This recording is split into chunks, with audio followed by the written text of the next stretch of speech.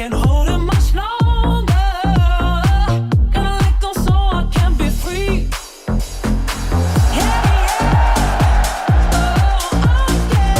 Here we go. It's the World Series Foul Territory postseason watch party. It is Game 5 of the World Series. Scotty Braun, AJ Pierzynski, and Brent Rooker from the Oakland A's, the All-Star, joining us here. Today's watch party is powered by MLB 9 Innings. There's going to be a ton of people in the chat asking questions. We're here for it. We're basically going to call the game here as an alternate viewing and really listening experience. You can keep your eyes on the game and watch us. But Brent, you're back. That means we didn't scare you away. How you doing, man? I'm back, guys. I had so much fun the first time. I thought I'd come back and do it again. So I'm excited about it. Wait, where are you? Where are you? Because it's super light out. Don't give your address, though. No, yeah. Like, give me a general house. It's up here. That's just the light. It's very dark outside. See? Oh. Here. Yeah, there you go. Where do you live? You live in the SIP? No, we live in Memphis. So close, but still in Tennessee. Is that where you're from? Yeah. I should know these. I should know these questions. I should know these. I should know where you're from. Answers. So I brought something before the game started just for you that I usually only bust out when Pap's on. I love it. The script state is such a good look. I think it's our best logo. Yeah, I agree. So you should wear it. I have worn it, but right now, if I put it on, I'd lose my ears and my mic, so I can't put it on. Maybe tomorrow for Halloween. Maybe tomorrow for Halloween, I could dress like Papelbon. Yeah, I think that'd be awesome. And talk like Papelbon. Be tweaked out like Papelbon, too. Hey, let's go over a couple things. First off, guest list includes Brandon Lowe, Ross Stripling, Grayson Rodriguez. So they'll come on throughout the game here. We'll let you know when they're getting ready. But Grayson should be joining us first, then Strip. Wait, do I have that right? I think so. It's third, fifth, and seventh inning. So whatever, something like that. Grayson first. Yeah, he's going to join us in the third inning, and then we'll get to the rest there. So we've got a few minutes until first pitch. Grayson, then Brandon, then Strip. That's the order. Okay. Few minutes before. So I'll let you take over, Brent, on where we're at. What do you think about the series so far? What do you think happens tonight? And if you want to throw in a quick take on the fans so that we don't do it during the game because we'll focus on the pitches and all that, then go ahead, because we've spent, I would say, probably a good 2 hours on it at this point between today and last night. Yeah, I'm exhausted of it. Yeah, it's a lot. It's been a lot. And you guys, I'm not going to say anything that you guys haven't already said. I think we're kind of all on the same page of it. There's been some reaction to it. It's been a little disappointing from some people who I thought would handle it better than they have. But, that is what it is. As far as the series goes, I've been to the last two games. Yankees, they looked good last night. The offense kind of exploded there in the last inning. So if they can carry that momentum into the night with Cole on the mound, you got to think they like their chances. But at the same time, the Dodgers, they're so good, man. Freddie's special, and if he keeps doing what he's doing, they're really tough too. But yeah, this whole thing is just. I don't know. What if that was you? Obviously. But dude, props to Mookie and how he's handled it. Yeah, he has handled it as well as you can. I think to not even want to talk about it after the game was pretty telling, I think, of how professional he is. But it's just like, I don't know. Like, if that wall is a foot higher, Mookie's arm probably, snaps. And then, where do you go from there? If fan injures a player, and, how do you even handle that? There's no precedent for that, and this just kind of turns into a whole other ordeal. So, I don't know. Like I said, there's been some outlets handled it in pretty disappointing ways. There have been other outlets handle it in ways that you would kind of expect them to, based on the brand and whatever it is. So it's kind of is what it is at this point. But I think most reasonable people are in agreement that just it can't happen. And I don't think they should be let back in any games, much less tonight. Agreed. Spot on. Agreed. Yeah, agreed. That they can't be let back in. The biggest point is the way Mookie's handled this whole thing has been incredible. It's been unbelievable. Yeah. But also, if they snapped his arm, you have a criminal case. It is what it is. Like, you can't do that, right? If you're stronger, I bet all three of us, if that was our task and we were jerks like that and we wanted to grab someone's arm like that, you would break a wrist. Those guys give me your arm. Let me flimsy and out of shape. Give me your arm. I'll give you mine if you can give me yours. No, I go first. I go first. So. But anyway, yeah, I think we've hit that. Yeah, that people should all be on the same page there. It's insane. They're not here tonight. They should not be here at all. League needs to make an example. We're talking about this a ton, Brent, because we think it needs to be important that any young fan out there knows you can't do that. if this guy gets like this notoriety and this popularity and this recognition for it, you think other people aren't going to try to do the same thing? It's like, I don't like a guy runs on the field and we won't even show it on the broadcast because we don't want to like encourage the behavior. And then this guy does this and we're like writing puff pieces about him in like the biggest publication in the world. So it's just like, what, I don't get what we're doing, but yeah, we can move on. I was kind of mad about it today, but it's fine. So were we last night and today. All right, so then let's lock in because we're almost at first pitch here. So second time around for Cole, second time around for Flaherty. I mean, you know both of these guys decently well. You saw what they did in their first outings. I feel like Cole can come at you with a variety of game plans. And for me, with Flaherty, everyone talks about where's his fastball at with command and with velo. What do you think? I think if Garrett, when Garrett's his best is when he's dominating to his glove side. If he's throwing that fastball outside to righties, kind of when he wants to. The breaking pitches play really, really well off of that, and he's really tough. Jack, his slider is really tough on me. I don't see it very well at all, and I probably have 4 or 5 at-bats against him. It's a true, like, gyro, 0 horizontal, 0 vertical, just kind of straight gravity ball, and it kind of eats me up because it looks like a heater for a really long time, and it's almost never hittable. So even the one that kind of looks like it's hanging, just never really gets there, and you tend to chase it, or at least I tend to chase it a lot. So I think the thing to look for with Garrett is if he's throwing the fastball to the outside part of the plate to righties when he wants to, the cutter becomes tough, the slider becomes an expand pitch, and that's when he's at his best. Can you explain though? Like you just said, it's 0 vertical, 0 horizontal. I mean, is that what you look for now? Because it's so funny.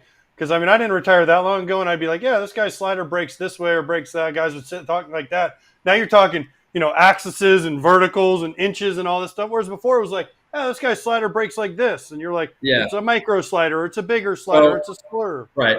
So if it's like it's 0 vertical, 0 horizontal, like what you would describe it as 8 years ago or whatever time period you want to put on it is like, it just looks like it kind of goes down. Like it comes out, it's got the bullet spin where it's straight sideways, and the gravity just pulls it straight down. And there's never going to be, almost never is there going to be like the hump in it that you're going to see it pop and hang. It's almost always just coming out flat and then diving down, and that's why he gets so much chase on it. Shohei miss it? Yeah, okay, miss it.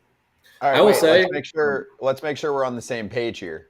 Yeah, so I think he's ahead of us. It sounds like you're ahead of us. So here's the deal: 2 things to let everyone know. So we just got the first pitch. It's in the air right now. Shohei with a fly ball landing in Aaron Judge's glove. This is important for anyone watching right now to be on the same page. So Brent, you might want to pause for maybe 10 seconds. Let me know when it shows Garrett with the ball in his hand and he grabs his bill.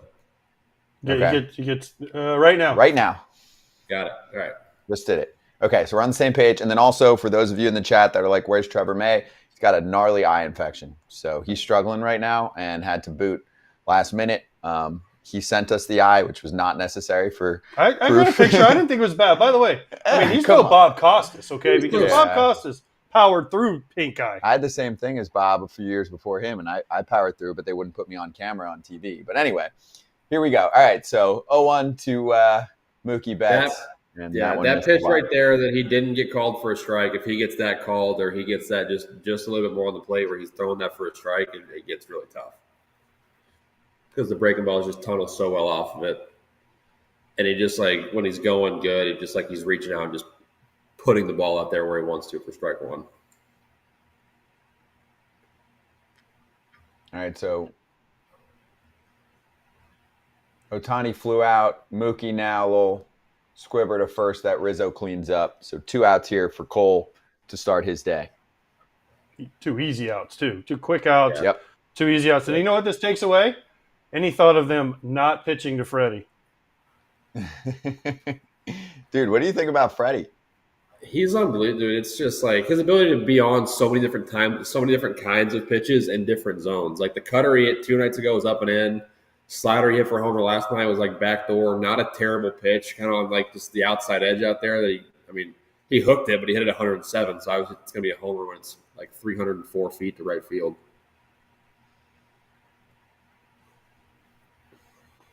Dude's been on another planet. He was late right there on the first pitch, though. He was late. Yeah, there have been a lot of signs kind of begging for They're mercy great. from Yeah, they're great. I love how did they show it? Maybe it was right after. It was either right before or right after the homer yesterday. They showed a pretty good sign. Cole's all over the zone right now. That changeup off that fastball I just threw that's a good sequence right there. Mm-hmm. Exact same spot. You think they'll let him eat? You think they'll let Cole eat a little more than they did last time? They stopped him at 88 pitches. I think they got to. That was quick.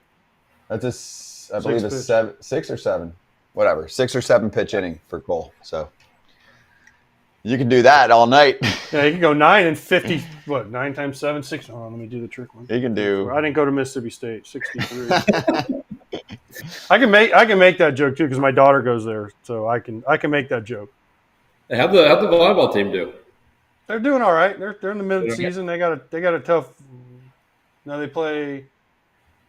They play at A&M, which is tough, and then they play Texas, which is tough.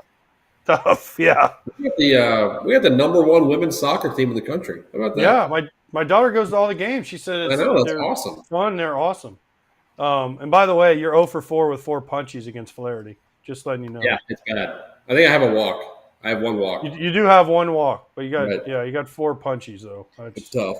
Garrett Cole 0 for 4 with only 2 punchies though, so you're better against him. Hey, can you explain why Flaherty's fastball velocity is such a difference compared to most? I know for anyone it matters, but a lot of the smart baseball writers will put down, hey, I'm looking to see if this thing's pumping 95, 96 or 92 to 94 and how much of a difference that makes for him over most other starters. I would first of all, 96 is harder to hit than 92. So just like to be as obvious as possible, there's that aspect of it.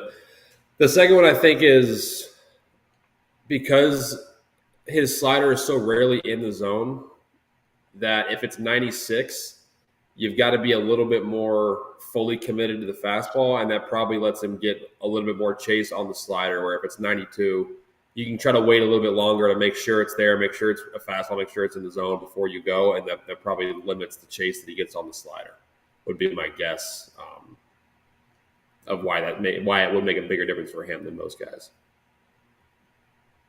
I think he's at his best when he's getting swing and miss out of the zone on that slider. So, he looked great obviously last time around, but he had about a week, 7 or 8 days of rest. Now he's on normal rest. Yeah. You think that'll factor in here? I'm not a pitcher. I don't know. I think there's going to be a lot of adrenaline. So, that could cancel out the extra day of rest or so, I would think, in theory. Again, I don't really know. I don't know how pitchers throw the ball as many times as they do, as hard as they do, and aren't hurting all the time. So, but I would think that the adrenaline could cancel out that extra day or two, at least for the first 2 or 3 innings until that wears off. His numbers on regular rest are not good this year. They're completely different than they are when he gets the extra day's rest. Mm-hmm. He's way better on the extra day's rest. So we'll see. It'll be interesting because this is a normal start, and Garrett Cole's much more efficient usually.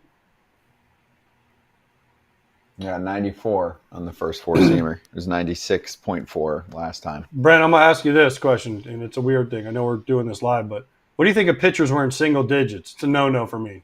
You don't like it? No, those are meant for the real players. Those are meant for the real players, the position players. I don't even think I've ever thought about it. Yeah, it's meant. It was a super, I don't want to call it old school thing, but pitchers were never, ever allowed to wear single digits because it was all the position players. Yeah, I'm trying to think of who are there any obvious ones that wear single digits besides Jack? Stroman, Ottavino wears 0, which I get for his name. He's got, There's a few that do it more now, but it used to be like the ultimate no-no. You don't do that? Okay. No, it's like a catcher. You never wear single digit because the chest protector strap covers it. So you wear So you wear 2 digits so the fans can see your number on our big backs back there. That makes sense. I'm on board with that. All right, so you got a quick out here with Glaber. Now here comes Soto, and they scored a bunch of runs yesterday. To be fair, this was not the, as we called it, circle of trust or top 5 for the Dodgers. some people are using the punt word, but Brent, the Doc Roberts / Dodgers organizational strategy has been, hey, we only have 3 starters. So then every fourth game's a bullpen game, and you can't pitch the guys every night for multiple reasons. We talked about this, I know, on the last watch party, the overexposure to relievers, but also just not throwing your same guys out there 3 nights in a row and losing 2 of those games and having to go back to LA that way. Yeah, I mean, I think it's like theoretically that it's the right thing to do, because especially with a 3-0 lead, like last night's game is a little bit. I like to say it doesn't matter for the Dodgers, but like I think you're willing to kind of take that one if it means you've set yourself up in a better position to win. You just need to win one of the next 3. So, I mean, you get back to your starters on the mound, you rest your higher leverage guys, give them a couple days to kind of get back to full strength, and then you just kind of go full bore at winning one of the next 3 of them, which is all you need. So, I mean, obviously that's a huge advantage of being up 3-0. Soto is so good at taking walks. He loves walks. He lives to walk. He just lives to walk. Yeah, but Judge you know what? He doesn't want to swing, and then he stares at the pitcher like, "Oh, you're scared to throw to me, dude. You don't want to swing half the time, anyways." Hey, what have you seen out of Aaron Judge? I think he's a little in between. He's a little late on the heater and then a little out front on the breaking ball. I mean, I thought the swing last night in the Homer, he just went deep. There it goes. 2-0 Yankees. There it was. Finally, he listened to me. By the way, I didn't mean to interrupt you, but I said he's got to jump a heater early in the count, and he finally did. He wasn't late on that one. So there it is. And that could just, if they happen to win tonight, that could be big. If he gets hot, then obviously he can change any game. That place is loud right now. Yeah. I mean, when he's hitting a homer that way too, you know it's trouble. Yeah, that's what he's going. Yeah. On a heater. Right? Because what was the word? Yeah, in between, but he was late on fastballs. He was late. What I said, Brent, was everyone keeps saying, like, look out over the plate. I'm like, no. You look for a heater, and you try not to be late on it. And if they keep throwing them in, now that one was more out over the plate. But, like, yank one foul. Reset your clock, right? Like, let's not – because you know as a hitter, right, if you're facing – we'll use Flaherty as an example, right? If you're looking slider, you're going to chase more sliders, I feel like, than if you just react. Go. Yeah, 100%. That's the real thing is if you're looking for spin and you see spin, even if it's not in the zone, like you're like, oh, there's the one I'm looking for, so you tend to swing it more. But it's like when you're late, you get in kind of a rut, and then when you're in a rut, you get a little more defensive, so it makes you later, and it's just this whole snowball effect that you eventually got to work out of to get back to where you want to be. Well, guess what? We're about to have a series. Yeah, we're about to have a real series. Yeah? Oh, yeah. You don't think they'll bite back here? I mean, the Dodgers will score some runs, but I don't. Freddie made it 2-0 yesterday. Yeah, but it's different. It's different. Yeah, it's cold, too.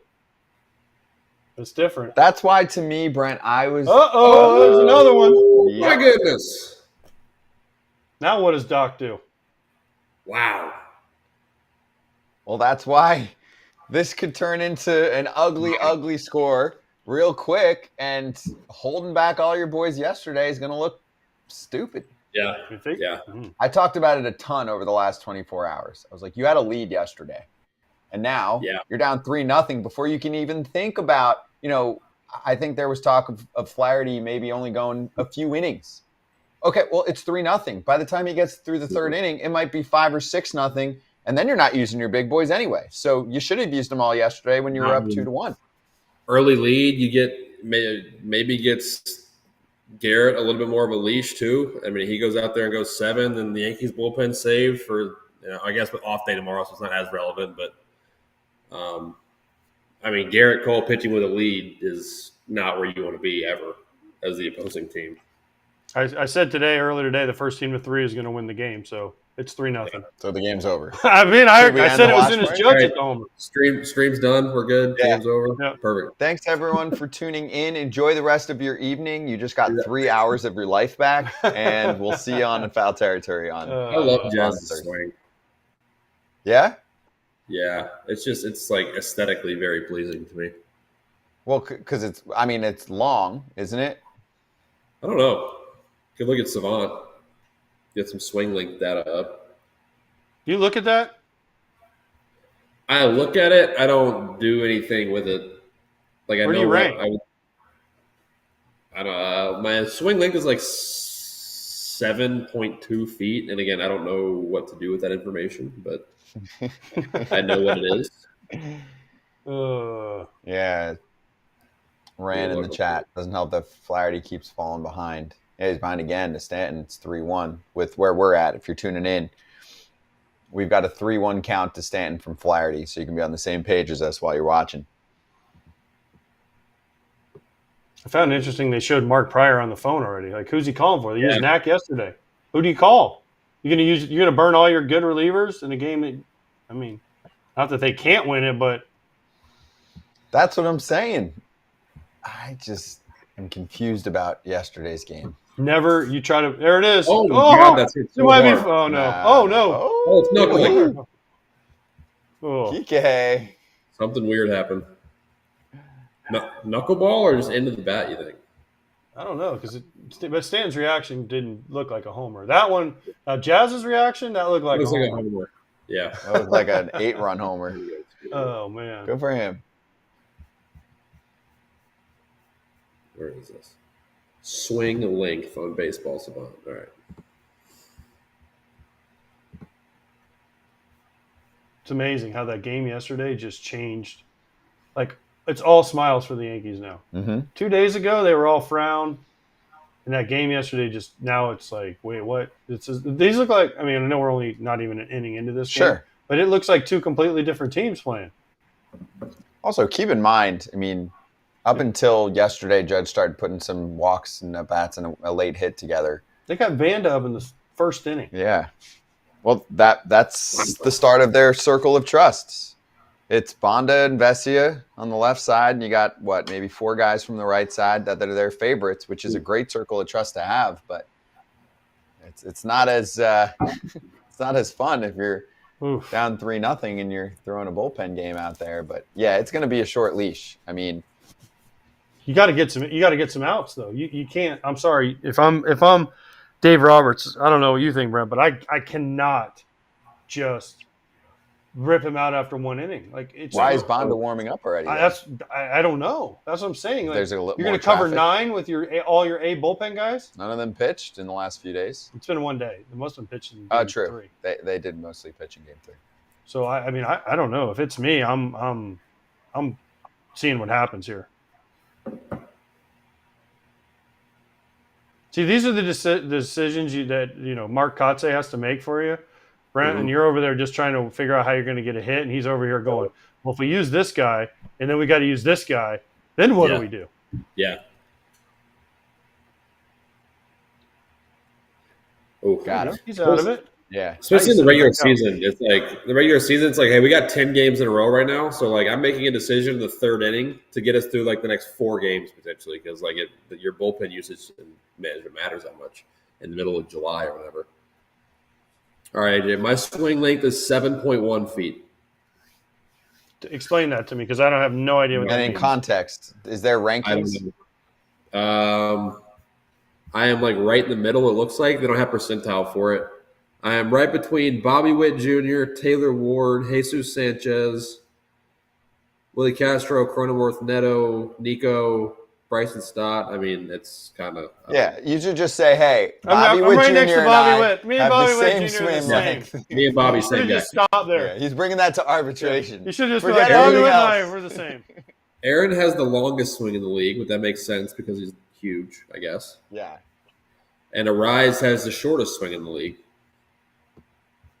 Which would make sense because he's as Teacher Man calls him, he's a Judy.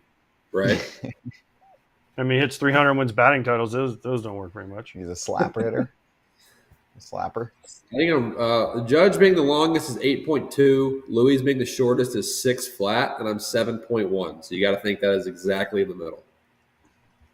Yep. So I don't know what to do with that information, but there it is for you. Does that register from like where you start your hands to how far out in front you are? Like, because I don't know what that means. Let's look.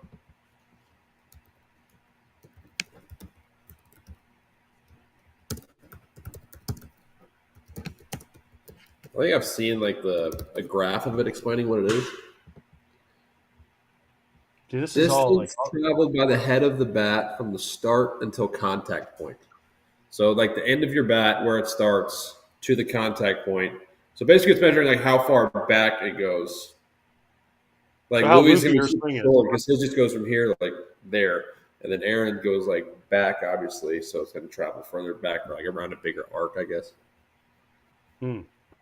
The average is 7.3. So you're a little bit below average then. A little below average. It's okay. Just tell everybody, hey, man, Bobby Witt and I are the same. And Me and Bobby are the same. right. Exactly. Yeah, That's you all guys you are do. good then. It can't be that bad. Hey, so how was New York? Give was us a a lot of little lowdown before the next half starts here. It was a bunch of fun. We did. We went to Billy's over there in the Bronx, hung out a little bit, walked around. Were they did some nice to fan you? interviews. What's up? Were they nice to you at Billy's? They were Since they you were on very the nice. opposition? Yeah, very very friendly, very nice. It just interviewed people in the street. That was fun, and then some stuff on the field, segment with the network, and then just kind of hung out and watched the game. But it was awesome. I mean, I like just getting to go to the games is cool for me. It's the first time I've been to a game as a fan in a long time. So, had you ever been to a playoff game before? no. Oh, awesome. So you got to see how different it is, right? Yeah, it's different for sure. Every pitch with the living and dying on every pitch is different. I do see. I was funny. We were talking. I was talking to like Hoppy was there. Logan was there. George Kirby was there last night.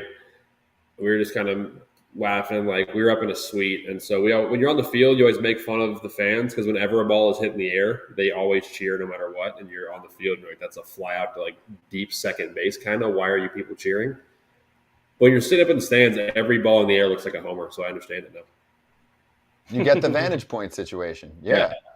Every ball that's hit and up in the air, you're like, oh, and then you're like, oh no. Like Kike's camped under that 200 feet away from home plate. By the way, I'm going to give you a little bit of advice. Watch the hitter. He'll tell you. The hitter will tell you every time. Just watch the hitter for a split second longer because everyone looks up at the ball. If you just watch the hitter for a split second, they'll tell you right away if they hit it good enough or not. Yeah.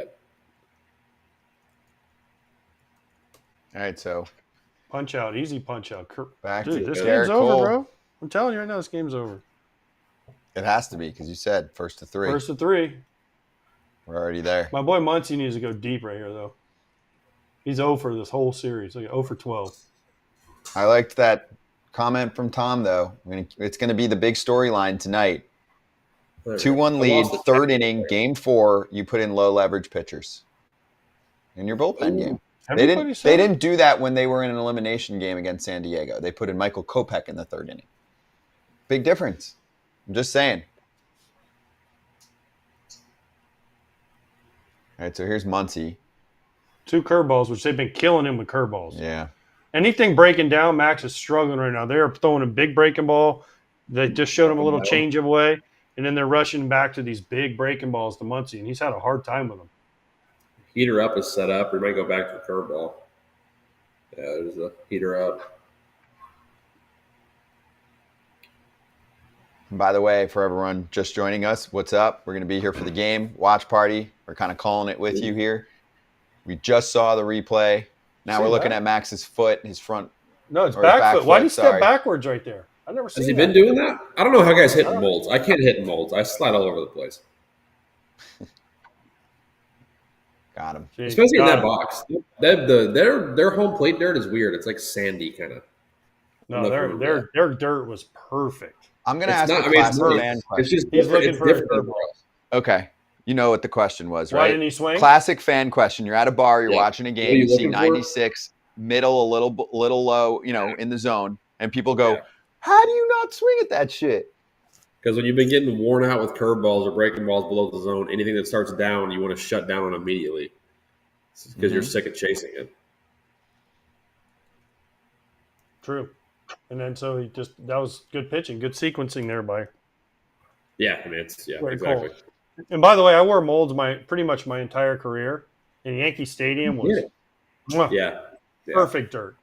perfect dirt. Now, Toronto, I watched Darren Erstad one time, and I don't know if you know who he is, Brent, or not, but Darren Erstad was a great player. But he one time in molds in Toronto, the box was so hard, he stepped, he took a pitch, and both his feet went out, and he hurt his groin. I would do that every pitch. Oof. Is he still the coach in Nebraska? He was at one point, right? No, he resigned. Stopped, I think right? last year, 2 years ago, maybe. Yeah. Good dude though. One of the most intense dudes I've ever seen. 3 up, 3 down again, by the way. And by the way, people that are asking, molds or plastic spikes? Classic. Plastics. Yeah, because I'm sure people are like, "What are they talking about? Molds? It's molds." What do you call metal spikes? metal spikes? Oh, okay. Like metals? You call them metals. Metals and molds. Well, yeah, or we called them MCS, but molded cleat system. Got it. Yeah. Okay. So that's what they're listed. Like if you're gonna buy them on like Nike or Under Armour or whatever, it'll say MCS, and that just means molded. yeah, molded cleat system. All right. So what do we think just now? Molded cleated shoes. Cole Cole's just mowed him cruising, down. bro. Yeah. This is what we mean, expected out of he's- Garrett Cole. He's got a lead, and I think he can pitch aggressively because he knows he has that lead, and I think he gets in the zone. He's gonna be tough. He's really good. If people didn't know. As Derek Jeter said, this is the game of his life. And then as Alex said, Derek goes, this is the biggest game of his career. And Alex goes, I'll one-up you. This is the biggest game of his life. Wouldn't that be the same thing? It would definitely be. Which I thought was kind of funny. Yeah. That's actually exactly what I would expect Jeter and then A-Rod to It's say. just funny that they In were like, every oh, I'm way. going to one-up you. This Yeah. is the biggest game of his life. Well, yeah, no kidding. Yeah. It's kind of like I a don't know. It was Family funny. I Guy thought it was sequence. Yeah, it is funny. The By dynamic the they way- have is funny. Yep. Well, next half inning, we'll show a little clip of Brent doing his media thing out in New York. Wait, did you So go? we'll save You went that. to Billy's, right? Yeah. Yeah, Did you get some beers at Billy's? Yeah. Nice. We can Nice. let everyone know what that is, too. That's the Yankees' main bar, kind of becomes a party during the game, especially even Wow, right it's now. Like, huge. It's so big. There's Yeah, like a ton of it is space in there. huge. It seems really like a cool spot to watch a game for sure. It's it's probably two blocks from the stadium or so, like right there. Yeah, it is so close, right? And it's, I mean, after the game, the Sure. spot that people go to. Mhm. But right now, that whole scene is crazy. And if you're not decently wealthy and dropping down, a grand plus to get into the ballpark, it's a good second It's option. Yeah. Yeah, a lot of young people there with lower incomes. And it's where they show when they show the watch parties. Hmm. They usually go to Yeah. Billy's. Yep. Mm-hmm. Juan said 2 innings. Cole's at 20 pitches. How many innings does he go? 15. If he stays on that pace, I would put him at 90. Yeah. But it's reading swing. So in fairness, Brent, we brought this up today on Foul Territory, and we'll plug weekdays 1 to 3 Eastern if there's anyone new to the party here. And Jeter kind of called out Boone and was like, how do you not let him go deeper? And Joe Girardi was backing up how he thought, they were on his 4-seamer by whatever inning that was, the 5th or 6th. There was like a specific sequence with Edman, and that he saw that. Obviously, he can speak to that. He was with the Yanks org for a while, and that was their breaking point. I mean, I can argue both sides of it. I think, dude, Volpe's doing it. Yeah, he's doing it. That's a double. Leadoff dub. I mean, Yeah, but whatever decision Aaron's making, he's making it because he thinks it's giving him the best chance to win the game, and he's doing it with information behind him and behind the decision, whether it's numbers or what he sees. So I don't know. It's hard to be too critical of a decision like that, I think. plus I did mention this, Brent. I mean, they had the lead.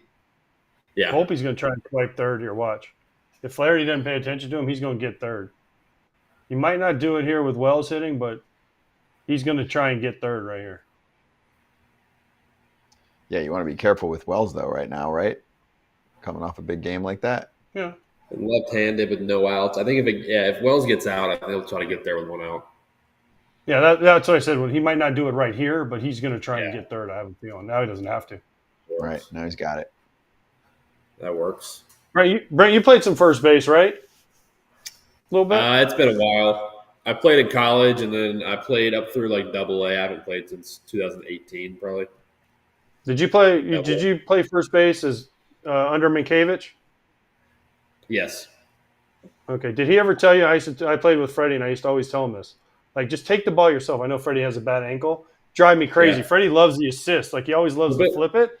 And Minkiewicz was like, I want everyone. Like, I want to tell my pitcher to stop. And I used to tell Freddie, dude, stop flipping and just take it yourself. And he just never would do it. And he's right there. I mean, I know he's got the bad ankle. Extra assist for a Gold Glove, though. Exactly. That's right. Exactly. It's like the old Brett Boone story. I like that. Rack up the assists. What's the Brett Boone story? Brett Boone was playing second. Paul Konerko was playing first for the month when Konerko was with the Reds. So let's see what Verdugo does here. And there was a pop-up hit behind first base, and Boone runs back, and he calls off Konerko, and he catches it.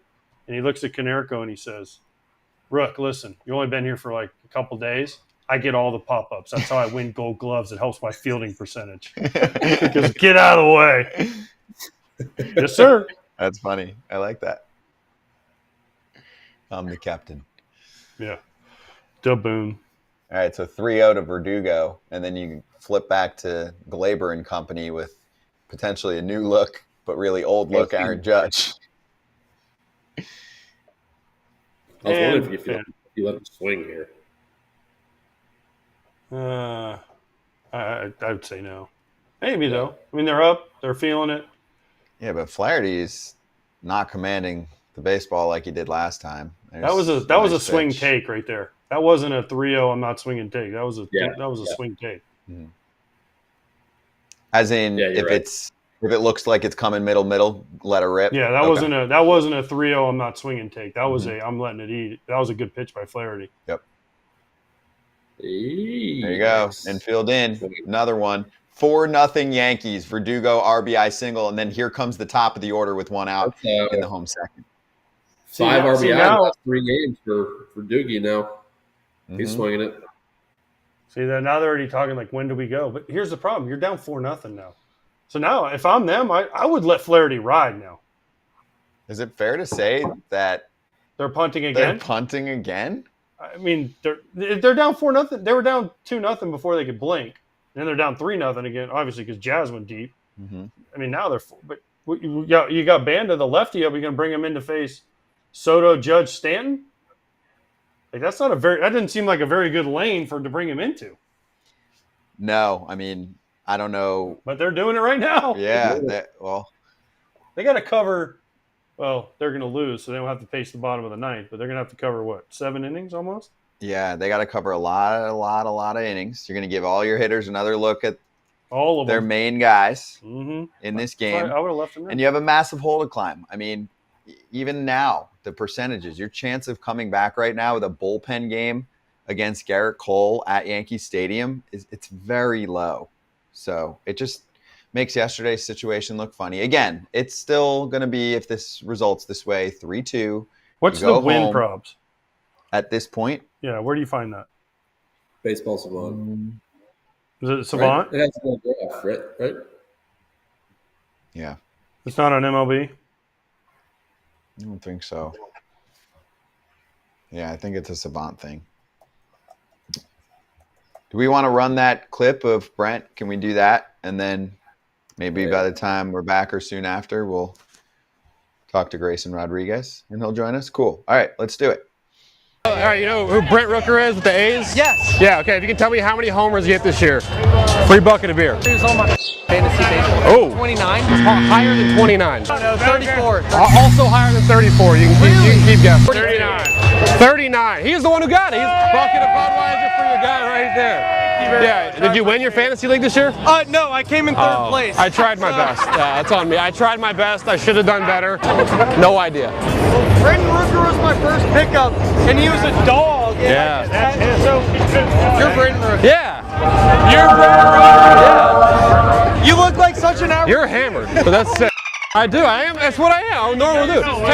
That's right. All right. All right. Good to meet you guys. Hey, hold on. Can I get a picture? Yeah, for sure. That's perfect. Awesome. Thank That was so good. First off, he's like, you're hammered. It's just good fun. Yeah, well played. Also, even whoever did the closed captioning there, they at one point were just like bros talking or something like that. That was good. That was fun, man. Good work. That's the man on the street stuff. I love that stuff. The only thing that would have made it better is if you'd had like an A's hat on. If you'd had an A's hat on and been like, you know who Brent Rooker is? And the guy would have been like, yeah.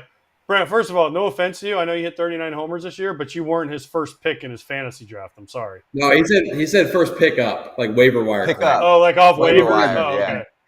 Yeah, There you because go. I like I that. thought the same thing when he first said that. I was like, you liar, but then he said pick up. So I was like, all right, I could buy that. All right, we got our first pickup of the evening here. Our first guest joining us for the third. Obviously, we're in the bottom of the second, but he's ready to go. So let's do this. Friend of the show, Grayson Rodriguez from the Orioles, joining us right now. Grayson, good to see you, man. Welcome to the watch party. How you doing? What up, fellas? How are y'all doing? I'm doing good, Good. man. I just wish it'd cool off here in Texas. It's too hot outside. It will maybe soon. I hear that it's hot fall. too. It's We like got- 85 We today. got rain. We got rain for the first time in over a month and a half today. So it's We're a pretty getting- special day here. Where in Texas are you? So I'm in East Texas, like 2 hours north of Houston is what I usually tell people. So So the rain. Nuggetocious. yeah, there we are. There we are. The rain you All right, just got. let's We're getting tomorrow, and it's going to ruin my kids' Halloween. But we'll at least cool it down a little bit. Hopefully, Grayson, keep you're the watching, kids- man. You see this team all the time. What are you seeing? Like, give me a little look at what you've seen in this series, but now where we're at, where the Yanks were down 3-0. They win yesterday. The Dodgers held back all their best relievers, and they're down 4-0. It might not matter, and Cole looks like he's Cole. Yeah. Obviously, that's kind of not a guy you want to see on the mound pitching well. Obviously, when he's on the other team. Obviously, if you're a Yankee, that's kind of what you're looking for. But man, their offense is explosive. I mean, obviously, you can see that with the guys in their lineup. I know they got to me once, daytime in Camden. That wasn't too fun. But yeah, I mean, like they're a team that can swing the bat for sure. Soto and Judge up there at the top of the lineup.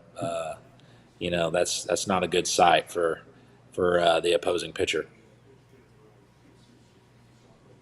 What'd you see from Flaherty? Did you watch those first 4 outs? A little bit. Obviously Flaherty played with us last year. Awesome Yeah. dude, huge competitor. I mean, I have never met somebody as serious on game day as he is. That was like a shock. Kind of when he came over to our clubhouse from St. Louis last year. I remember we were in Toronto. It was actually my start day, and he was going to throw the next day. And nobody had really known him. Nobody really knew anybody that didn't, or that knew him before. But yeah, I introduced myself to him, and he looked at me. He's like, "Aren't you pitching today?" And I was like, "Yeah." And he's like, "All right, get lost." I was like, "What?" I was hanging out eating lunch with Kyle Bradish and Dean Kramer, and on my start day, I like to keep it pretty relaxed. And that was kind of when we knew Flaherty, kind of goes into kill mode on his start days. So definitely a guy you stay clear of when he's pitching.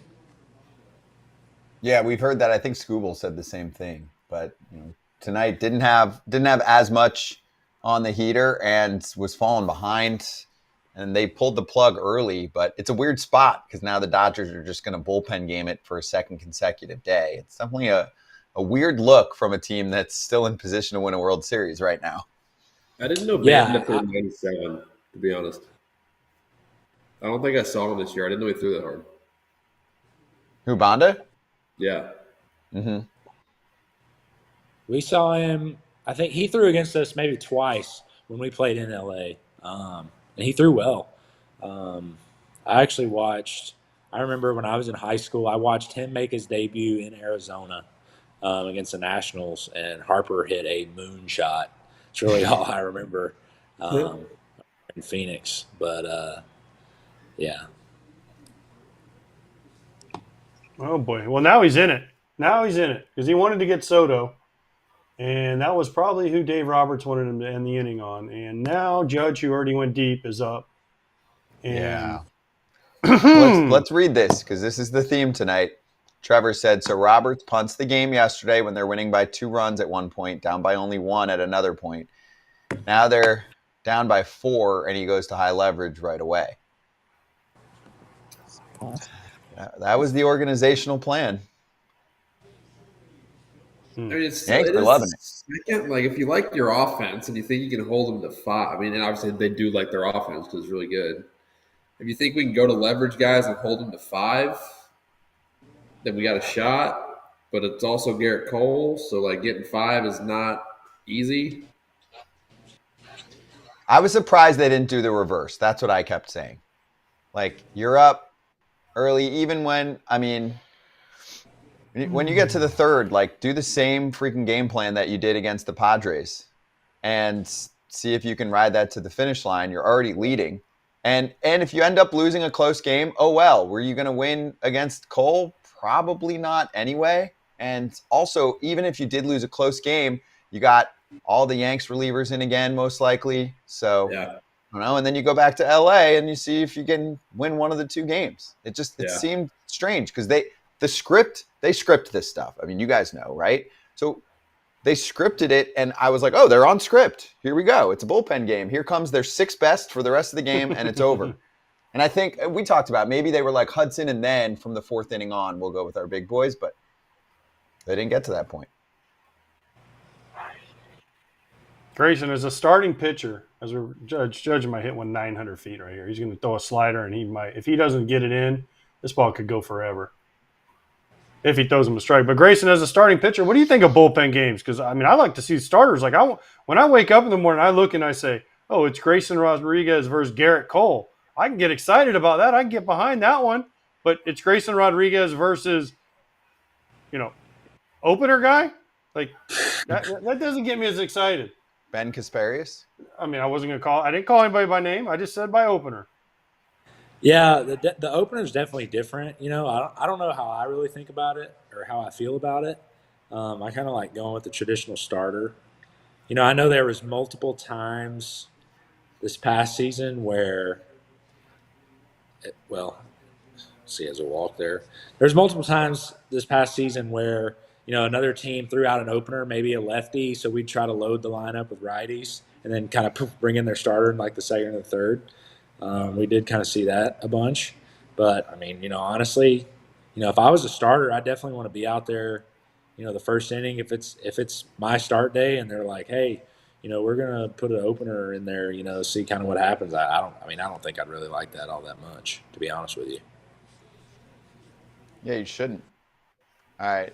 That is a big ground ball if they get this out. Ooh. Jazz head first slide, but they got it. False hustle. Grayson, did you throw against us once or just once this year, right? At our place, not in Baltimore yet. Yeah. That was the first time I got to pitch in the Coliseum. That was pretty cool. Was it though? Last year when we came there, I missed you guys. Didn't throw against y'all. My first home start in Camden was against y'all. Yes, and, yeah. So I got to throw against y'all in Oakland this year. That was pretty cool. I remember that. Yeah, I was glad I got to throw there, obviously, before, Yeah. happened. So that was cool, for sure. Was it, though? Was it really cool to pitch in Oakland? I mean, was it? I mean, obviously, was it cool to go into Mikey and him asking if you want a smoothie and getting some round table pizza and some fried chicken on getaway day, the Mexican food and fried chicken on getaway day? I was going to say, but hey, listen, don't sleep on the tacos over there. Them things are good. The tacos are good. The fried chicken's good too. Yeah. I think it's the green sauce will knock your socks off. I know we had a lot of guys. We had a lot of guys come back in the clubhouse like just dumping it on their taco, and I'm kind of like, you might want to be careful with that. Like, be careful with that. They're like, no, dude, them dudes were sweating, son. It was funny to watch. They were sweating. For years, since 1990. First time I played there was 99. I mean, getaway day was always the Mexican food with fried chicken, and for some reason there was hard-boiled eggs thrown in. I never could figure out why they threw in one of the things that was like hard-boiled eggs. You're like, there's tacos and Mexican food, and then there's fried chicken, which was delicious, and then there was like hard-boiled eggs. I'm like, what doesn't fit here? Just in case, if you need a little extra protein, AJ, just get you some eggs. Yeah, I guess so. That's for the keto superstars. I have a friend who's keto, and he just pops hard-boiled eggs all day. I mean, I like hard-boiled eggs, but I mean, not with my tacos. No. Breakfast taco? No. No. I just said no. Just trying to defend them. But that would be scrambled eggs. That wouldn't be hard-boiled eggs. I know.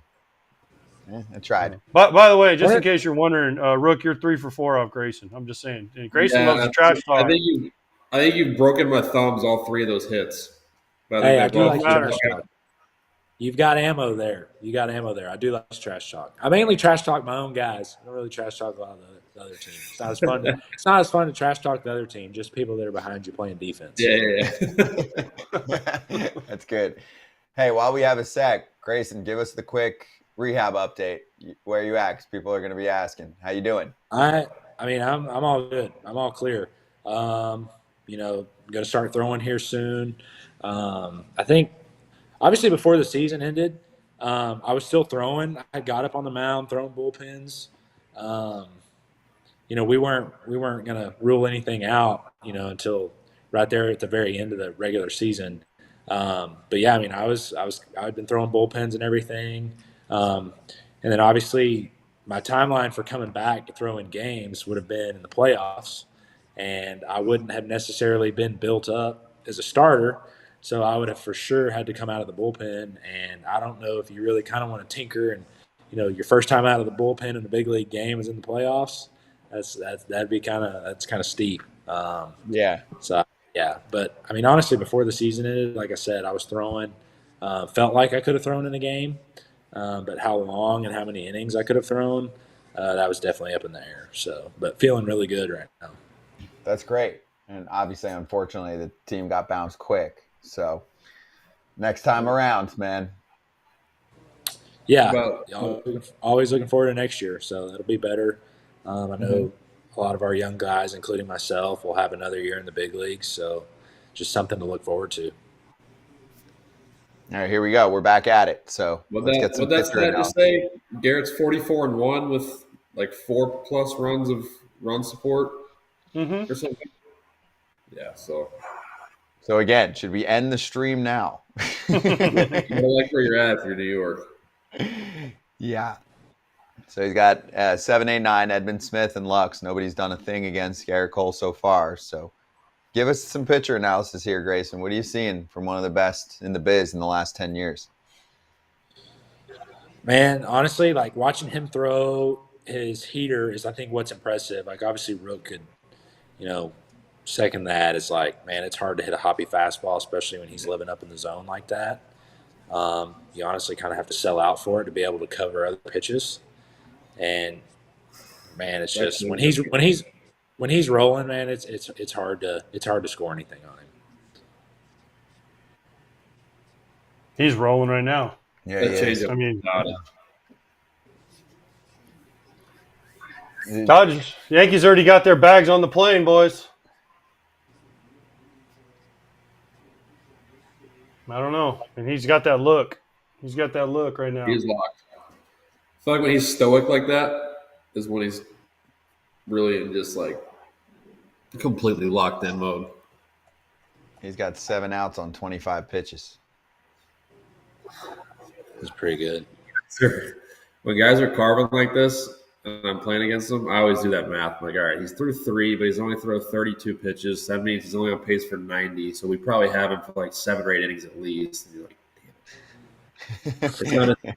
We're like, yeah, he's carving, but he's thrown 50 pitches in the first 3 innings. Like, all right, we can get him out of here in the 6th. We'll be all right. But when it's dealing and it's efficient, you're like, all right, it's going to be a long night.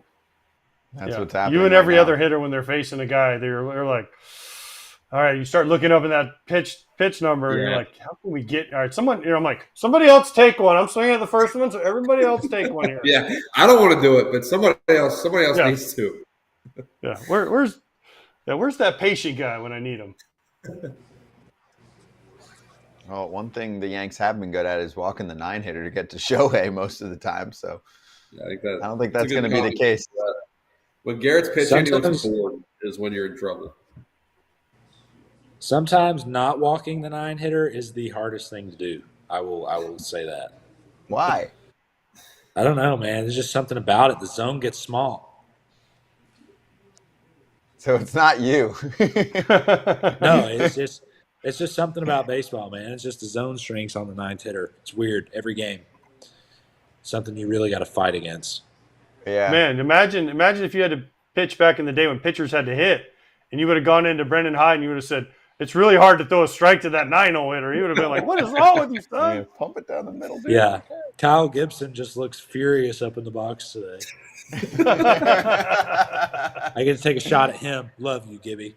Get to take a shot at you. Gibby's a man. I played with Gibby very briefly in Minnesota. He's a great dude. And right, just like that, it's 3-1 on the 9-0 hitter. It is. Yeah. It's like, dang. It's been Lux and Edmund, right? Yeah. Yeah. I mean, if you're Garrett Cole, you got to see how far Lux can hit this ball. You throw a four-seamer right down the middle and be like, dude, if you go deep, I tip my cap to you. Mm-hmm. Just like that. There it is. There you go. It was a good pitch. Here we go. So if anyone's just joining us right now, we are at a crowd shot from the outfield. Payoff pitch about to come up, top three, so that you're not too far behind or ahead of us. You want to enjoy the watch party experience as we're doing it. Here we go. Walked him. He walks him. Hey, that wasn't a small zone, Grayson. That was a Grayson Rodriguez. You know how you say there's announcer jinxes? That was a Grayson Rodriguez jinx, if I've ever heard it right there. Yeah, that's Dude, right. I'm telling you, man. I'm telling you. You got to stay locked in for the ninth hitter. It'll happen to you quick. Especially when Shohei's on deck, too, because you start playing, all right, please don't, it doesn't matter who it is, like, please don't walk anybody to get to Shohei. Like, that would be the worst possible thing we could do here. The question is, everyone's talking about Aaron Judge getting hot. Is Shohei going to get hot at any point in this World Series? He's colder than Judge. I mean, listen, I know he's got the bad shoulder and all, but I don't know. He hasn't been doing anything either. Does he look different? Like Brent, give us a little hitter's perspective. I mean, you've seen him a bunch. Does he look different at the plate at all, or not really? Nothing that I've noticed. Besides sinker, I think that would change up. I think it seems like he's fouled off some fastballs, and it's been hard for me to tell if it's that he's missing hittable pitches or if he just happens to, like, they just are locating fastballs really well. I mean, you definitely go through stretches as a hitter where you're like, the last 5 games, it feels like I haven't gotten anything to hit. And there's slumps that are in your control, and then there's slumps where you just kind of tip your hat, and you're like, the pitchers I'm seeing right now are just kind of on a hot stretch, and they're just locating really well. Heavy changeup to him right there, though. He's been doing a lot of that, though. Kind of ass out, flick the ball to left. Like last night, he punched out on a changeup down and away against Leiter in kind of a big situation. He's got a lot of like ass out flicks going on right now. Yeah. That's Grayson, you got to love seeing that. My dad used to get so mad at me when I'd do an ass out swing when I was in high school, dude. It was just giving me bad flashbacks. For sure, though. Love seeing it as a pitcher. As soon as you see that guy kind of go forward and just kind of flick it, unless it's like Yordan Alvarez, it's kind of probably going to be enough. Yordan did that to me, not this past year, last year. It's like a good changeup out in front, completely front foot, dude just flicks the bat at it. Santander caught it up against the wall, and I was like, holy crap. That was the first time I was like, wow. I was like, that's insane. So, for sure. A little super chat. Timbo Slice. A's have the talent to win the division next year. Go A's 2025. There you go, Rook. We keep the momentum going we had this last 3 months. We're going to do some stuff, I think. Well, let me ask you this, though. I got to ask this. You going to be there? Yeah. Okay. Yeah. I mean, you were mentioned. You look good in a lot of uniforms. Sure. You were talked about. We'll be in Sacramento. Yeah, you'll be the Sacramento somethings baseball team, the SBT. Just the Athletics. There will be nothing before it. Just the Athletics. Schedule says ATH. ATH. That's right. ATH. Grayson can't wait to pitch there. My uncle-in-law lives in Sacramento, so maybe he can take me out to eat when we play there against you guys. There you go. There's a good glass. So I'm gonna get a free meal out of it for sure. Oh man. Hey, does your rehab involve going like this a lot? Got to. Only about 250 times a day. Oh, okay. I can tell by the wall behind you. You've That's done right. that a few times. My index finger is calloused up from this release I've been using. So, Uh-oh. yeah, for sure. Heading to Kansas Friday. See if we Nice. can't run into one. Can't run into one up there. May add some to the wall. Which Man, you learned only that- half of those are mine. Half of them are my wife's. So I'm not the only hunter in the family. Oh, so who shoots Oh better? yeah, she does for sure. Archery? You're talking bow, right? So no, I bow hunt a little bit. I only bow hunt when I have to, and that's in Kansas when it's like bow only or whatever. But thankfully, living in the great state of Texas, we get to use a rifle a bunch. So I'd much rather hunt with a rifle. She hunts with a rifle. She's definitely a better shot than I am. Oh, boy. Whenever she shoots, Stanton just went Whenever deep, she- 5-0. Boom. They brought in Brazier, first pitch, Homer. Dude, he's unbelievable. I mean, we know that, but like he is just Wow. Sorry. By the way, hunting with a rifle's cheating. I'm just no, y'all are a good probably 15 seconds ahead of me. The Wi-Fi in Nacogdoches, Texas, isn't really the best, so y'all are gonna have to give me a minute. Yeah, listen, fiber optic, we don't know what that is over here, okay? Nope. Well, That is the digest that from Giancarlo. Yeah, I just see it. He's rounding second base on my screen. That is definitely the downside of the off season is having internet that is not near as good as it is in the big city of Baltimore. There's got to be a way to fix that. Maybe not.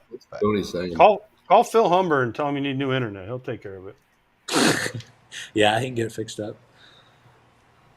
all right, See, we so can't- where are we at here from a strategic standpoint? Now it's 5-0. We're in the third. Cole's dealing. That's Your chances of winning are so slim. That's what I said. At this point, are you? If you're the Dodgers, are you still going to roll out the rest of the big boys? Like, is Blake Trinan pitching in this game? Is Brusdar Gratterall pitching in this game? I think you can a little bit with the off day tomorrow. Right. But the two length guys, Knack obviously, and then Honeywell threw last night too, right? So like both He their threw guys, 50 pitches. Yeah. 50 in one inning. both their guys with length burned last night. Right. Knack is your inning eater. Who else can do that? The other guy Kasparius- was Honeywell.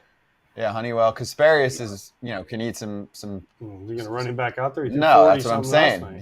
He's not doing Honeywell's that. down. They're going to have to use their guys. And it's just another look. Grayson, what would you do if Brendan Hyde's like, hey, I need you to throw 50 pitches this inning? Like, normally if you get to 40, that's like way off the charts. But 50 in one inning? Yeah, I don't really know. I don't really know if anybody's going to make it 50 pitches. I mean, I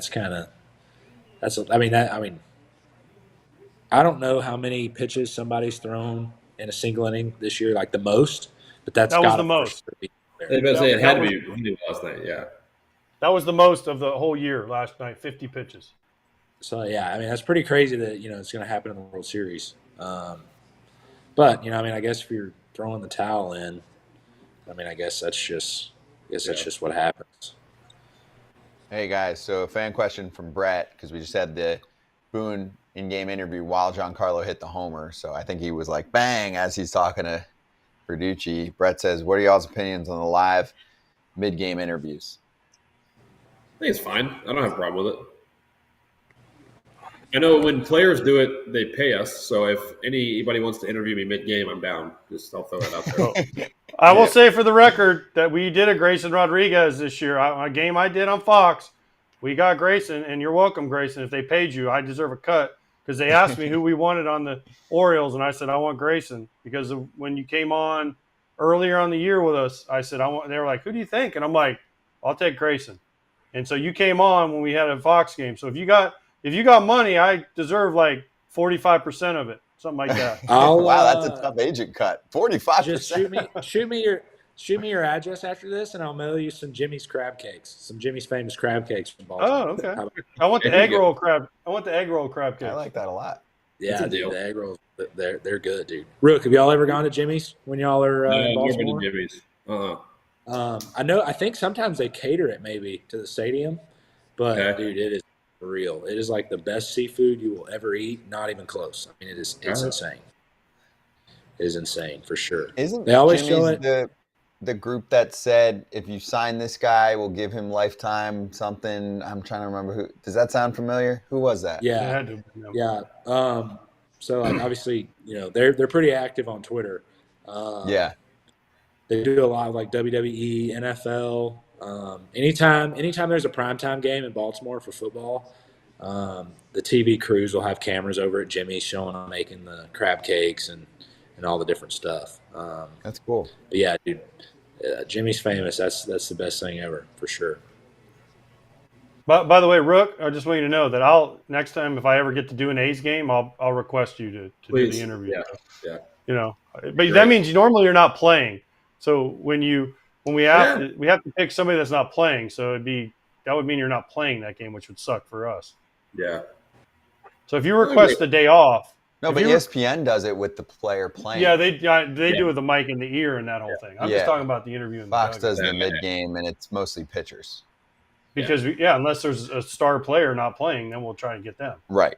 Or there's like somebody hurt, which mean they're not playing. Yeah. I love them guys. I mean, I think it's great. First of all, in the World Series here, you got or really for the whole playoffs, you got the managers. I actually get some info most of the time. Sometimes they don't really say much, but most of the time they give you like a super quick scouting report on what they're seeing from the pitcher. Occasionally they'll tell you how much length that they have in mind for the pitcher at that point, right? Like, we're going to see if we can get through this inning here, and then we'll get so-and-so get ready. Like, cool, I like that. That's strategy talk. You might explain something that happened, like a challenge play or a good swing from someone, right? All of that stuff I think is great info for fans during a game. It's fast.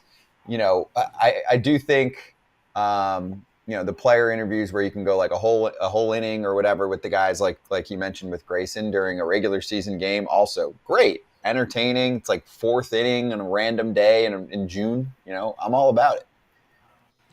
Yeah, the only thing I'm doing on the days I'm not pitching is guarding the Gatorade cooler, so I'm pretty free for those in game interviews. With AJ, they're just great. So are you filling up the Homer, whatever that thing's called, the Homer hose? Are you like the designated water boy? Yeah, for sure. I am the designated water boy. I do like that title. You open the waters, and then Stone Cold Steve Austin at the top of the hydration station. And this year, I can't remember where we were at. The cops that stand in the dugout that they're just, I don't know if it's like eyewash garden, whatever, but they're just down there standing. And I mean, I smashed them together, dude, and this cop just face full of it. It was good. Yeah, it definitely freaked him out. He didn't know what we were doing, but he got wet. Oh boy. Yeah, boy. Wait, did the A's have any Homer celebrations this year? No, we didn't have a prop. We had no props. No skits. No skits. No props. There's so little room. Those Oakland dugouts. It kind of gets tough to do anything because they are very, very small. True. Might have to do something for Sacramento. Yeah, we'll figure something out. Our dugout, the Oakland dugouts are so small. Like when you're really mad, and you want to slam something, you can't even do it because you'll hurt somebody. You can go in the bathroom. They have that bathroom at the end of the dugout. That's about as like you can barely fit in. You can go in there and try to swing your bat like this. They have anger rooms. They should, but they don't in Oakland. There ain't nowhere to go because you got to get to the clubhouse. You got to go through the crowd. Yeah. People follow you up there, yelling at you. Mm-hmm. All right, so Doc's talking right now, and here's Cole back to work, going up against Betts. Clifford, I think someone on today's show said that Dave punting game 5 might be a bad idea. Yeah. You think? He's not punting, but they just fell behind so quick, and he's got to use his A guys. I think punting game 4 was the bad idea. Punting game 4 was a bad idea, too. That was hey, by the way, Grayson, also somebody said you versus me in spring training would be something they'd be down for. I ain't scared. Let's do it. Let's do it.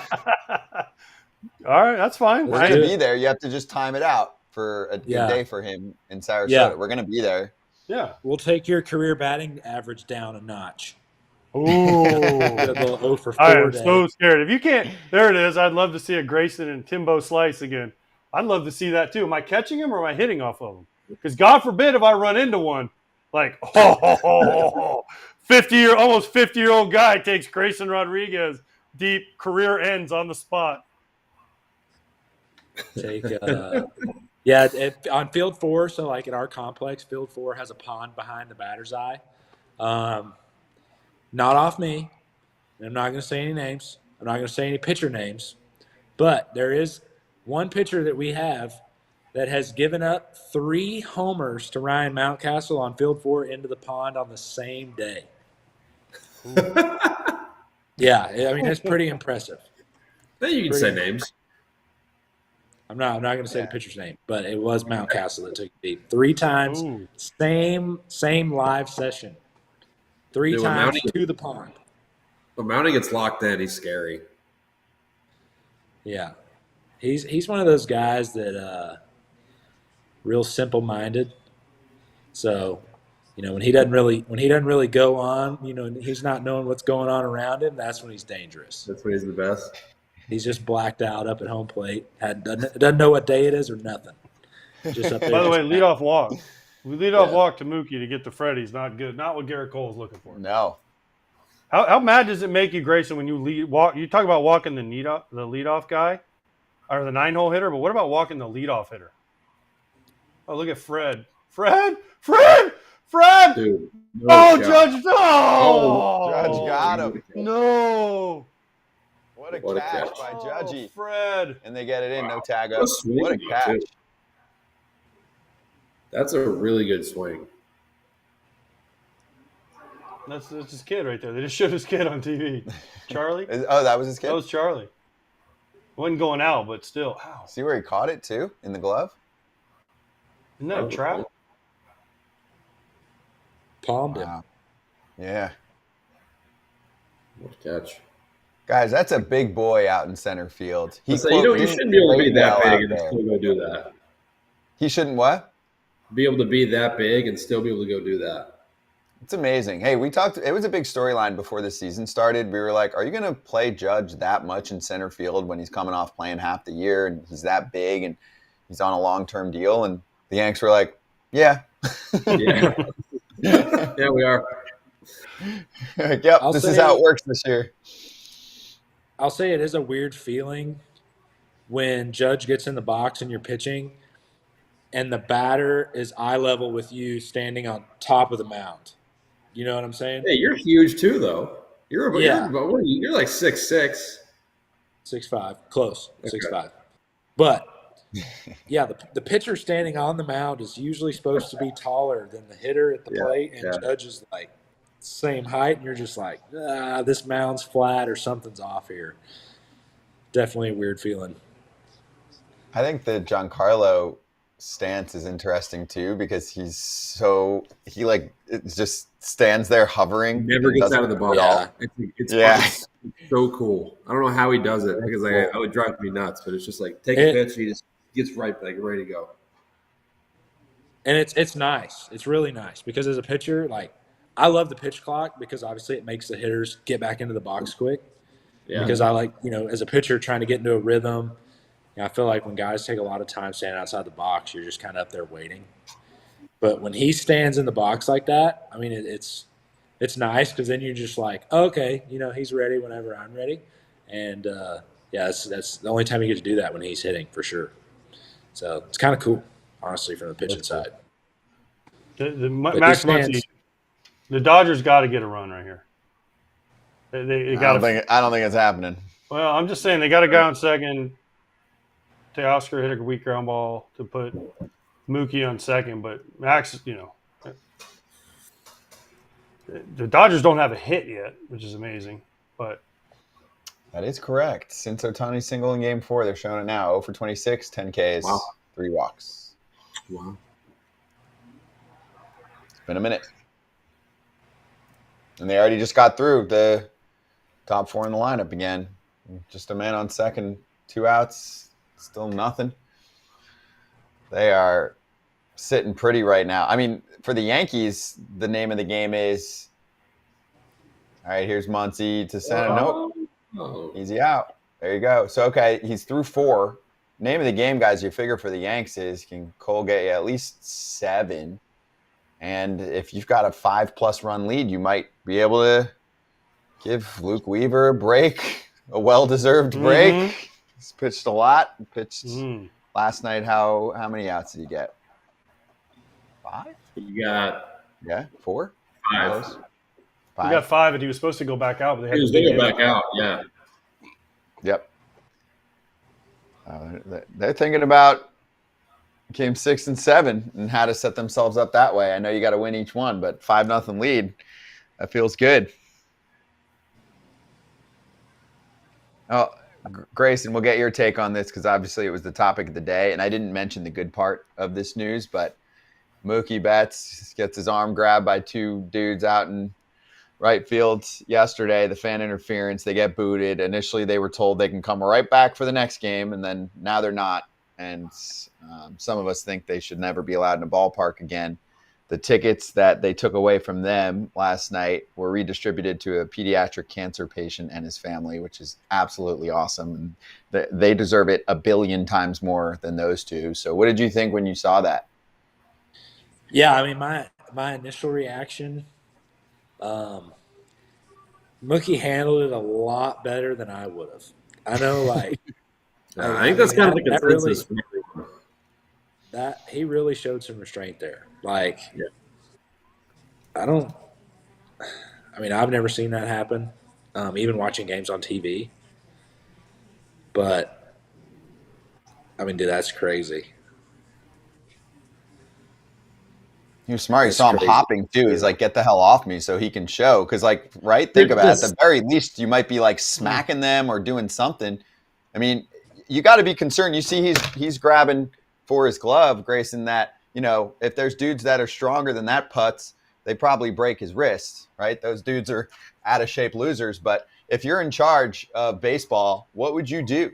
How do you send a message so that not every aspiring, 5 seconds of famer isn't doing the same thing to players forever, right? This could like change the way that fans interact with players if there's not a harsh penalty. Yeah, for sure. I mean, you gotta do something pretty severe about that because, yeah, I mean, if, obviously if you're just looking at it like, oh, you know what, maybe that couldn't hurt his wrist. But if he's got something or, he might have been battling something different, like that's a whole different story. And, man, even if he's totally healthy, like the way, I don't know, they were just really aggressive with the way, they were grabbing him. It almost kind of didn't seem real, I mean, it's just, like, that was just crazy. The second guy was almost worse because, like, he sits there, looks at it, thinks about it for a second, and then just straight grabs Mookie's arm. He didn't even grab the glove. He just grabbed his arm. Like, that was almost equally as bad for sure. But, like, I mean, they said after the game, essentially, they'd been waiting for their moment. Yeah. That's bad. See, like, to me, that's premeditated and then intentional once you're doing it. So, I mean, for me, Grayson, the over-under at the very least for me is they're never allowed in a ballpark again. Like, your season tickets are stripped or whatever, right? Like, Yankees are fine. They're making plenty of money. Like, we don't need that in there. And a punishment of, you're skipping the next game, I mean, that ain't enough. By the way, Kopech's in the 4th. Kopech is in the 4th. By the way, Kopech challenged me. Did you guys see that? And we'll get to the super chat here in a second. Kopech said it would take me 7 fastballs for me to make contact off of. What do you guys think? Whoa. I took the under. I give you the under. If you're just, it's like fastball's coming and you just got to make contact, I'll give you the under. Okay, good answer. So remember that, Grayson, when I step into the box. I think it's absolutely the under. Also know that in a live BP at spring training this year, first pitch to Santander, boom, plunked him right in the thigh. So keep that in the back of your mind. Listen, you know how many people have thrown at me in my career? You'd be like number 250 on the list, okay? So don't get that excited. I had to go buy Santander a nice present at spring training because he stepped up there, boom, plunked him, and then he just went and sat down in the golf cart for a good 6 or 7 batters before he got back up in there. See, that's nice. That's a thank you. I'd be sending you a thank you card because then I don't got to break 2 bats that day. Yeah. That was it might have been the same day that Mountie had the wall hopper that was when y'all were there. I think that was that was the day I was there, yeah. Yeah, That was the day I Bounty came to took you camp. deep in live BP. Yeah, hit the yellow deal, bounced over. That's not what and he the said. He little said it league went home. into the lake. He said he hit 3 into the Yeah. lake in center field. No, that's wrong. That's wrong because we were in the stadium when that happened, not on field 4. Okay. Oh Hey, but boy. back to Kopech for a second. Scariest catch partner I've ever had. Where'd you play with him? He's from East Texas. Trained at the same facility in the off season. Used to before he moved off. So yeah, he was from Mount Pleasant area. So another East Texas guy. Did you see the super chat, by the way, Yeah. as first They down said, "Who's your flavor team popped up? and who's winning the game this year?" A&M or Texas? Horns down. I hate Texas. Oh, wow. Go, You got me there. go Where were you Aggies. signed? A&M. Brandon? Yeah, my mom went to school there. Aunts, uncles, cousins. I mean, dude, I grew up an Aggie. I was brainwashed. Yeah. I was We had, when I was in high school. I took visits at Oklahoma State, who is Jackson Holliday's uncle, Josh. Took a visit there, and then when I visited A&M, and they offered me, committed on the spot, and they were like, "What? Really?" It was Rob Childress then. yeah. They were like, "Really? Ready to commit?" I'm like, "Oh, absolutely. I've been wanting to be an Aggie my whole life." So We got Strip coming on too. He's full brainwashed Texas Aggie too. So Oh yeah. oh yeah, dude, for sure. Those football games are awesome, man. They're it's different. Everybody likes to make fun of the yell leaders, the AKA boy cheerleaders. Everybody calls them. You know what I'm talking about? Yeah. But definitely a tradition-rich school. When you got 108,000 in a stadium chanting the same exact thing or the same thing at the same exact time, it's pretty awesome. So hopefully, we beat Judge Texas. just got him again. He missed it. Wow. He acted like he got him. Yeah, he stopped. Yeah. he did the face he makes when he just misses it. He goes like that. She thought he got it. That guy with the Tell. Scott Braun hair thought he got him. It's my cousin. All right. So, by the way, I just want to say this, that we would ask who would win between Florida and Mississippi State, but we already saw that play out. Yeah. In football, I was at that game, Brooke, just FYI. And I was in Gator gear. So we're not going to talk about that. But I want to know Grayson's thoughts on Schlossnagle, since he's such a big Aggie guy. And Mr. Aggie, he just said, "See ya at the end of the year." I mean, I kind of knew, word on the street, knew that he was gone even before the season started, or like at the beginning of the season. Knew that he was going to Texas after that. There's definitely, the rumor was definitely, it just wasn't public. So when he left, I mean, it wasn't a surprise to me. Kind of had been sitting there thinking that all along. And then obviously for them to make it all the way to the College World Series and have the run that they did, that it was a little surprising after that, that maybe he wouldn't have stayed. But definitely knew it was a big possibility way before it happened. You guys both went to college, Brent went to college. I didn't go to college. Grayson, you didn't go to college. But were they paying you as much as they're paying these guys now, Brent? Because, I mean, if a team coming out of high school would have been like, a college team would have been like, "Hey, we'll give you $1 million to come to college," I would have been like, this college I team did might not. be that bad. I did not get paid anything. That's a Obviously. I don't know if anyone's lie. got $1 That million. is a lie. Why would I you got lie? it. You're allowed to say something. I don't know about that. No, Mississippi State. That was pre-NIL, obviously, but Oh. Yeah, it's okay, Reggie Bush. You can tell us. not Richard Bush. I mean, you did win the Triple Crown in the SEC, so it's not like you were terrible in college. I have like a Waffle House meal paid for every now and then, but besides that, there wasn't much going on. Hey, listen, Starkville's grown up now. Oh yeah. They got 2 McDonald's now. Yeah. All right, so we got a 1-2 count on Jazz. After this half, we'll let Grayson jump. But I mean, I would say, Who's next though for the Dodgers? Next, you go to who? I got depending on they're going to pick pockets of the lineup, right? So maybe it sounds like they're going with all the boys today. They're going to empty the tank. Yeah, it's 5 guys ish, or 5, 6, 7, 8, 9. gosh, I have a feeling this game's going to take a while. Yeah. What happened? Do they get rid of the pitch clock in the playoffs? Feels slow. Feels like it. Yeah. Oh, Close. 2-2 on Jazz. What is that chain? went Is that a down. World Series chain on? I think so. is it? I think it's a World Series chain. Like the World Series logo. Yeah. There he goes. Little paint, 99. All right, there we go. Grayson, you're the man, dude. Thanks for joining us. Hope you enjoyed a little hangout sesh during this. Yeah, absolutely. Y'all take it easy. Yeah, you Grayson, too, we'll see you man. next time. We'll see you Appreciate next time it, on Grayson. FP, and Yeah, I'll we'll see see you you on in spring FT. training. Yeah. Yeah, you better get in the Set it cage, up. son. You better start getting ready. You better start getting on the heater. It's coming. Don't worry, I'll have all the armor on. Don't worry, I'll look like a football player going up there. Yeah, that's fine. All right. Well, don't be upset when I tackle you, though, if you look like a football player. So, That's fine. That's fine. all right.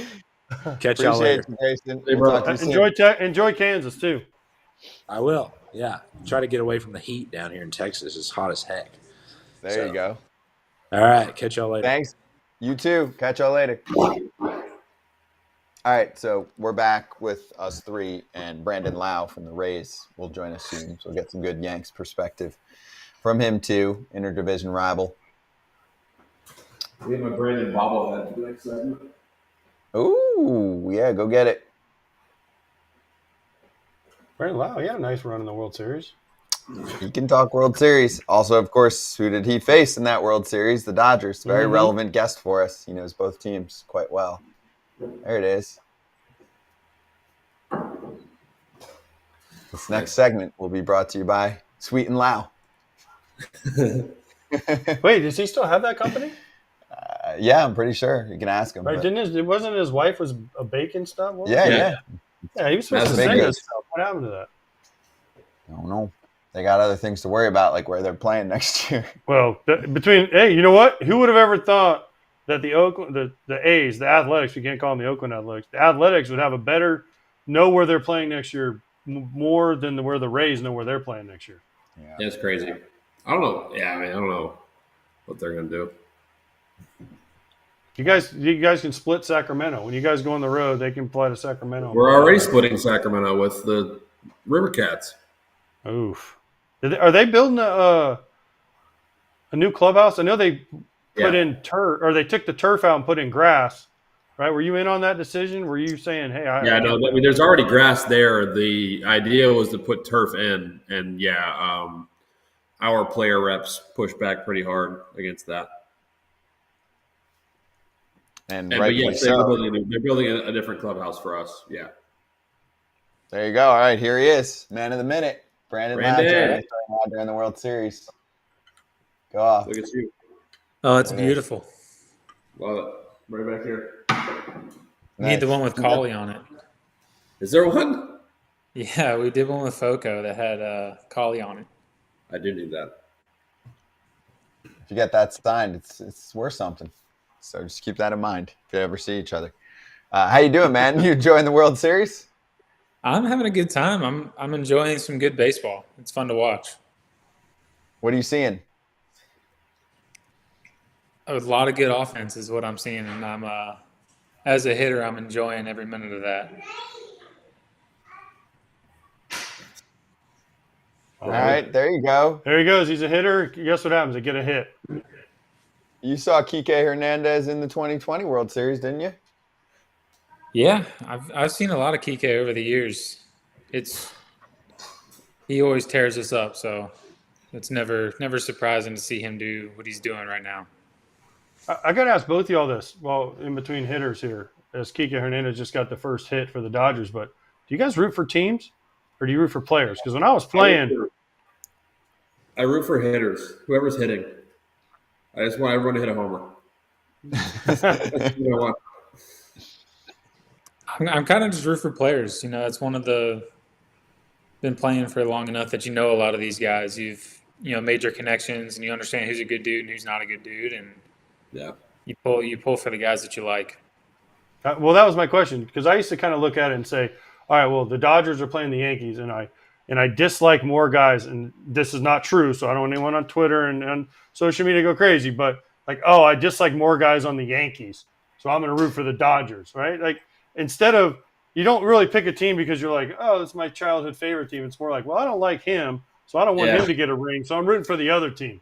Yeah. That exists for sure.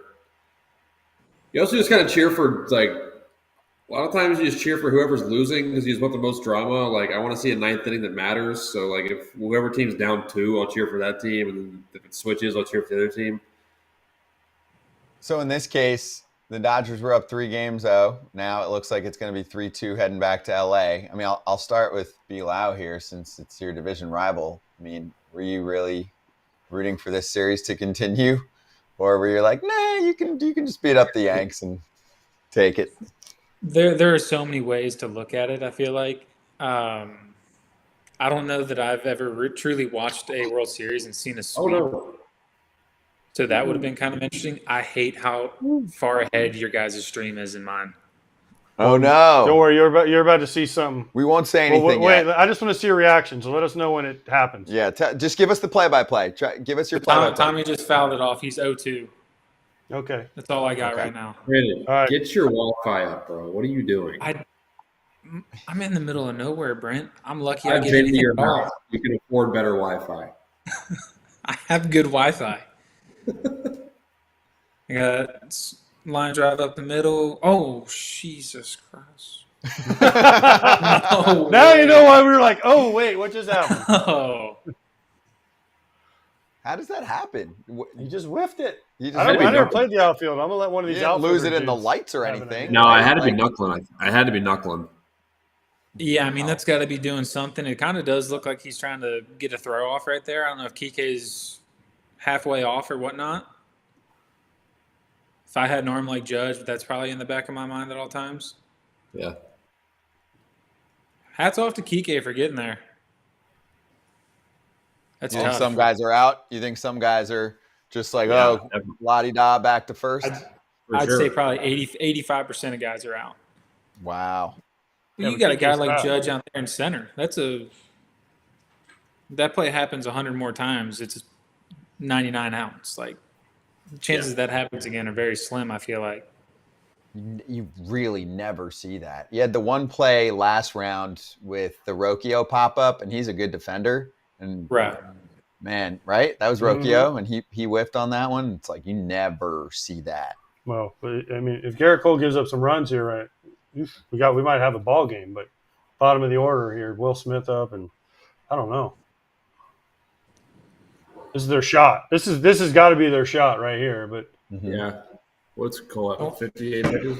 I mean, if he can Don't, get us inning, bottom of the order me with Will Smith up. that's true. That's fair. Guy's making $130 million. He's going to be okay. That's why they're here. Yeah. 98. yeah, Linda Ronstadt. You guys know what a Linda Ronstadt pitch is? No. You guys even know who Linda Ronstadt is? You guys don't know. No. So Linda Ronstadt's a singer, an old, obviously lady singer, and she used to sing a song called "Blew by You." So we had an old pitching coach that would say, "When you blew one by him, Linda Ronstadt." That's good. When we had Ozzie Timmons coaching first, he'd always call it a Louisiana pitch. Yeah. Oh my gosh. We talk about the defense. Wait. Oh my gosh. Oh baby, we about to have real act. Sorry, Brandon, we're not rooting for you at all. Brandon, this is what's Nothing happening. happened. Sorry, nothing happened. Again, though, like this is good because we'll just set up Be Loud to be able to tell us what he sees. Just let us know when contact is made. You react. Tell us what happened. The whole deal. We're giving you a little heads up. You're about 15 I'm already. seconds I don't probably have away hair. from it. You can't make me lose any. But now I know when to lock in, so it's nice. Exactly. We're giving you the heads up when you really got to pay attention on a pitch by pitch basis. So We don't boot it again, right? We're not going to say no. It's coming. Let us out right now. Where you at? We booted again. Yeah. God, That's a tough play, though, right? That is the right play. It's tough, though, right? So, okay, for those people that are watching us and not the game, ground ball in the hole to Volpe. Judge missed a fly ball. Volpe going to his right, first and second. Makes the right play, just makes a bad throw. Jazz can't pick it. And now all of a sudden the Dodgers have bases loaded, and they're one hitter away from the big boys coming up. Yeah. Right? Here's Gavin Lux, and then it's Shohei. We got no outs, right? No outs. I mean, Cole's technically kind of made 2 outs. Now he's going to have to have a 5-out inning. Yeah, minimum. Yeah. Oh, nice pitch. Oh! Didn't get the call, Brent. He hasn't given any out there. Ooh, I need that pitch if I'm Garrett Cole. I'm not going to lie. I need that pitch right there. Let me see if I can. I'm going to look at because their box is so light. You can barely see it from here. Yeah, but it lights up when it's a strike. So see, it turns yellow? Yeah. It turned yellow on the first pitch. That means it's a strike. I'm going to look at exactly where they have it on the game day. Okay. I mean, it hit it. It was – here it is. See? Oh, yeah. He gets that all the time. That's always a strike. Cole is letting it eat right now. Brendan, how'd you do against Garrett Cole? I've got a lot of soft contact, some soft contact hits. I think I clipped him for the first time in my career this year, and I think I sprinted all the way to second because I didn't believe that it actually got out. But, I mean, I've been facing him since he was with Houston, and he is always just a guy that I show up and it's like I'm swinging a lot today. Because he's going to be around the zone and it's going to be really good stuff. So you got to roll the swing out early and often if you're going to have a shot. All right, so he punched out Lux on he blew Linda Ronstadt at him. Yeah, he blew ball.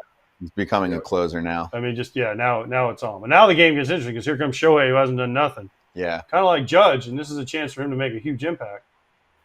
Bases loaded, no outs. God, could you imagine? Shohei. Oof. By the way, you're talking about soft contact off Garrett Cole. I faced him when he was with the Pirates, right? My last year playing. I got 2 infield doubles off of him. Figure that one out. Figure that one errors. Out. No errors. No errors. Infield doubles, 2 of them. We pull those tapes. Yeah, so they were so bad that Scott Boras called. You got to call to get hits to change the errors. He changed and they were both ruled doubles, and he got them changed. He got one of them changed to an error. So I only got 1 infield double off Garrett Cole instead of 2. Holy! He's just blowing cheese now. Yeah, he is throwing so hard. And by the way, one thing I don't want to hear about is Brandon, you're a left-handed hitter, so Shohei injured his left shoulder, right? Like that shouldn't affect my swing that much. He's hurting, but that does. I don't feel like that would affect my swing. If it was my right shoulder, then we'd have problems. Have you're pushing through and get that extension through the baseball. Like I feel like he is so in and out of the zone right now. Well, I mean, he can't even pump his arm running. Dude, Garrett is ripping it right now. That red curveball at 87, which is he knows this is the game right here. That's right.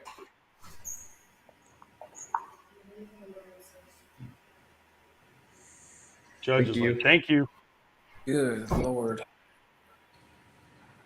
All right, after this frame, he can dial it back down again. Mm-hmm. If he gets out of this, and he can look at his teammates and say, I picked all y'all motherfuckers up. Yeah.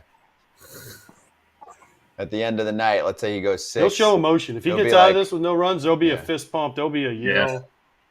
Yeah, I mean, this is one of those that you do whatever you want walking off the mound. Oh, he's going to – oh, my gosh. My God. Oh, my – wait till you see this one.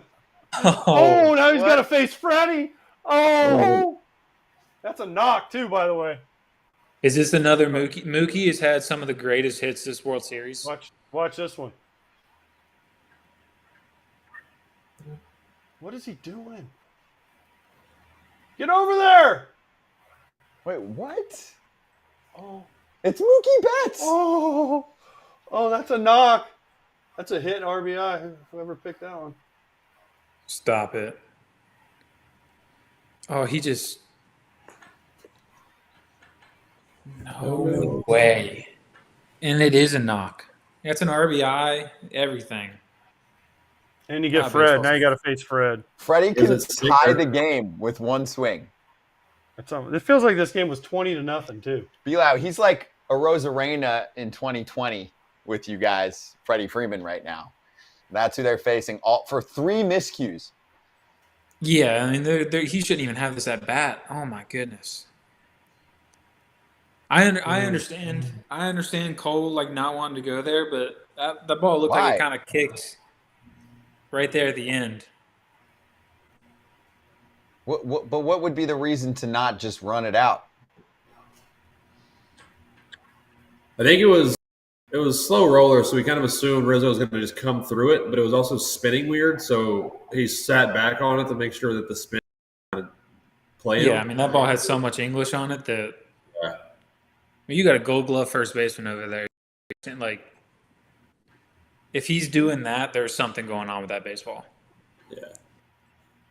Yeah, I mean, how many times in spring training do you hear, get over there, and the pitchers just run over there? It should be ingrained in their brain. It's crazy, though. The pitches that Cole's throwing right now are crazy. He was like at 48 pitches going to this inning. Yeah. Yeah. It's wild just knowing that this is in the tank. Yeah. I think Brent was talking about this maybe like the last time he was on with you guys with Scooble. Just like you can just decide to dial it up to 100 whenever you want. Yeah. It's just not fair. Just absolutely unreal. There's only a few guys. Verlander. He learned this from Verlander. It's Verlander, it's Cole, Scherzer and it's used to do it. Scherzer could right, do it. Scherzer used to do it. It's true. DeGrom just threw 100 every pitch when he was healthy with the Met. The one thing I'd like to see is the metrics on his fastball. Knock. Wow, guys. There's one. Fred Freeman is just the man right now. So Bilal, he drops one into center field. You'll see this in a sec. Now it's 5-3 with 2 outs in the 5th. They keep showing Charlie. With Teo up. And this is nothing on Cole. Like you're watching this, and he had to get 6 outs this inning. Yeah, he shouldn't even be in this situation to begin with. Of course. Do you ever go to the mound, either one of y'all? Well, Brent's a little bit harder for you standing in the outfield, but like, Bilal, you ever go to the mound and just look at the pitcher and be like, I don't know what the fuck's going on? Because I used to do that as a catcher. We'd make an error. I'd miss a pop up or do something, and it just an inning like this just starts going, and I just look at the pitcher and I'd be like, yeah, man, I don't know what the fuck to tell you, but we suck right now. I just don't know what to say. Would you say like I'm going to buy you a fat steak dinner later? You get out of this for me. I'm gonna get you a beer. I don't know what to tell you. Yeah. I mean, I'll buy you a beer in the dugout. I don't know what you want me to say. It is so different now with mound visits and all that stuff. You can't take a step towards the mound, or an umpire can ding you on a mound visit. And the mojo that Snyder works with our pitchers, I don't want to take anything away from him. You can use every single mound visit in the world. Yeah, you know what he needs? He needs one of those scooters, because every time I see him, I'm like, your knees and back have to be sore from going out to the mound every inning. I mean, it takes him 3 steps to get. That's true. This is an entertaining game, guys. It is now. It wasn't. I know, but this is one of the differences. 95-mile-an-hour cutter. Yeah. Oh, sorry, I'm so far behind. I just saw the first pitch, but you're good. You're good. Fine. Yeah, you're fine. That's what I'm saying, though. Brandon, now the Yankees are going to have to use their high leverage guys. That's what I'm saying. Everything gets more interesting. This at least plays more for the Dodgers to have to dip into the bullpen, and Cole's at 78 pitches. I mean, he was at 48, I think, to start this inning. Battle. I mean, now he's going to hang a slider, and Teoscar's going to hit a homer. It's going to be 6-5 Dodgers. Oh, he just missed it. He did. Did he? Did he, though? It's going to be tied. It's going to be tied right on cue. What'd I tell you? 5-5. Oh, my gosh. This is what you sign up for. Wow. This is one of the things where it's great that I'm not a diehard fan one way or the other because I'd have a heart attack. That's crazy. Oh my God! He hung a slider and he hit it off the bottom of the wall. You know what? Okay, so y'all are that was yeah. Yeah, but give me the breakdown. All the hitters here. What do you He got? hung a slider. He's done nothing but throw. Y'all know his hitters. This is third time through for Teo. His first time through, he's got him twice on sliders, and he's thrown him a lot of sliders, right? So what do you go up there looking for? He's diving out there looking for slider. Yeah. It gets to a point where you're like, all right, like if he beats me again, like I'm gonna make him do something different. I'm gonna make him beat me a different way. Now, Muncy gets a hit. You know it's over for the Yankees. Good. Muncy ain't got a hit all series. Be fair. I mean, we'll say this again. How many outs Garrett Cole has to pick up? His stuff is off the charts. Besides the one hanger right there, right? So it's not like you're looking at him going, "Oh no!" Like you can't make a move. You're not bringing someone else in. He's way better than anything else they'd be putting out there right now. You can't take him out. This has all happened because they can't catch a fly ball and field a ground ball. I know, but I'm saying even now. So now you got a 5-5 game. Okay, it's a fresh ball game. He's at 80 pitches. As long as he gets through this, I still want Cole for another inning or two. You have to. Yeah, you send him back. Yeah. This is crazy. Cole's expression, like it doesn't change much, but there's a little bit when they show his face of like, oh shit, what just happened? Like they're showing his face right now, and it's a lot like there's a lot more thought process happening than what was happening at the beginning of this inning. I'll be real. I mean, when you're describing the Yankees, this is to the extreme. This is a classic Yankee game. You're seeing them bash homers and make ridiculous mistakes. As you probably heard, and you faced them a bunch, Brandon, this year, their own radio broadcaster legend said they run the bases like drunks. This is not what they're known for. They're not Mr. Fundamental defense. They are, I'm going to bash homers. I'm going to outpower you. Right? How do you describe the Yankees this year? I mean, by stats, forget the stolen bases, base running, they rank the worst. It's no secret. This team is not like the finest defensive or base running ball club. They do the other things. Yeah, I mean it's something that's going to come back, I guess, to haunt you a little bit but that hindsight's 2020. I mean, you don't talk about anything bad defensively if two plays get made. I mean, that's a crazy part that you go back and you look at, but it's just wow. I mean, He's thrown 40 pitches this inning. I don't know if you do. I don't know if you do bring him back. I didn't realize that's a lot of pitches in one inning on a guy like that. It's been a lot of pitches this inning. Yeah, and it's a lot of high stress pitches. Right. I like that question from Daniel in the chat. They already sent the pitching coach out. Oh, right. You can't do it again. You can't do it again without taking him out. That's true. I mean, Sorry, maybe you send Wells out there. Here you go. Rizzo's the king of the meetings. Yeah. I was gonna say this is probably one of those that you try to find a way around it. Untie your shoe. Say I got something on my eye or something. Like try to slow the pace down a little bit. I mean, you got to get him to slow down. Didn't Kike lead off this inning? He did. Yeah. Base hit to right. He hit to right center as soon as you came on. Brandon, you know what happened? You said you love offense, and we got you 5 runs in half an inning. This is fantastic. I was a little worried the game. You were talking about, first to 3 was going to win the game, and all of a sudden it's 5-0. It's 5-0. Game ain't over. I was a little worried. I was like, oh man, this game's going to be over when I get on. No, hey, listen.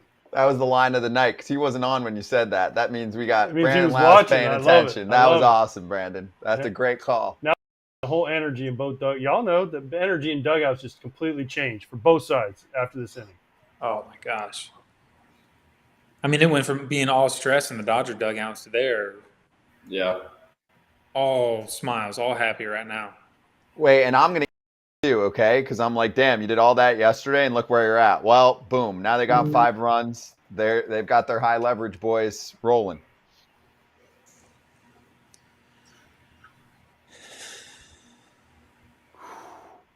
This is one of those. I said it earlier. I'd love to see the metrics on Cole's pitches.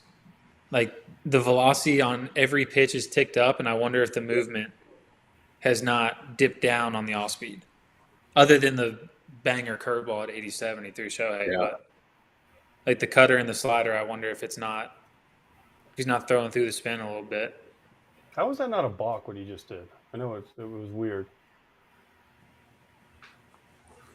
All right, he got out of it. Ground ball to short. But Okay, I'm going to ask it right away, guys. What are you doing? Where's he at? 80? he's out. You think He that's threw 40 it? pitches at it, and he's out. He's I disagree. almost out. 90 pitches. He's out. Yeah. You're not giving him one more? Nope, he's out. Really? Too much stress. Too high of a It's a stress. inning, 5 too- game. You're A going lot to of have a battle of pitches the inning. bullpens against the Dodgers He's the rest out. of the way? He's out. Caneley's coming in. You guys think that's the right move, all of you? I think it's probably done. It's just so many It pitches. is. in an inning. Yeah. You can't go batter to batter with him next inning? Because, I mean, he's throwing hard. Can you explain, Brandon, what you're talking about? So you're saying he's pumping cheese. So for a fastball, it looks great. But you're saying for his breaking pitches, his secondary stuff, it could actually make it worse?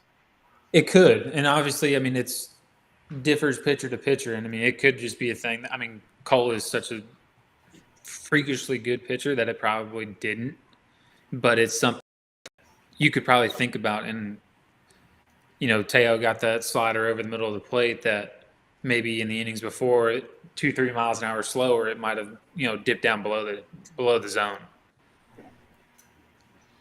But Do you guys look at that in the dugout?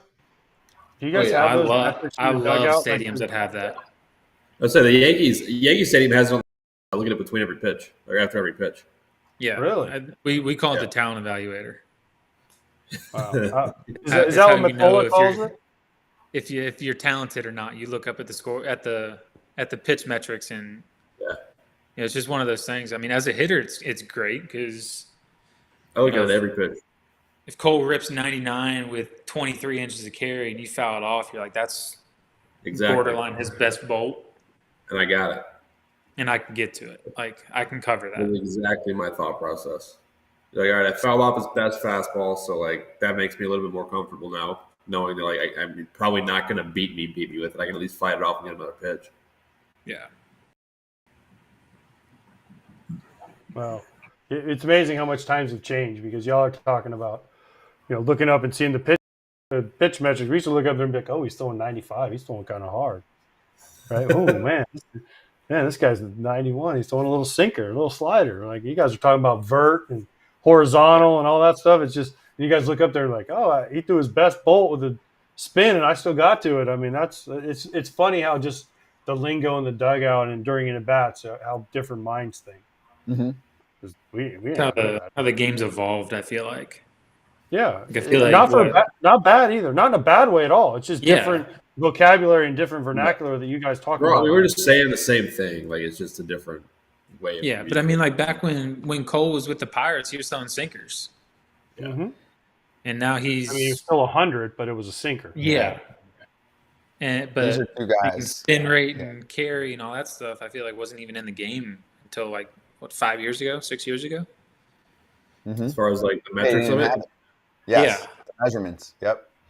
Like I feel like we faced somebody that had good carry. I just said he was throwing an invisible.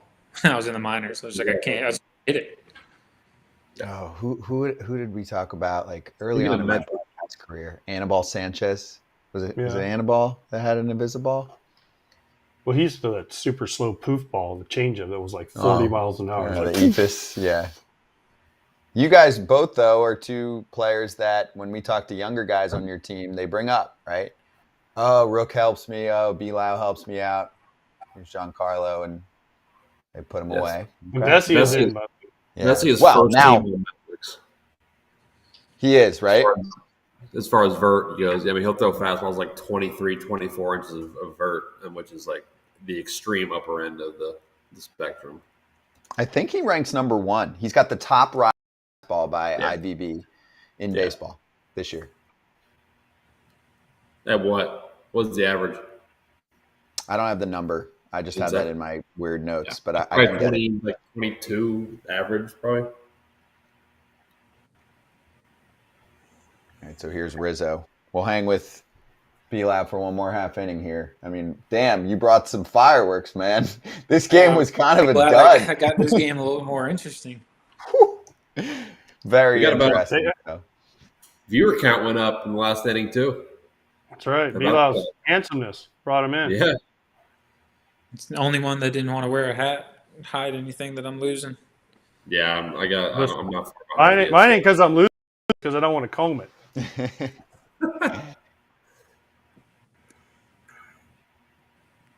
I mean, Mila, I do Grayson have a came couple on. questions. Grayson had a hat on. Rook's got the hat, so Yep, true. Listen, if I was bald, I'd never wear a hat. If I was Eric Kratz, I'd never wear a hat. Why? You got what you got. Bald, you don't got to comb your hair. You don't got to worry about it being messy. Dude. yeah, but you got to You worry gotta about protect it from the worry sun. about burning it. Yeah. That thing's close to the sun. Go ahead, ask your questions while we're watching Vesia do work on Rizzo here. I want to know where the Rays are going to play next year. I mean, as someone that lives in Orlando, I'm thinking the O-Rays are back, baby.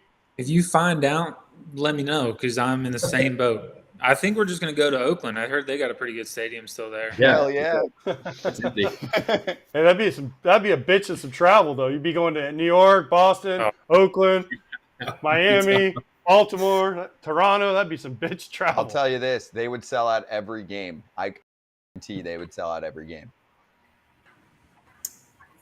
Yeah. Yeah. It has nothing to do with your nothing team, to do with Brent. nothing to do with Brent. It's a much larger situation, but I know the fan groups out there, and they have some investors they know that would literally buy everyone free tickets to sell at every game. There ain't no trop though. There ain't nothing like the trop. But back to being serious for a sec. Like, what are the options here? Did you even get any idea? Like, are you guys going to play at the Tampa facility that the Yanks have? I mean, you can't play in Port First Charlotte. of all, there is no chance in hell.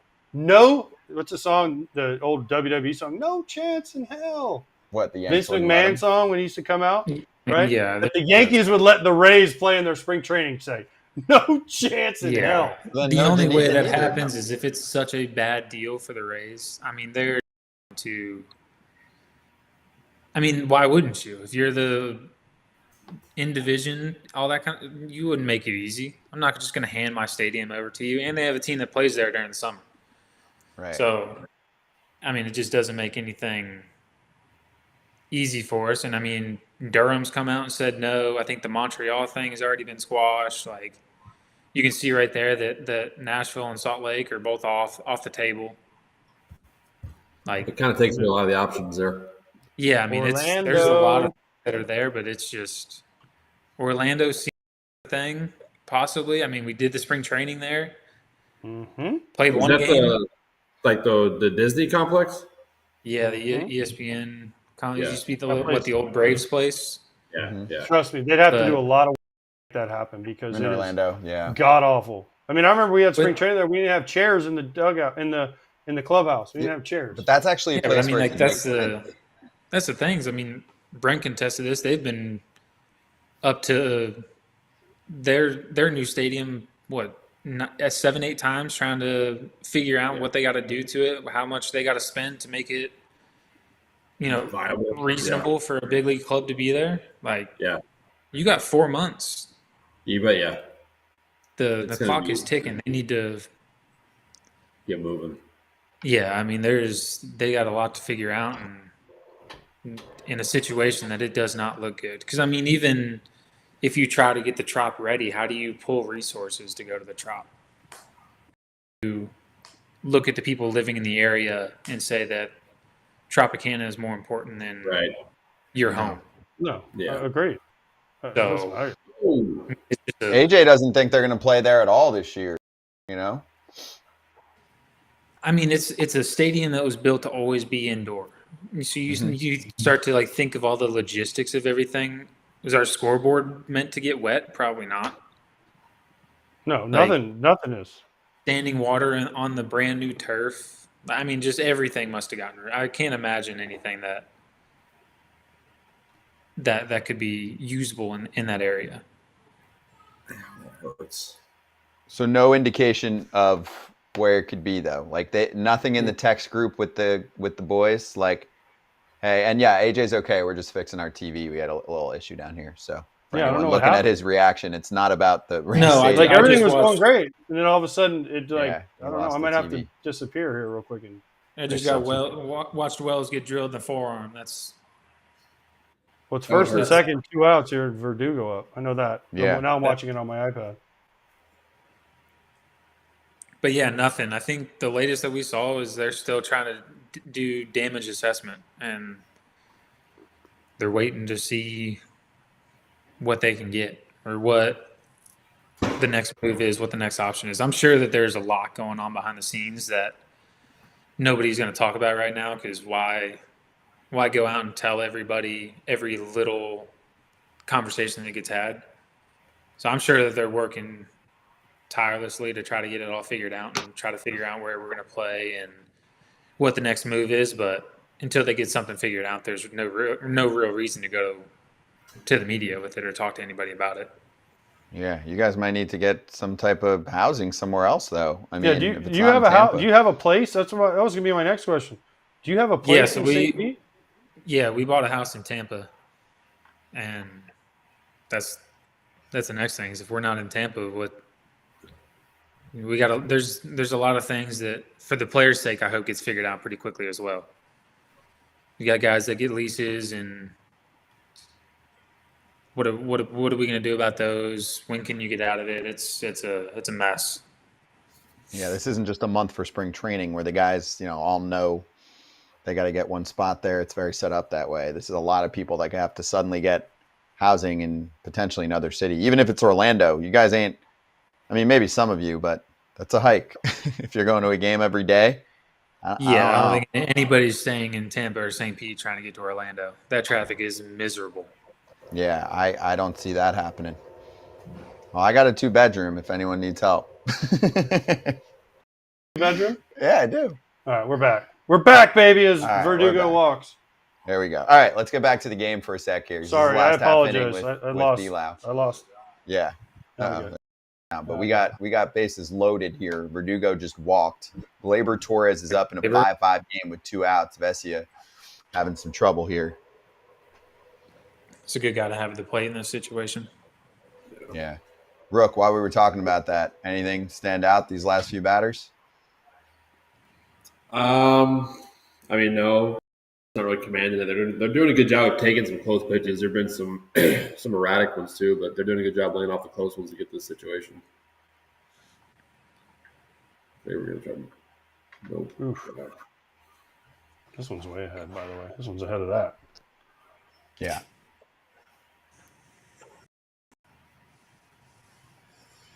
Man, if Gleyber Torres wants to have a moment before he hits free agency, he's had a pretty good postseason. Yeah, he's played well. You got your lefty-righty matchup and count leverage.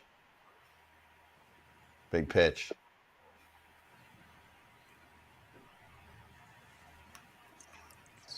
Change this thing around. That one down, like the Vesia heater, it's like down in the zone, just looks like it's at your shoelaces, and it's got so much ride, it just covers the bottom half of the zone like that. Whoo! Got 2 fastballs on him to get the count back That's in his, gear. that's his pitch, though. That That's is his you talked pitch. about his ride. Yeah. Oh, did he porch him? Nope. Oh wow, you're all over the place on me. Okay, I'm see. way ahead of you now, Yeah. Scotty. And we're sitting in the same room. I know. You see how bad it is?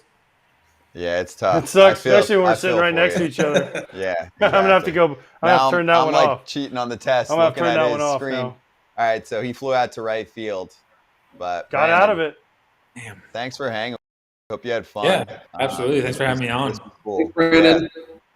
Thank you, Brandon. Appreciate you. Wait, man. by the way, Oh, go ahead. I know I gotta what you ask wanna this. How do you guys know each other from before you guys played, or were you guys friends before? I lived in Nashville for like 5 years before we moved. We worked out together in the off season for a long time. Ah, Separate. got it. By the way, Yeah. I'm still waiting on my sweet and loud cookies to be sent to me. It's been a while. Go with the cupcake. I have to talk to the owner of that that bakery that's been shut down for a little bit. Yeah. Oh, okay. All right. That, Yeah. that makes sense. Okay. The toddler sprinting around our house. I don't know if you can hear his footsteps. And then baby number 2 that's coming any day now is going to put a little hold on everything. That makes sense. It's called maternity leave from Yes, the bakery. yeah. It'll come back. When it's back, we'll give it a good plug. We'll have cookies on the desk. We'll do the whole thing. I'll order it. We'll get them going once she's back. But tell her to take her time. Yeah, enjoy the ride. Yeah, and the full court press with 2. So thanks again, Brandon. Appreciate you, man. We'll catch you off season. Hey, and thanks for making this game exciting. Yeah, exactly. Thanks for bringing that's what I'm here for. I'm here to bring the offense. Thanks, dude. Yeah, have a good one. All right, cool. Brandon Lowe with us. What a freaking game. And hello, everyone. I feel like some people were kind of snoozing on this game, saw that it's getting out of hand early and it's cold, and they're like, whatever. There's a lot of other sports on. Me? Yeah. I was one of them. Yeah. You almost turned the TV off. I tried, and it came back on. We're back. So. Oh, man. Okay, I'm going to bring this up again. Is anyone ahead of me that can see who's coming out for Canely. the Yanks? Canely's out? Canely's out there? Coming out? Is he? No, or are you just saying that? I'm just saying. But I'm Okay. just guessing. I'm a smart guesser. Maybe I'm on an island here, but I think you get one more inning out of Cole. I guess they're not going to do it, but I would. I'm sorry. I mean, Garrett Cole can give me 110 pitches. I know he's really working that inning, but it's the end of the season. It's a guy that's, he's not young. You're not like protecting the arm. He's got the whole off season to chill. I would try and buy one more inning from Cole. I don't hate the idea. I mean, if he feels like he can do it, which obviously he's going to tell you he can, then I don't hate the idea. Yeah. I don't the love stuff the is still idea. there, obviously. Right. Stuff's still there. You can go batter to batter. Isn't this what we talked about last game? They took him out too early at 88 pitches. I get it. A little different scenario coming off what he did, but still. This is going to get talked about either way. Here he is. He's back on the freaking mound. Let's fucking go. 87 pitches. More Garrett Cole. I love that. Dude, this is the highest. Is he still the highest paid? No, second highest paid pitcher in baseball. Yamamoto. Oh. No. Is he?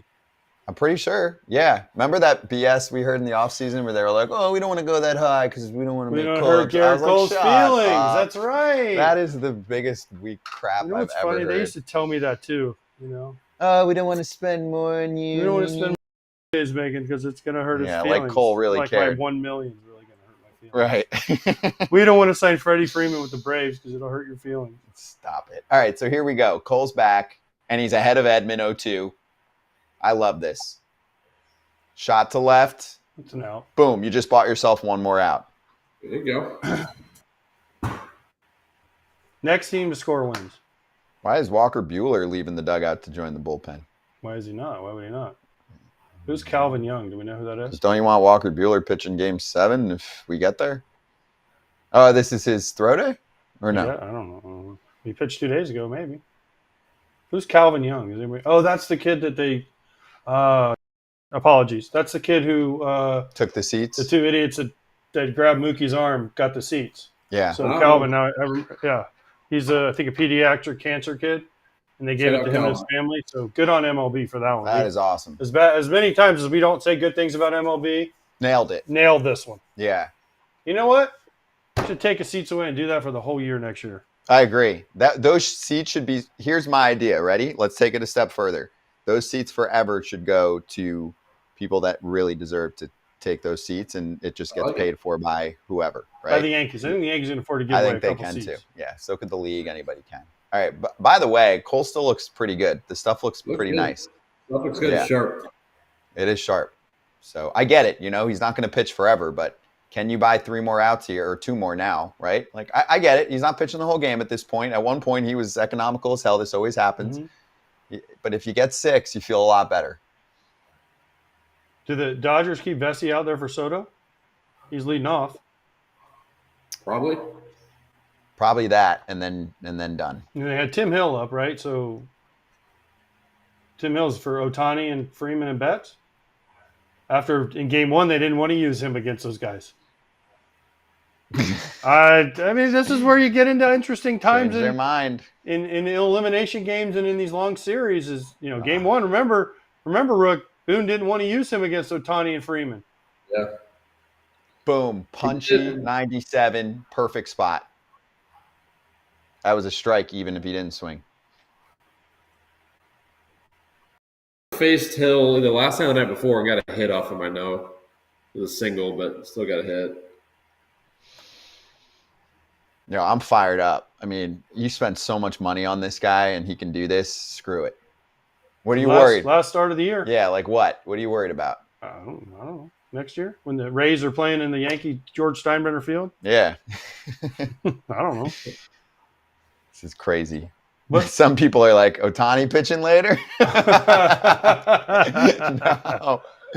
We've asked that. We've run that one. It's run its course. Another 98 piece from Cole. And he knows, right, Brent? Like this is it. Here, yeah. Let it rip.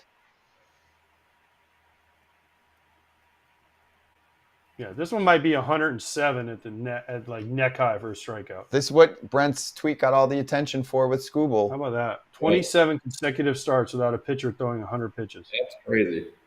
That is crazy. That's wrong.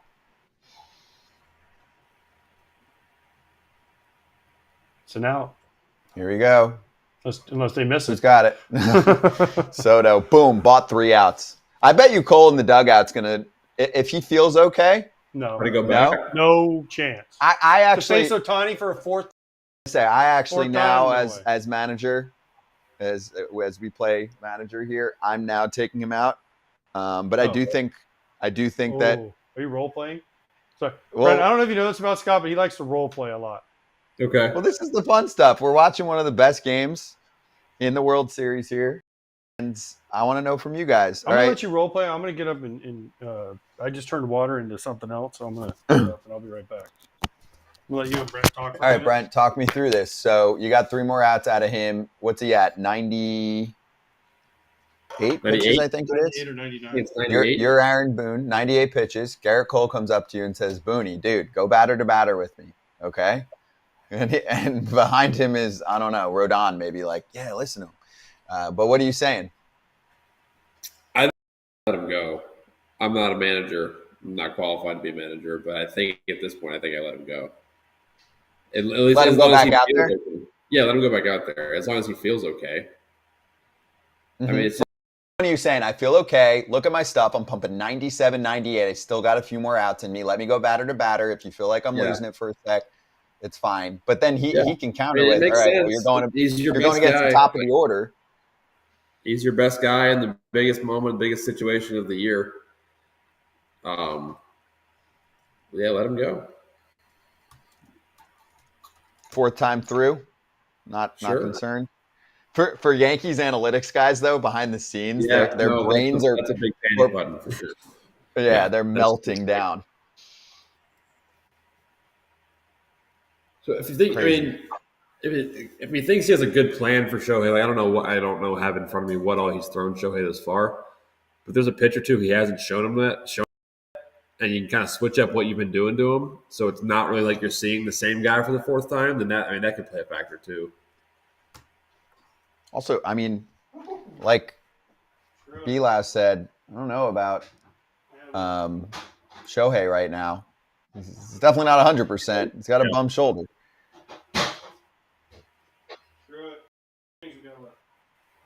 We got, well, depends. It's a 5-5 game. Could be quite a few. I think AJ's getting some cocktails. There you go. Oh, that's better. That's all I got. Yeah. Or not White Claws, noon. Yeah, sparkling. There you go. Cheers. I'm still ripping coffees. Last time, I will say, I was pretty toasty last night. It was a Friday night. We did this with Rook, Pasquantino, and Cam. Yeah, 5 or 6 Where's during the game. Where's Pap when we get him? He You're definitely drinking Pap. coffee right now? Dude, we're hustling. I mean, meetings on. Not going to try and make anyone feel bad about my lifestyle, but we're doing a lot of shows right now. So yeah, it's late. Gratterall's in now, by the way. Yeah. Cheers. Cheers. Home 6th. Awesome game though. This is fun.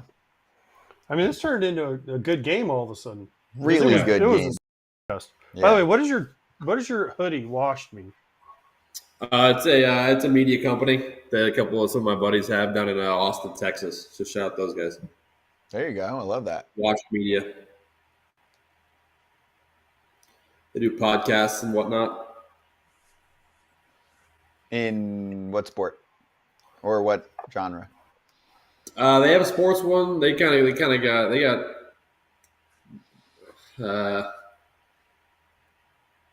general, Entertainment? just like just like hanging Lifestyle out, talking talk? about things. Yeah. Yep. All right, so here we go. We got Gratterall against Soto. They didn't like what they were seeing. And also, I mean, Vesia pitched a lot Vesia there threw a lot just of now. pitches. What was it, 25-ish maybe? Yeah, I think he might have been touching almost 30. Yeah. Because Vesia is kind of for Soto in an ideal world, but also they didn't even think they were going to get to him. No, I'm surprised. I don't know. Are also four seamers now? I didn't know that. He used to From just be Gratterall? just mega turbo sink guy. I didn't know it was the only four seam though. I mean, look at that hair he's got. That is some big league hair.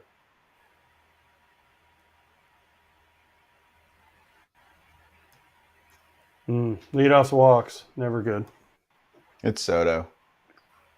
Loves walking. Do you see what he just did though? You see he walked. He just like look every time he walks, he like looks at the pitcher like. But "Why'd you takes walk?" it that's the personally. thing. Yeah. Yeah. Yeah, this is... Here's Judge's chance. Knock in more than you let in. Hey, yesterday, what was the call for Volpe? Redemption. Oh yeah. Because All right. Volpe had the base running thing and then the grand slam, so Judge can do it here. Oof. Was that a get me over slider? Yeah. So Brent, if you're facing a guy like Gratterall that throws 100 with a slider, do you go up there and say you pick one, or do you just stay on the heater? I pick one. More so, or pick a half of the plate. Like I know it goes into me. I'll just cheat to it. Open up, stay open, and just try to yank the sinker. Or I'm looking for the one that starts at me. The slider that starts at me and hit that one. But I'm picking one against him probably.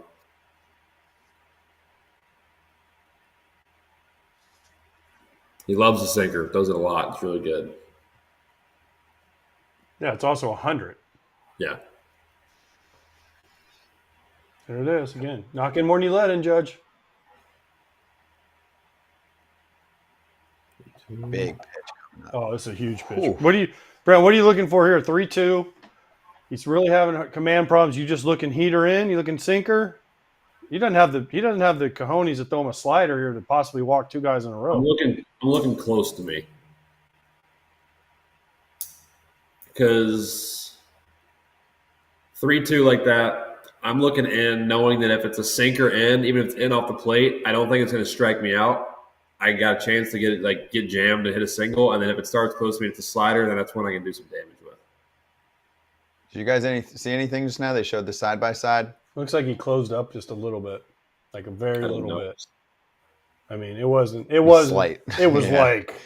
This is like, yeah, I mean, sometimes when there's other broadcasts that do it too, and they try to get so particular. They'd be, this is the It could have reason just why. been that one. It could have been that one pitch. His foot was a It little. could have bit- been the Yeah. one I mean, pitch. his I front change foot my is a little stance more pitch close. to pitch all the time. Like I know. I've worked with people where like it gets out of control. Like, I'm going to tell you the reason why so-and-so is on a heater. It's because he's like tweaked his hip this much. I'm like, all right. I have a Sometimes different stance or swing feel like 3 different times every at bat. His front foot is a little more closed. He just punched out. And didn't call it. Oh! That was a strike. Whoa! All right. They gave us the nice box. That's a strike. That is so in. Man, he just nailed that sinker. Perfect pitch. Backdoor sinker. That's a strike. Backdoor 99 sinker, not close. Yeah, that guy's like. Yeah, he they dodged know. one. Oh. That is a brutal call. See, Not close. Like big chunk of the quadrant. See, that's the thing for me about, and you know this, Brent, as a hitter, you get annoyed when yes, you get annoyed when they ring you up. But in big situations, umpires, you can't miss calls like that because it can change games, change series, change whatever, right? I mean, that's the thing. Like big situations, they got to bear down. To me, Brent, they've got to get the challenge system next year, and for that, right? Like every pitch, okay, I get it, and still working on some things, but the challenge system will be able to tell us that's a strike. Right. Mark Ripperger. Yeah. That's a tough one. Oof. That's a huge situation. That changes. That could, I mean, now if they come out right here, I mean, it could change the game, the series, the World Series champion. It was wild. Possibly. Like, that's why when we look at the ump scorecard, I'm sure you've looked at them here and there, Brent, on Twitter. It's a good account. They show how they did. It doesn't tell the whole story. Oh, we got a bunt down the line? No foul. It doesn't tell the whole story. By the way, he's 100% as Jazz bunt FL. You know, Brent, and I know he was bunting for a hit. He's going to be like, well, if I don't get hit, I get at least a sack. He was bunting for a hit. There was no way they gave him a sack. That was him on his own trying to bunt for a hit. Yeah. But for me, I was just going to say, it's just timely hits we talk about all the time. There's times to make your mistake. That was crazy. All right, you got a ground ball right side. Too slow. Yeah. They got one, but the visual of Judge. Here comes Stanton. With Edmund, yeah. Edmund's like, sorry, I can't do anything. See, there's a massive man in front of me. I can't see because of that chain, the size of the pendant on that chain that Jazz has. That thing never stays tucked in either. Hey, he's showing it. This ball could get hit very, very far. Yeah. Yeah. If Stanton clips one out front, one of them sinkers in, this ball could go very, very far. 7 homers this postseason. Oh, did he get under it or did he get it? No, he got it out, but they got the lead. Yep, did his job. The exact pitch is the. Oh man. Jazz, you better be sure. Dude, if he doesn't make that was way you closer better be than sure. I know. But if there's a knock here, that was a huge but if he's out and Soto doesn't score. You just got to be sure. That is Jazz's game, though.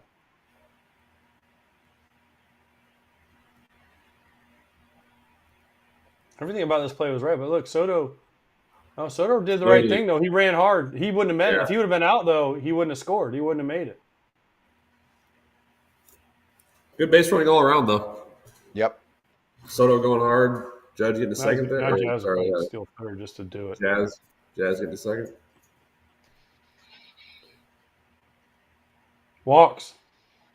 Mm-hmm. Dodger fans are going to lose because that wasn't close. Mm-mm. That was not close. That wasn't borderline. I think Giancarlo's funny because he puts his hat on between every at bat. When I'm DHing, I don't know where my hat is the entire game, and he puts his hat on back on between every at bat. I think that's kind of funny. I don't know who else there. I don't know how it's split between guys who DH a lot, but I lose my hat for 9 innings. Oh, you don't wear your hat in the dugout? No.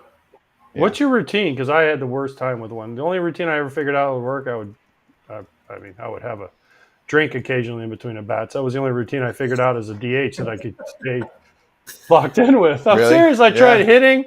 I tried not hitting. I tried everything. Running on the treadmill, anything, riding the bike, doing push-ups, anything. And I couldn't find anything. Have a drink, watch a game? Because when you catch every game, then all of a sudden it's just you're just not locked in the same way. I never hit. I go up to the weight room and normally just pace around. Do any bike or treadmill or anything. I just kind of stay walking in circles nervously, as I tend to do. You might want to have a drink. Or, anything that chills you out a little bit, I guess. Times have changed. Times have changed a little bit. Yeah, times have changed. I know. That is funny. I never hit. But, AJ's going from quarterback to punter, or whatever you want to call it. From total, information overload to nothing. Yeah. Oh, you need me, coach? Here, I'm coming. Hold on, I forgot. This is a big pitch right here, too. To Rizzo. He's going to go slider, Volpe on deck. Ooh, we went sinker in ball. Again, Dodgers relievers are having a hard time throwing strikes tonight. They are. All of them. Again, these bullpen games, man. Brent, we talked about this. All it takes is one guy to be off his game. Last night it was Daniel Hudson, right? I mean, Gratterall is struggling right now. Vessia didn't have his best stuff. They're bringing in a reliever here. But it's just so hard to have 6 or 7 guys be on their game every time out. And then it throws off the script for that night, which could affect the script for the following night, and it kind of compounds on itself. Can we just throw out the scripts? A quick break for me. Go back. All right. Cheers. You know who's coming in, by the way? I don't think you're going to get who's coming in. Blake Trinan. Yep. Did you see that? No, but I'm smart. Hi, Mom. Can we show Scott, please? Scott's here. Why? I don't know. Because the camera's just on me. In an hour and a half, it's Halloween, so just saying. I mean, this game is almost 2.5 hours old. This is the old time baseball before the pitch clock. Well, this is a classic. Like I'm fired up. This is pretty fun. This is cool. At least there's been a lot to talk about. There's a lot to talk about. By the way, whoever was asking what I'm drinking here's the answer. Nooner. It's all I had in the fridge upstairs. Actually, I had some White Claws, but I didn't really want the malt liquor. He did the Coke Pepsi challenge or something. Which seltzer you can definitely tell the difference. Of course you can. With a lot of others too. Those ones are good. There's a couple others that I'm not gonna call places out right now, but some bad drinks out there and some great ones. All right, so let me see if I got any fresh questions from the crowd. And if you're just joining us right now, what's up? Watch party, Brent Rooker, all-star Oakland A's hitter. How many homers this year? 39. 39, bro. 39 homers this year. And chicken strips on it. Chicken strip coming soon. Who's left in the Dodgers pen after Trinan? There's still some dudes. And, I mean, Buehler might pitch.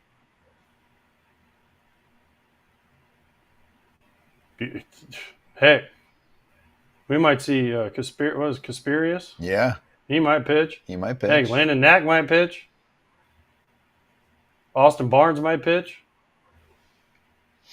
DJ LeMahieu might pitch. Marcus Stroman might sneak in there at some point. Oh, wow. Well, we'll see if we go to extras. Giancarlo giving some tips out to Volpe. Who's good? Trinan. Okay.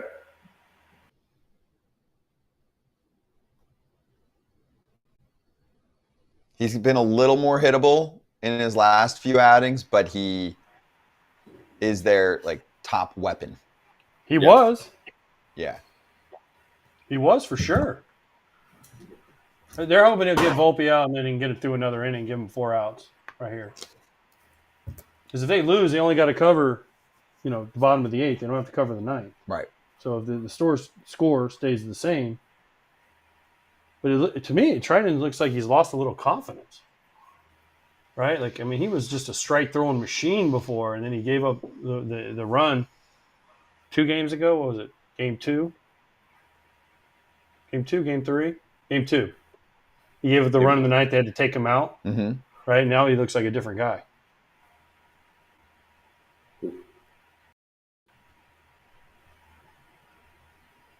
Ex-Oakland A great right here, by the way. That's right. Yeah. We're getting a Rooker teammate soon.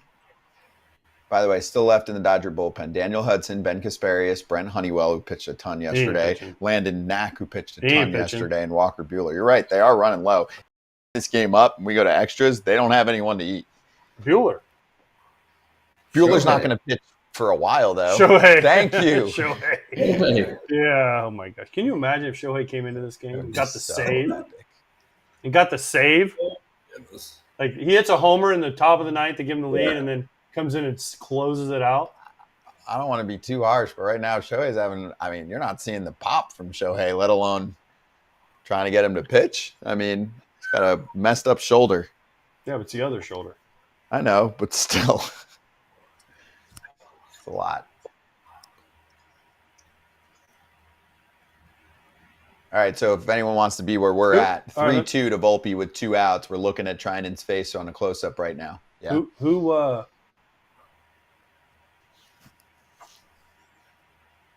on the ground, fielded cleanly, and we're moving on to the 7th. Yanks get a run. Who has a better chance of pitching in this game, Shohei Ohtani or a position player for the Dodgers? If it goes 18 Position player. If it goes 8 A position player. Yeah. They have been clear as day. They've basically said at this point, you're an idiot if you think that he's pitching. Every single person involved with it. We've asked them all. Trust me. We had Stan Kasten on, the president of the team, everybody. Doc Friedman said, nah, he's not pitching. So I guess a position player. But really, I mean, they have a guy picked out. It's probably, I mean, I don't think Knack's touching the game. I think it's probably Honeywell. Like if you get to those 50 guys. 50 pitches in 1 inning. I understand, but Honeywell's kind of like journeyman. You just say, hey, dude. Oh, we're ready. All right, well, let's ask Ross Stripling. Chicken Strip with us right now. We got A's in the house. Yeah. You having fun, man? What's up? What's up? Yeah, I'm bouncing around. I was going to watch it in my office, and they're like, well, you got to have your own feed. So now I'm in my kid's game room right next to my sleeping kid. So I'll probably wake him up inevitably here. Rich people problems, by the way. I was yeah, in my exactly. office, and I had to go into my kid's playroom, and that was busy. So I'm going in my butler all quarters. the way up the stairs of my 2-story house. Oh. I mean, Rook, give what's us up, everything, dude? Hey, buddy. How are you? Good, man. You're making the rounds, huh? I'm doing it. We got a lot of obligations recently, but I'm enjoying it. We're having a good time. Hold on. When did you sign up for this stuff? Yeah, bring it. What's up? All right. No, I got to ask Chicken Strip. How many home runs did Brent Rooker hit this year? Oh, yeah. 39. Yes! Yeah. Good teammate. Yeah. Good teammate Cool, right man. there. Yeah. Good teammate. And we tried to get him to 40. We were all hat dropping in the bullpen, trying to make it happen. We couldn't. The freaking Mariners threw out they were eliminated, and they still threw their nastiest dudes the whole series. So I was like, frick, man. Yeah, Gilbert went out there game 162. Man, just chill. And then he had a perfect game. He was only supposed to go 4, I think, because that's what he needed to lead the league in innings. But he was perfect through like 6 2/3. They just left him out there. It was terrible. Yeah, Mariners pitching, not fun. Does not have a good time. No. Obvious question now for you, Ross. Are you rooting for the Dodgers? Yeah, of course. I mean, I'm rooting for my buddies that are still over there, and that staff is basically the exact same from when I was there. That's who I have to root for. I was 100% rooting for this Aaron Judge turnaround, which we're getting at the plate. I wish he could catch the ball in center field. I was around Kershaw enough that I hate the whole postseason stigma by the that way, you Cole's can get. still out there. Sorry, Cole's still out wow. there, by the way. Which is, before you came on was a big question for us. Gotcha. Yeah, so I'm on YouTube TV. So apparently I'm maybe two pitches behind you guys is what our producer lady said before I got on. Try not to blow it too much for me. But that's man, I tell you what, that fifth inning was one of the wackiest things I've ever seen. So for Cole to come out the other side of it, I mean, he's a superstar for a reason, man. This is actually pretty sweet to see. You don't see it very often. How difficult is it to go out 30 plus pitches in an inning like that? And he's dialing it up, which not many guys can do anyway. Now he got another out. Ohtani grounds out, 4th time facing him. How tough is it to then go next inning? It is extremely hard. I mean, I would put it up there with one of the hardest things that we have to do. Would be a grind of an inning like that, where you go 30 plus pitches, your team struggles offensively behind you, but then you also have a mental miscue, like him not covering first base is like, I want to feel terrible for him, but then first base and you're like, Garrett, like you're out of that inning, dude. And so it's hard to not to get on him a little bit for that, but then you just go sit and you think about that inning for 10 minutes while your team tries to score a run for you, and they almost do, and you go back out there and all you want to do is get that first out and settle in, which he was able to do. But yeah, that's one of the hardest things we have to do. Man, he's getting them. He's going through the big boys right now. He got Betts to ground out. So he's got 2 gone quickly in the 7th at 103 pitches. This is what they were getting criticized for That was going to be my next question to you guys. You think managers don't listen to the press? You think the manager don't listen to the press, right? Remember, Aaron Boone got criticized for taking him out after 88. Oh yeah. Here he is, 103, going into the seventh, fourth time through the lineup. The question is, and you guys are a little ahead of me. Let's say he gets out in 2 pitches here, so like, does he go again? Just throw him out there again. Maybe. I don't They got hits know. up right now. Tim and Holmes and Weaver. Holmes and Weaver have been pretty good, obviously. Yeah. So I think you probably just roll it to them. But still, man, this is impressive. It's cool to see one of our donkeys do old school starter things, in the postseason. I feel like we probably haven't seen it since like that Nationals team that did it with Scherzer and Strasburg. And, now it's the bullpens. The Royals started that, and whenever that was, 13. You just start rolling out your bullpen after the 4th, 5th inning, and a lot of teams have success doing it in October, man. What was the stat they just put up? This is the first starter to throw 100 pitches since Framber 2 years ago. Framber 2 years ago. Yeah. No, everyone's scared of third time through. All the front offices that make the calls. What about fourth time through? Fourth time through, well, they go. We don't even know that doesn't exist anymore. We didn't even know it actually was a thing. Fourth time through. Oh, 3-1 right here for Cole. This got to be a changeup, right? This can't be a heater to Freddie. Yeah, agreed. His heater's been so good though, man. Cole, I knew, obviously, Rook, I knew you were going to be on this, and I was hoping to maybe tee up. Sorry, you guys are. No, you're good. You're good. We're just saying he's coming out. Hit Rooker with like the nastiest 3-pitch sequence I think I've ever seen in Oakland this year, where he went like 98 down and away dot to a 93 cutter in the same path dot to like an 86 mile an hour slider, same exact lane. 3-pitch strikeout to Rooker. Rooker just walked back to the dugout. I was like, what do you do with that? And it wasn't a day where Cole was necessarily sharp, and then he gave Rooker like the 3 best pitches of his season. It's like one of those, you're like, what the hell, man? Yeah, that's one of the ones where like against a guy like that, you're like, all right, if you're gonna do that, like if you're gonna execute all 3 pitches like that, I got nothing for you. So well done. I'll try again in 2 innings. Hey, that's what happens when you get impressive, 39 man. homers. Chicken strip, when you hit 39 homers, when Garrett Cole looks up there and they're circling a guy not to beat him, it was Brent Rooker. So he's like, I got to bear down right here, and that's what happens. You get their A stuff. When you hit 8 like I did, a lot of times, you got the B stuff. You circle that guy for another reason. Yeah. Yes, exactly. This is the guy I need to get out. We pick on. Yeah. I mean, obviously that is true, man. Oakland, we put it together pretty good from like June on, and Lawrence Butler got where he could kind of protect our man Rooker a little bit. So I feel like that probably gave him a few better pitches to hit. But yeah, speaking from a pitcher, if you're coming into Oakland, was the guy you circled, and you're like, all right, this guy's not beating me today. I can make Butler or Langoliers or Blade beat me, but I'm not giving Rooker anything to hit today. And he still found a way to homers. I tried. That's right. Not 40 though. Did not get 40. You're like Jose 40. Ramirez. Couldn't go 40-40. Didn't do it. I went 39-11. It's a very exclusive club. It's good.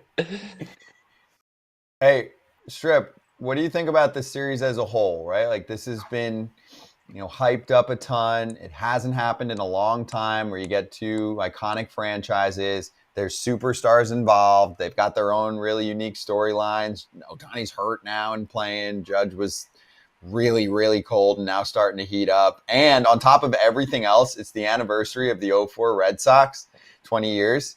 And this is 3-0. And right now on pace to be 3-2 back to Los Angeles. Yeah, I mean, it checks every box, right? Me 48 hours ago, I would have said this stinks, that it is all the things you just said, and it was 3-0 Dodgers, and that game 1 was so amazing, right? You're like, oh my God, this series is going to be insane. Like game 1 was one of the coolest playoff, nonetheless, World Series games I've ever seen, and I was a part of the 2017 Astros Dodgers stuff, and how crazy some of those games were. And then now it got to 3-0, and you're like, man, this sucks. Like, can the Yankees even make it interesting? Like 3-0 is the only, what you just said, the Red Sox is the only other time it's even happened. So it doesn't feel like it's possible.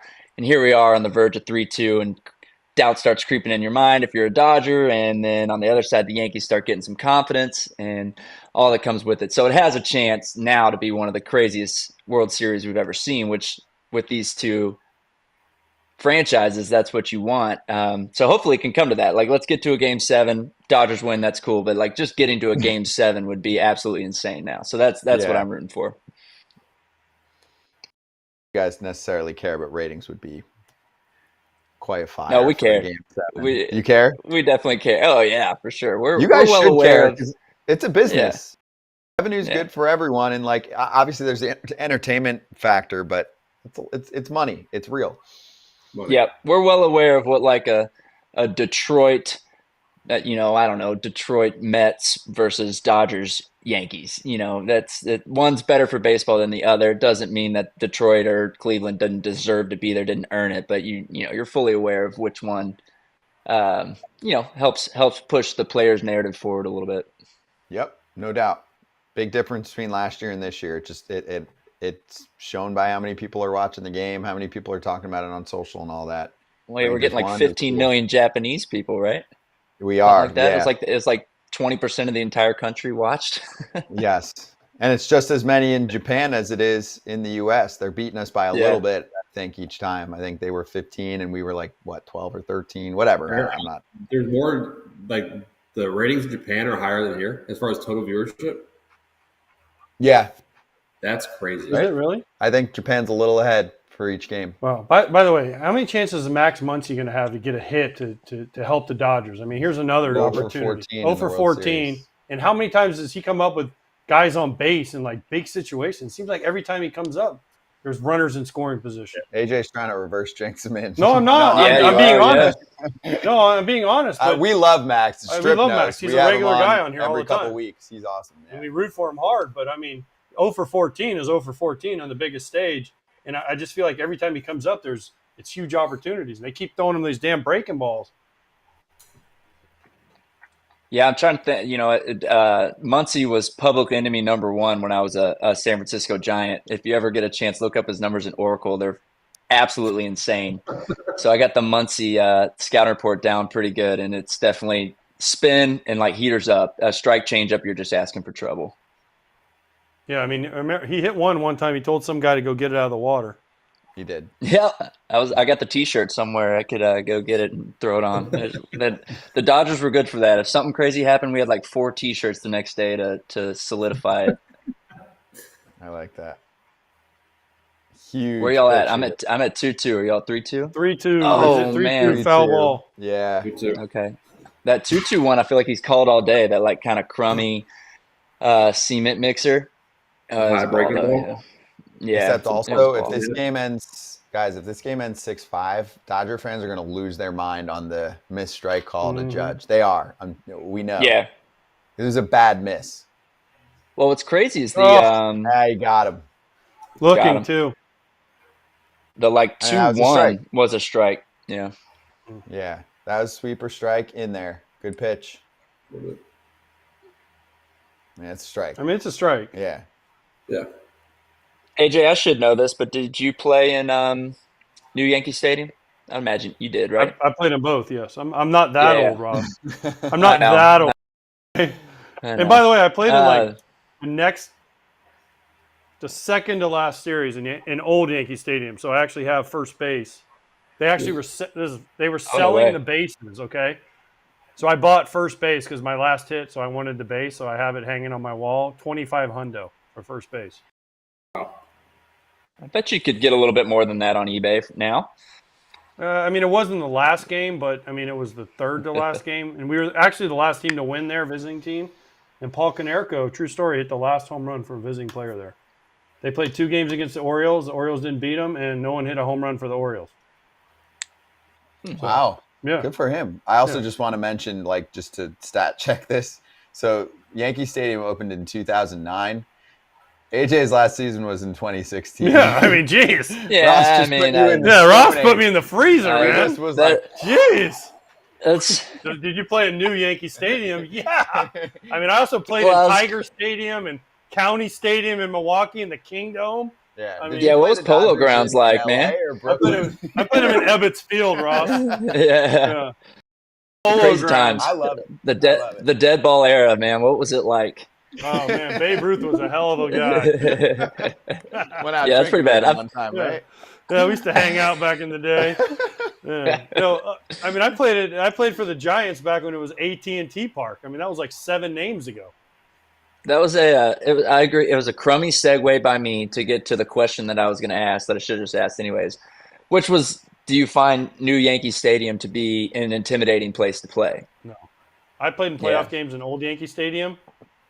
That was awesome. Yep. Like, because okay, so if you sit like at home plate and you look out, it's very similar. Like the view and the look is very similar to what old Yankee Stadium looked like, but the fans were just closer, right? And everything it was like kind of like Minnesota, how the stands are like straight up like this, right?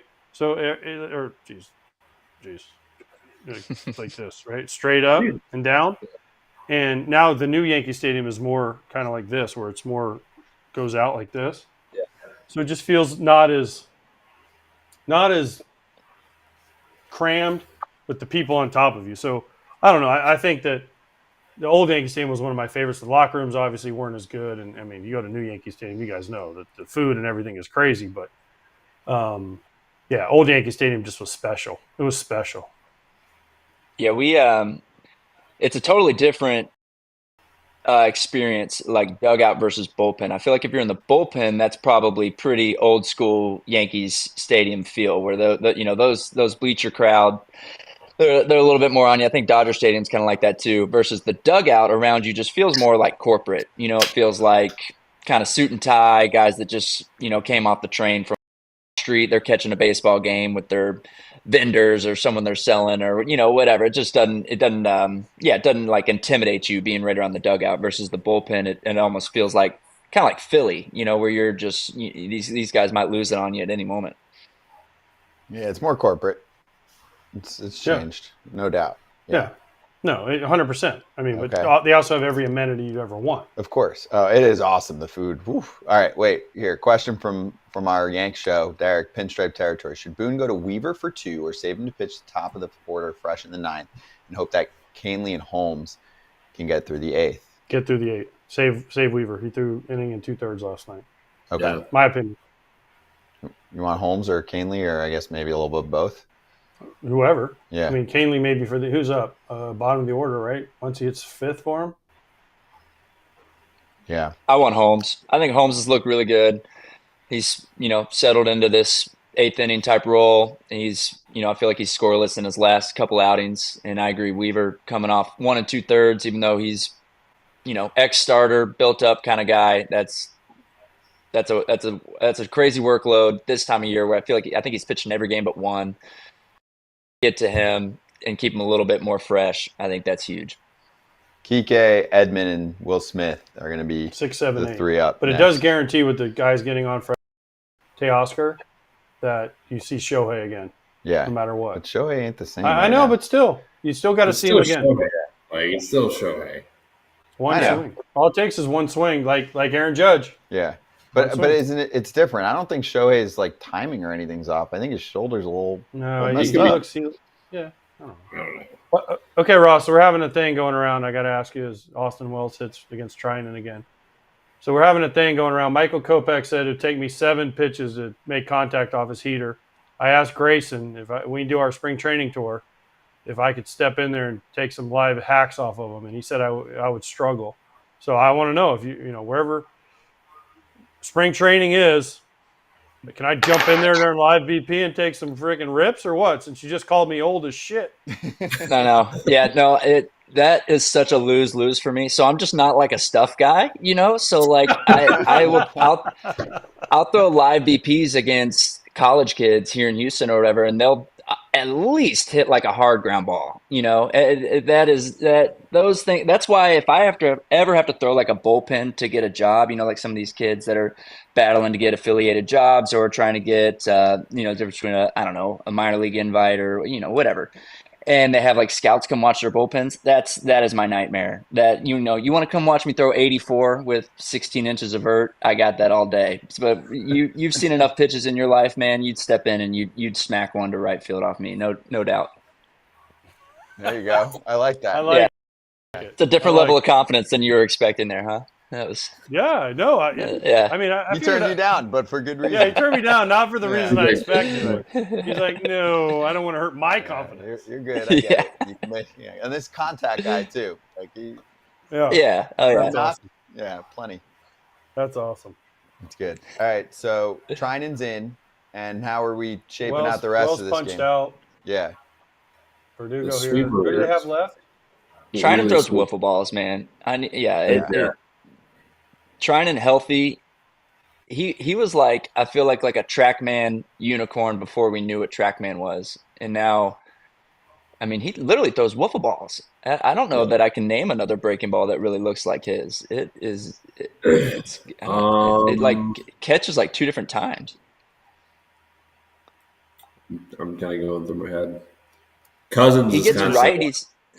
Yeah, he gets righties to do the whole like they'll buckle and it'll be down the middle. Yeah. So out of the hand, it must look like it's coming at your neck. Yeah, it's because it starts so far in, and then in your head, the sinker exists still. So, Oh yeah, which is going crazy amount the other way. So anything that starts in looks like it's going to go behind you almost, and just snaps left. yeah. Kind of easy to remember. He's like 5 years removed from one of the greatest like relieving seasons we've ever seen in Oakland. Yeah. Yeah, in Oakland. Yeah.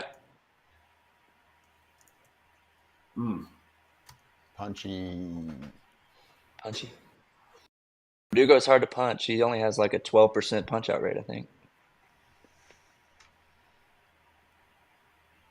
All right, so if he gets through this, we've got Daniel Hudson, Ben Kasparius, and then the two dudes who pitched a ton yesterday, Honeywell and Knack, and Strip. Your boy Walker Buehler might pop up. I saw they just showed in him. the pen. Yeah. Yeah. I don't know. I don't like that. I wouldn't do that. I mean, I don't know. What do you guys think? After everything like he's it. been through, too. I mean, he didn't even come back last year because he's coming off a second TJ. And he's going into his free agent year right now to go sign. Yeah. Like, man, he's been through it with the injuries. Yeah, 100%. That's a big part of it. And then really, I don't think I'd like the chess move. Like, I don't know what I wonder what They don't have scenario anybody they're else. thinking. Yeah, I guess I'll that's tell you true. what else is happening. Landon Knack is a young arm. They protect those guys. He's 56 pitches yesterday. And Honeywell through 50. Honeywell threw 50. Ben Kasparius, 43 pitches yesterday. He's barely pitched in the bigs. And the only other guy is Daniel Hudson, 42 pitches in the last 2 days. I mean, yeah, Wow. you'll probably, I guess, maybe go to him for an inning. He did not look good yesterday. There it is. They're showing it on the board now, what I just said. See, this That's is a a tough bullpen one. game. Bro. I didn't. Yeah, so Flaherty going 5 outs or whatever it was is 4. Yeah. problem. that's been horrible. Yeah, honestly, dude, it's been insanely impressive. I think the Dodgers pitching from down 2-1 in San Diego to shutting them out for like 30 straight innings to a couple shutouts against the Mets to now these relievers just throw every night. It's impressive, man. It works. Sometimes it doesn't. You see teams implement similar strategies. You've seen the Dodgers implement the strategy over the years, but this year it works, for a variety of reasons. And it just is like the perfect scenario. But these guys got to be running on fumes, man. I mean, this is crazy. He just sliced a bat and got an out. I actually think they might try and buy another inning? I don't know about another inning, but maybe another out or two. Oh, Soto's leading off. I don't think they care about splits with Trinan. Oof. They might try and see if he can get Soto and Judge, maybe. And Jazz. If you get him that far, you might as well just let him have Jazz too. Right.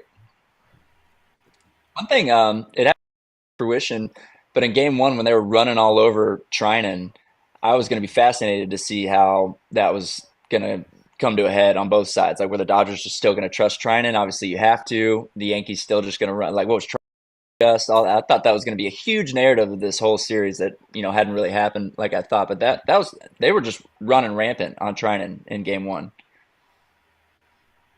He couldn't do anything about it because he's super high leg kick and Will Smith. I mean, they were like, all right, we're just going. But yeah, I think that's your answer next inning. I mean, you go batter to batter. If someone gets on, you take them out. And then bring in who? And then bring in Buehler. As much as you don't want to do He's in the bullpen, so they've already talked to him about it. Right. They've clearly already set this up. And I guarantee you he's warming up now. And I guarantee you, I guarantee you they asked him. Oh yeah, he's covered in red hot and ready to go. No doubt. Man, this game is crazy. It's the good stuff. Yeah, I bet in a perfect world, well, I guess the Dodgers still would have had to run some of those guys out there, but they might have wished this game stayed 5-0, and they could have just, or maybe even got out of hand, and they throw Kike for 2 innings. I don't know. This is assuming the Yankees hold on to this, man. That's a huge. I mean, you get an off day, but that's an off day with 5 hours of travel in it, and game 184 of the season or whatever. It's not like you're just bouncing back. These dudes aren't just going to be ready to go because they get an off day tomorrow. Well, explain that as a former starter. I mean, you've started, you've relieved. Explain to people watching what the difference is. Everyone just says, "Oh, you had an off day, you'll be fine." Like explain how it works. Because even getting up and throwing a bullpen, like you get a dry hump as it's called, right? Those count as times you pitch, even though you're not in the game. So explain what that means for a reliever. Yeah, I mean, well, you've gone through a million bullets already, right? You're talking from end of the offseason through spring training to now the World Series and how many bullets you've expended.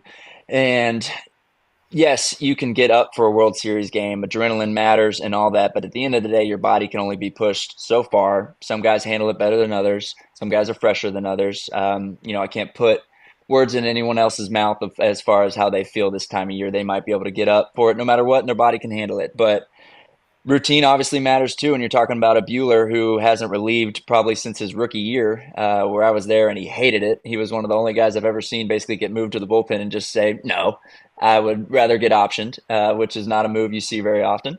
And he's only pitched out of the rotation probably ever since then. So this is a massive change to a dude that we've already talked about coming off injuries. And, all of a sudden the phone rings, adrenaline's going through your body, and you got 8 minutes to go now face two of the best hitters in the history of our baseball game, of our sport. So there's a lot of things going on, a lot of moving parts, and you just kind of go out there and, man, try not to think about that kind of stuff. Just do what you do, get a first pitch strike, get the first out, and then settle in. And it's just much easier said than done. My first World Series appearance was out of the bullpen. I threw 4 straight balls and got pulled. So I'm not exactly here to tell anyone how to do it. It's absolutely insane. And Kike just got a knock off Canley. By the way, Tommy Canley finally threw a fastball. He threw 65 straight changeups or whatever it was. But as a hitter, Rook, don't you just I don't understand how at some point I know. But gosh dang it, just sit on a changeup. Kike every sat pitch. On every pitch. Like if he throws me 3 heaters in a row, God bless him. But he ain't gonna do that. He's gonna throw you changeups. I mean, guys are sitting on it though, and it's still tough. It must just be tough to square up. I mean, they got to be sitting on it. Well, there's back-to-back knocks. Tommy Edman hit right-handed off of him too, by the way. Good for him. Oh, no way. And Ross, by the way, you should never forget about me. I'm 1 for 1 off you. Never got me out. Yeah, we've done this before. I know. And you walked me, which is the worst part, because I walk 5 times a year. I also gave up the last triple of Frazier's career, so this is enemy territory for me. Not a lot of outs on the foul territory. Wait, what's Rook off you? I want to know what Rook is off you. I gotta look. I haven't faced him. I don't know if I've seen you. I think you might have been hurt when I pitched in Oakland last year. I gotta look. Gosh, what a hit right there! Now I'm intrigued. They have only faced you in spring training. The guy, I have no idea. The guy that I thought I was coming on with was Brandon, who I guess was just before me. That quietly one of my daddies. He owns me. So I was definitely going to bring that up because once you put it into the stratosphere, then things flip. But you guys got him off before I could get on and put it out there. So this doesn't count. He has to be there for it too. Rooker, 0 for 1 with a punchy. See, there you go. I wonder when that was. Toronto? 2021. 21. Yeah. You Toronto. were Minnesota or you were Minnesota. Yeah. Man, do we not remember that at all? We got to go watch that. Oh no, that counts. Yeah. Hey, I got about a 4% whiff right now. So every strikeout I have, that stays in the pocket for sure. That's right. Ooh, Brandon Lowe, 5 for 12, 3 homers. You weren't kidding. Yeah. All right, here we go. Will Smith. Will Smith. Yankees think he might bunt right here. Like they did the old inside trick move. Now he used to do. You guys remember he used to do the wheel play and pitchers. You know, you guys used to practice in spring training. You do the fake wheel and you do the pick first play and then wheel play. Yeah. Honestly, something like that's pretty risky to throw on right now because we literally haven't done it since spring training. So if you try and in the playoffs, you do that one. You do the one day before, like in the off day. You do like the bunt plays that you never run. Yeah, true. That is true. Yeah. Well, now when it comes in everyone's ear, so that helps. Versus you used to not know, like, did the shortstop really get it? Did I really get it? No. Rizzo's 35 feet from home plate. He does the in your face. Scares me. Yeah, he's not Rizzo does Dude, that Will all Smith the time. Is not bunting. No. Will Smith is not bunting. I'm sorry.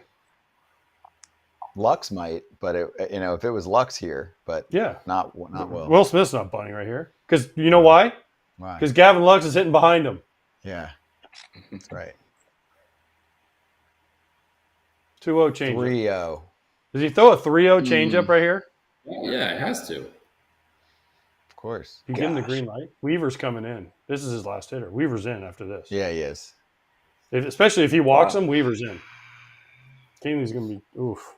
I think you got to let him take the base if it's no. Yeah, 3-0. Oh, baby. No, Weaver's in. That's it. Walked him?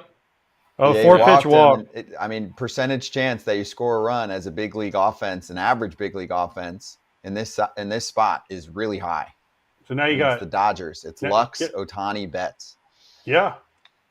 One of those dudes. Yankees, even if Lux gets into a double play right here, the game's tied. Yeah. Yeah, here he goes. I'm telling you, here comes Weaver. Weaver for 2.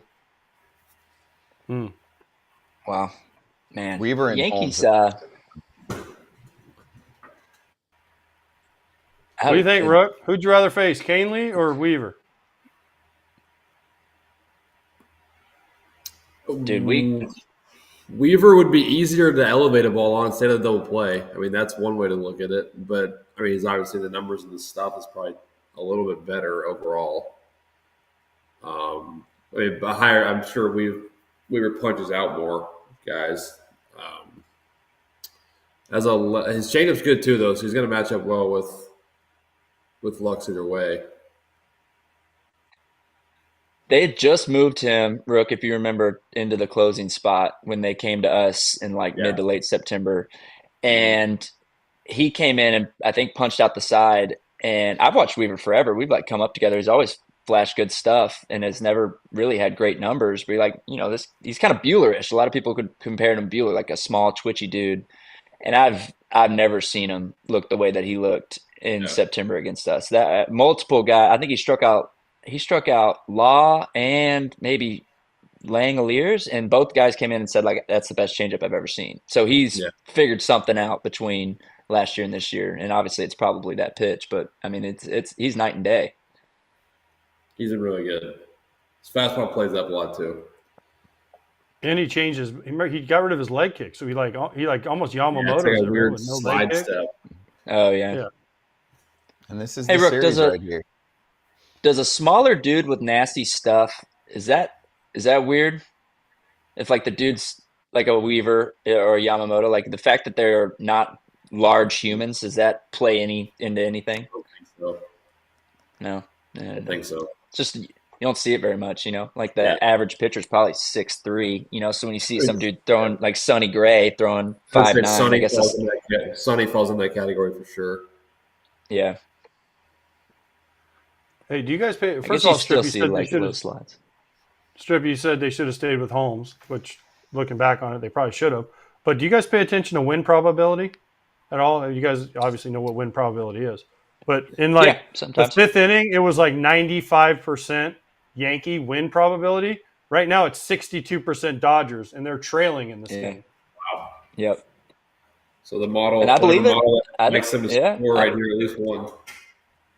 I just think, I mean, who knows if this goes into win probability, what all goes into that algorithm, but like the Yankees have just stepped on their own foot a million times. So you just almost think in this situation, something goofy is going to happen because they just continue to show us that that's what they're going to do. So, I would agree with that number.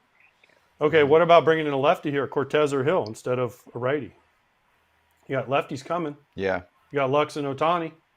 I guarantee if they brought in a lefty, you get Chris Taylor probably. Why not Tim Hill?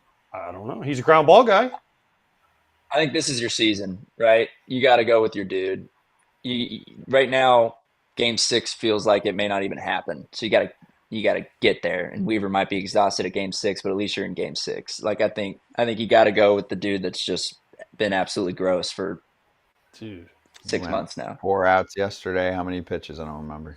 He was like around 20. He was pretty efficient. My question is, let's say the Dodgers do score 2 right here. How the hell do they get 6 more outs? You saw their bullpen. It's Bueller Hudson. I know.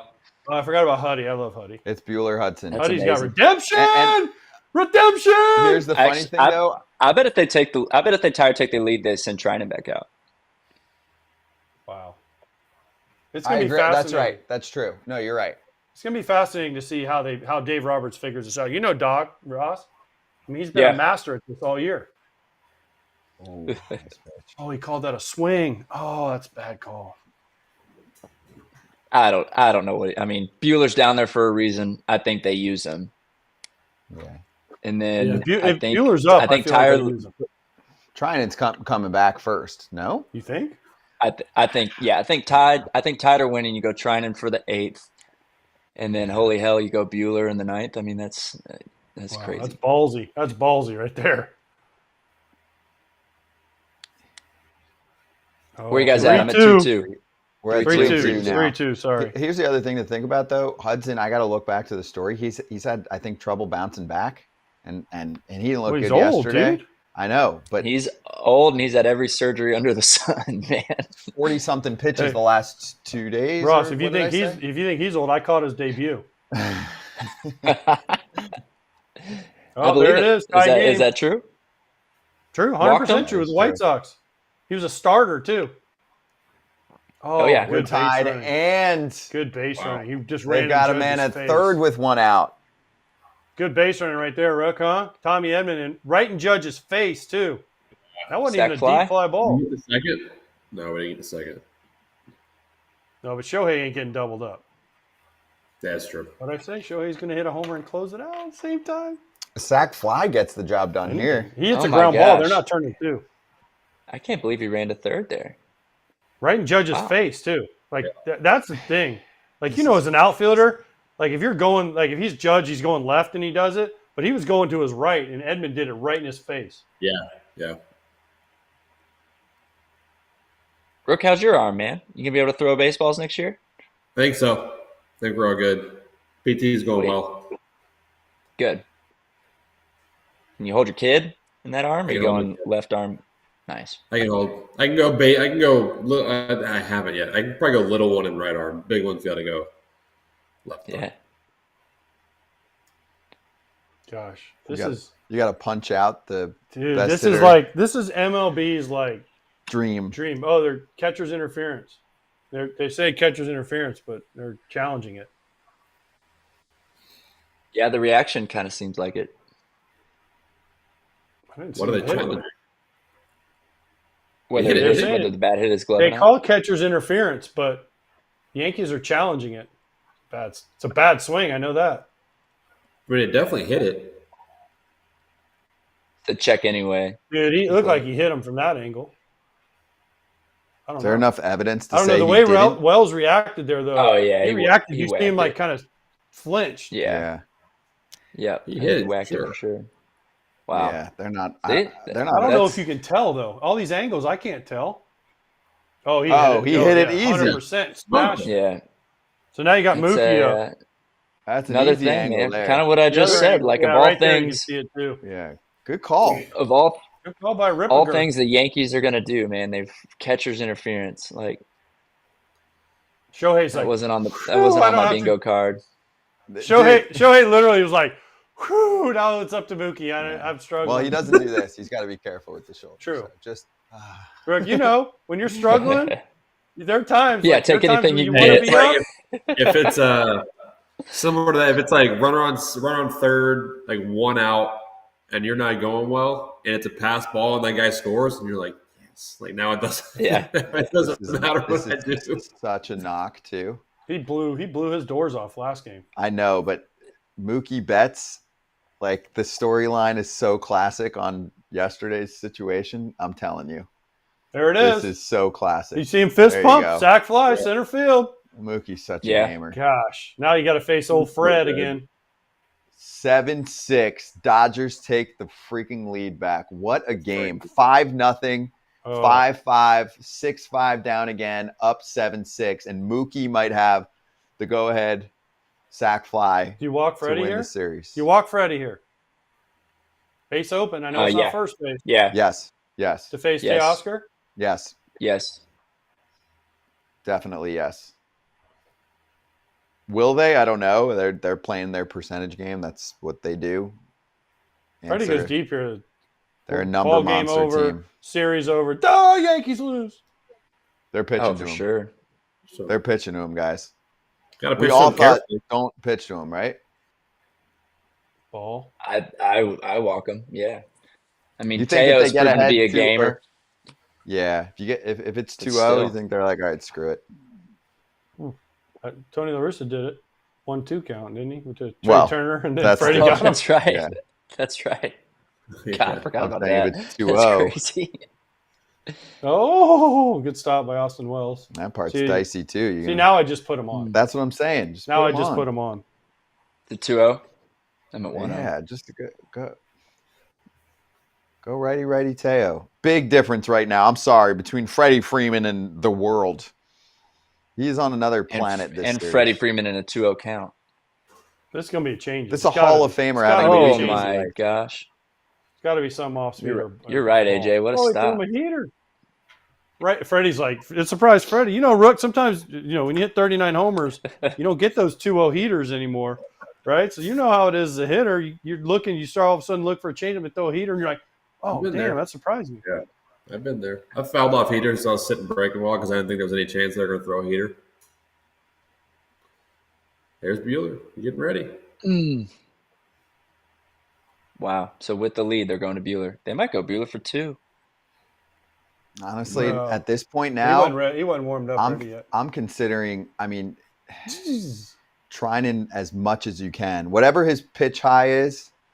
Oh no, Like, Bueller's I'm not getting hot. those. Yeah, Because Bueller. there's no Yeah, one- Bueller's just chilling. Yeah, He was but- that was the old this one. You know how the in the minor Yeah, leagues they he's- used to tell the pitcher this one.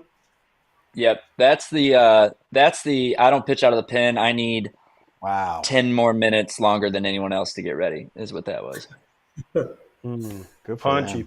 punchy. He Really? punched. Yeah, change up down and away. This is it right here. Soto, Judge, Chisholm. Against Blake Trinan. I mean, if I'm the Dodgers, it's my best guy. It's got to be Blake Trinan. Gosh, Yeah. dog. I mean, based they're based just on got what we just real saw from interesting. Bueller, no way. Oh, that's Yeah. so You're not bringing Bueller in unless it's a clean inning, right, Ross? I think you bring in Bueller if Trinan blows it.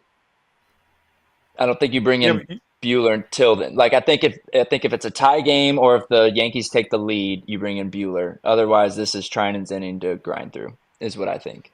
Unless yeah, it's- but you wouldn't bring Bueller in like second and third, 2 outs. No. I mean I would want Bueller to have a clean inning. Mm-hmm. yes, I'm just saying unless Trinan's like super laboring or the game flips, you get Trinan out of there, and then you just let Bueller go. But if the Dodgers are winning, I don't see a world where Bueller comes in this game. Bigness, would you throw Yamamoto? No. Yamamoto doesn't even pitch on regular rest, really, let alone you're going to bring him into this, and he's pitching game 6 if you lose. I'm not touching that. He's had a mess of a year with medicals, too. And that was a great pitch to Freddie. Gross. What do you got here, Rooker, playing manager? What's your script for the next 6 outs? I agree with it. I think it's tough to bring in Buehler without a clean inning, just because you've already put him in an uncomfortable position, and kind of doubling down on that makes it a little bit tougher. I mean, if trying to throw him while you let him go, at least to the 8th, and then the 9th, I guess it's between Buehler and Hudson, right? It's kind of all that's the only options. Yeah, and, right? Those are tough options. Yeah. I mean, you're not bringing in Knack. No. Right. Yo, Hudson? He's closed. Didn't he close out the World Series for the, yeah, for the Nats? Like I said, he did, he looked all-time bad glove yesterday. He's struggling on the bounce back stuff. I mean, he might have warmed up because he's not up right now, right? Who? Hudson? No. But I think he might have thrown some pitches in the pen. I don't know. I mean, he might be like, yo. Yeah, so that would. Know. I think we see him before we see Buehler. I think in a like a save the inning situation, like trying and laboring, who can get us one out. I think that's Hudson. I agree. I think Buehler. By the way, clean inning. I do agree with most people in here. I mean, I would go trying and potentially for 8 and 9. I mean, whatever. Like you've seen Ross Kenley's gotten like close to 3 innings a couple times for you guys back in the day.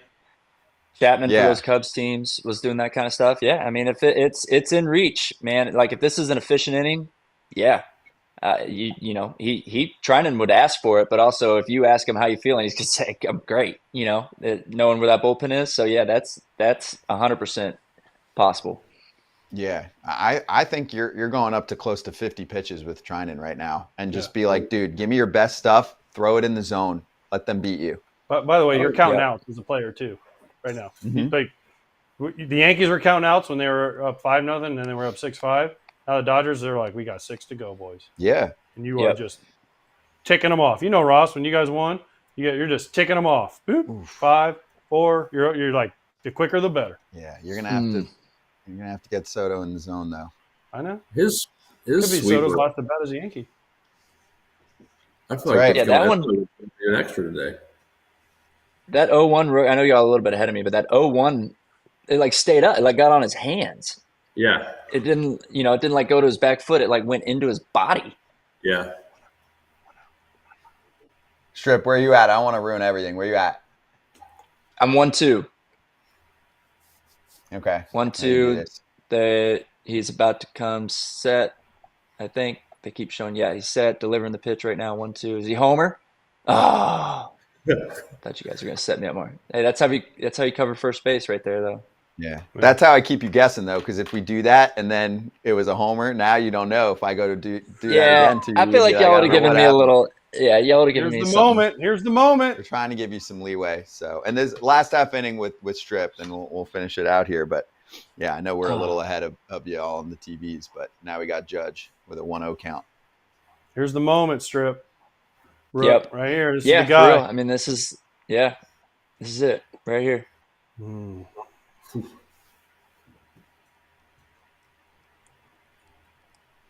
So far, he's picked up 5 outs. You know, this game went from really boring to like all time. Yeah, like enthralling.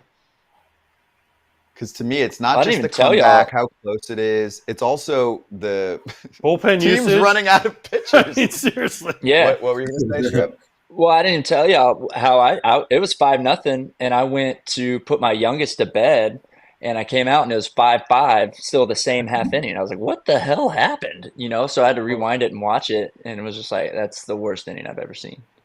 I'll tell you what happened. Judge dropped a fly ball. Volpe threw one away, and Cole forgot to cover first base. I know. You might see 2 of those things happen in one game.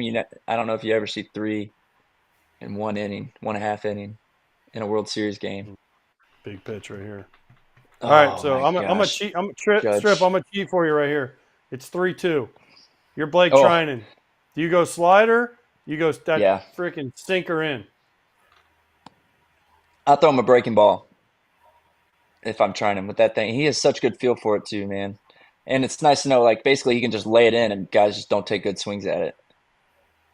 All right, Rook, what are you looking for then? Well, he went with a high sinker first. You went sinker in. I would have been sitting slider, or like I said earlier, I would have been looking close to me, knowing that like the slider to hit has got to start close to me, and I think I can still foul the sinker off, even if it's off the plate end. Oh gosh, he's gotten 2 really good pitches to hit. I mean, by 2 really good pitches, like an elite sinker, an elite sweeper in the zone, but they've been in the zone. We're not going to ruin it for you. Yeah. Yeah, y'all's reaction, not much. Doesn't feel like a walk, so it feels like a ground out to short. Oh, hey, guys, y'all are giving me anything. Sweet. Yo, we Go got Judge. poker face. We got poker Yeah, face. you guys we get your are. reaction. That's unbelievable. Wow. Right. Hey, that's awesome. That's good for Judge, man. My gosh, to go from those first couple games to that. That's if the Dodgers win this game, at least I have that for Judge because that's awesome. Fox trying to pull the reverse jinx to keep this series 0 alive. for 7. Jazz Chisholm's 0 for 17 with runners in scoring position this postseason. I can't remember. It didn't work for Muncy. The reverse, right? He got out. Yeah, he punched out. Yeah. But Reverse, this we're is 0 for 1 Fox on a who reverse jinx. would absolutely dominate with game 6s and 7s in LA. As a Fox employee, trust me, I know what they're rooting for. Yeah, everyone does. And it's like a fun thing to track, You're like Dodger fans, Yankee fans, baseball fans, TV/business. Yeah. It's just funny. You're like, oh, you picture like all the Fox execs, like, watching the game together, just having a beer, like, how about who do y'all feel like the world is rooting for? Is it pretty split? If you're not a Dodger or Yankee fan, like everyone's rooting for both teams to lose. I promise. Canceled. Yeah, seriously. Burn it The buses down. to crash into each other. Lights go out in game 7 or something. I told the Strip went from L.A., San Francisco, Wow. and then he went to Oakland. We're talking about Fox, right? Like Strip went from like on TV on Fox like every weekend, and he goes to Oakland because Rook's like, how come you never asked me to do an in-game interview? And I'm like, well, we don't do many Oakland games, so it's kind of tough. Is that backup sweeper there?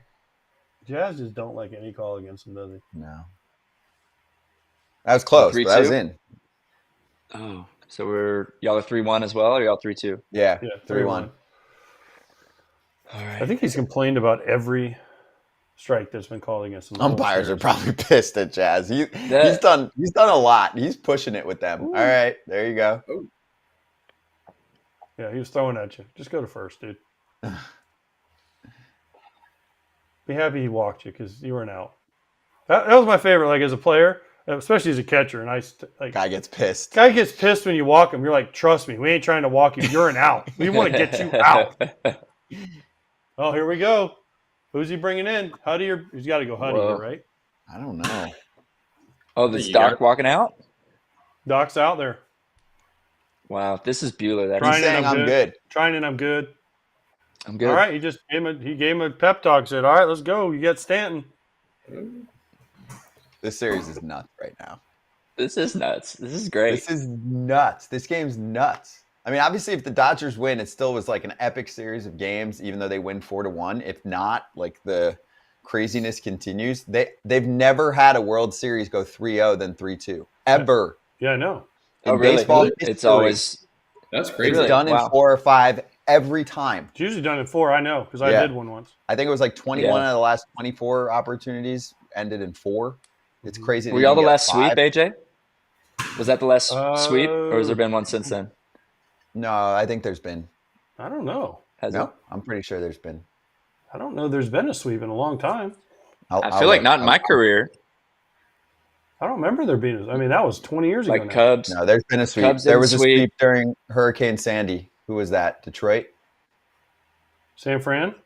That was San Fran. Yeah, that was San in Fran 2012. Swept. Yeah, because I there remember you go. That was it. I was in the Northeast. I was working that. I was working that. Yeah.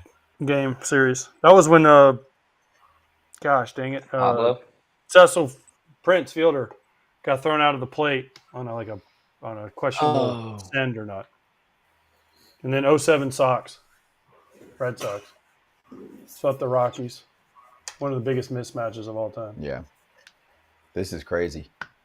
Gosh, Stanton Who's it, hammers Rizzo? that ball more than he doesn't. Rizzo. Let's see. Rizzo gets a hit here. He can have another meeting.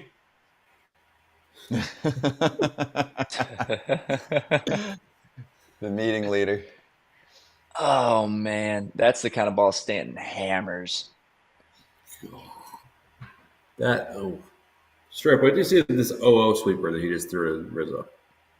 I mean, it looked like it had 27 inches of horizontal on it. Did he start in the other batter's box and it clipped back door?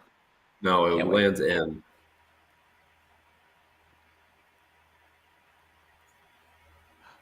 Yep, here it comes. Oh, wow. Oh, my gosh. Whoa. What are they doing? That's awful. I don't like that play.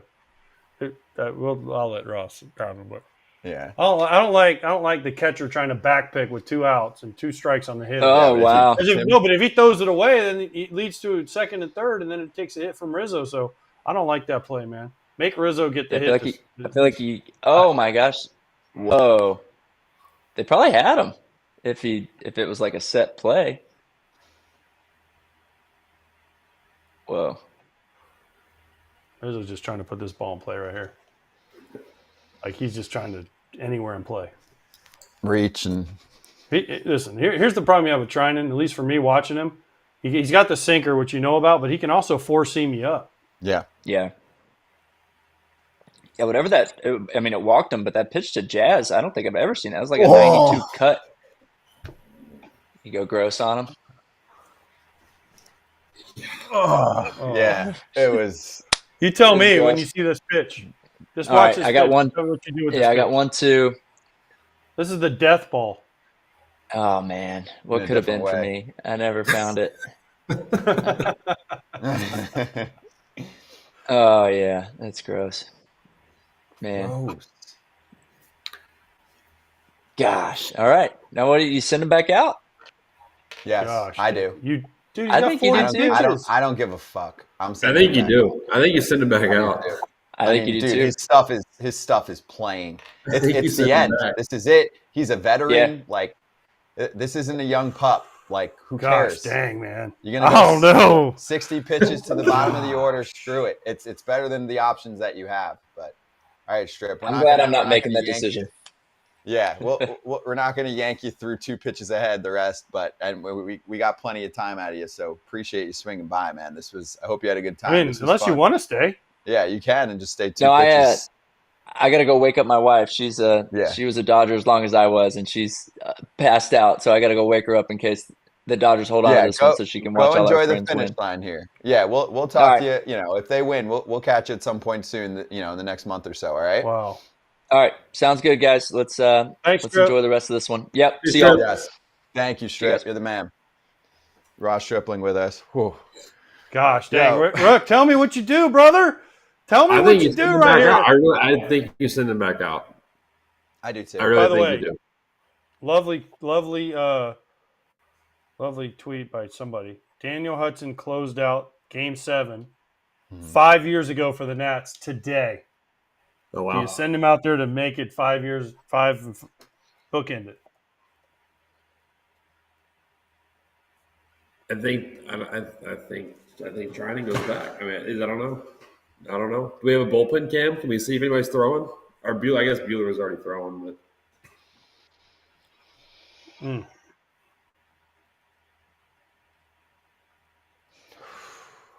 Wow, it's nerve-wracking time, baby. Just so you know, for me, Trinan is option 1. Bueller is option 2, even if there's guys on. Hudson is option 3. I think I said Do not Trinan feel back. great. No, I don't think Trinan goes back. Oh, he's got 42 pitches. I don't care. Oh, man. Didn't Trinan start in the beginning of his career? Or no?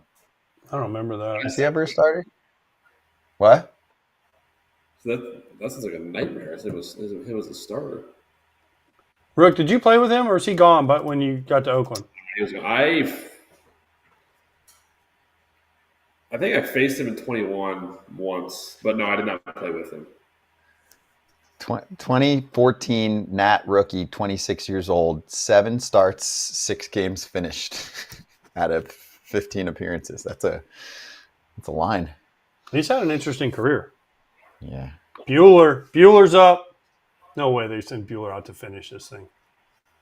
No, I mean, talk about like crazy stuff. But there's a line here where if they feel like Trinan comes back out and he looks done, Yeah, but then you go to Hudson. Nah, I'm going Bueller. I'm not going Hudson. Bueller. Mm. Dude, Bueller's stuff has looked freaking nasty. There you go. Nasty stuff. I mean, how do you gain that much vert? He gained a lot of vert. He has gained. And spin. 2.5. Knock There's a knock from Teo. Listen, you cannot let him score here. Yeah. If you're the Yanks, not one they run. Not score here. Mm-mm. Teoscar. Yeah, but this is Luke Weaver's game too on the other side. Oh yeah. They're not taking him out even if there's a couple guys on. Luke Weaver's your best reliever these days. He's in for the long. He's at 17 pitches. This is your inning. No matter what. And Doc knows on the other side, you scratch one more run across, it is such a game changer right now. Yes. So Teo's out. Taylor's in. Come on, Muncie. Come on, Mr. Foul Territory. Come on. Been rooting for you for 5 games now. And just you can clarify to everyone, you're rooting for players and games and whatever. Yeah, I know. Yeah, he's a guy that comes on all the time. I want him to do Muncie's well. FT fam. And he just went, top spun it. Damn it. Wow, there you go. He could end the World Series 0 for 16. And the Dodgers could win in 5. You never would have said that. Because guess what? He was good before that. No team has come back from down 5+ to clinch the World Series. I can believe that. You know what this game reminds me of? 2005 when we won Game 3. We were down, I think, 5-0 to Roy Oswald. We came back and we won. We ended up winning in extra innings. But we were down 5-0 against their best pitcher at the time, the Astros. And we ended up winning in extra innings. That's kind of what this game reminds me of. Yeah, this one's crazy, dude. Crazy. In a unique way. Astros World Series. What's that? It's a White Sox Astros World Series is funny now. Yeah. Yeah. Also, the White Sox just had starters going like most of the game, and this is just an absolute like weirdo. Not only did I play against the Astros in the World Series, I played in their first game in the National League also. I mean, the American League. Sorry, American League. Yeah, 2013 when I was with Texas. Opening night, we were against the Astros, and they came over to the American League. I remember that. And they whooped our ass that night, and we were good. That was on Sunday Night Baseball to start the year, right? Yeah. Yeah. We lost, yeah. I remember watching that game. I mean, they were awful. That was the year they were just awful. Mm-hmm. Tank years. Bo Porter is the manager. Eddie Perez was bench coach. Mm-hmm. Here's Kike. Oof. So for everyone to know, if you're watching right now, because I know the audience is picking up a little bit here, so I'll give you where we're at in case you want to like pause a jump or just know where we're at.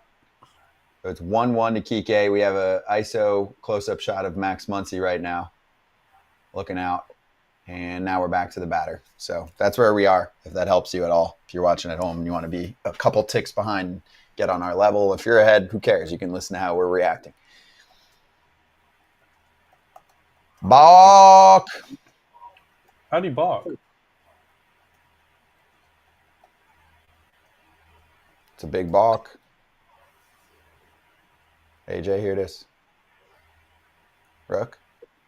I don't know what he did. What did he do? Was that his third disengagement? Was it? I don't know. I don't think it was a balk.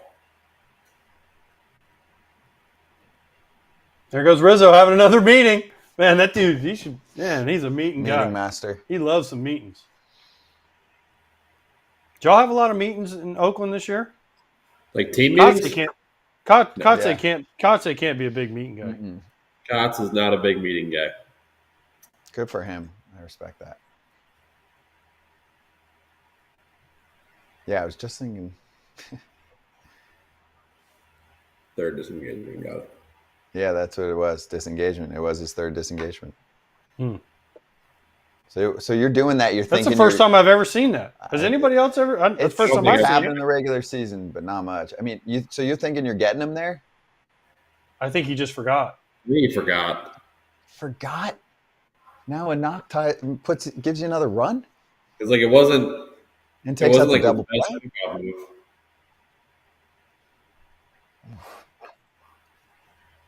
Kike has a chance to be playoff Kike here.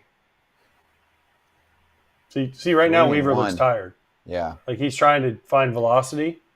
He's pitched a lot, right? So that's when you start yanking balls. Ohtani smiling. He's like, I'm not even doing that much this series. Man, I love the Dodgers. He's like, I didn't even know how to spell playoffs in Anaheim. He's like, this is friggin' awesome. And he's like, I haven't done shit in this World Series. I'm about to win. Kike walks. Oof. Yeah, you're right, though. Weaver. Guys, you got to remember, like, Weaver could have been out of the game. I mean, he went to 3 different teams last year. Yankees thought they saw Booney's something. going to get him. Lighter. Wow. You have a chance. You really got a shot now if you're the Dodgers to at least punch one on there. Oof. Wow. Yeah, Mark Leiter Jr. Did not make the playoff roster. Ian Hamilton hurt. He shifts on. He's had some good times. You might want to click away from me. I'm going to sneeze. Maybe not. Might have gone away. All right, I'm good. I've been sitting here for a long time. Brooke, while we got time, do you ever go back to Starkville? I haven't been back in a couple of years. I was down there 22. Before I went out to spring when we were locked out because it was pushed back. I went out for opening weekend. I hadn't been back since then. Just kids make it a little tougher to. As they get older, might take them like a football game or something, but it's been a couple of years since I've been down there. I'm going to my first Egg Bowl this year, so it's at Ole Miss. So talk to me about this thing. It'll be intense. I mean, they're good and we're not, so the actual competitive matchup might not be great. But is it on Saturday this year or is it on Thanksgiving? No, it's on Friday. It's in Oxford too. Day after Thanksgiving. Yeah.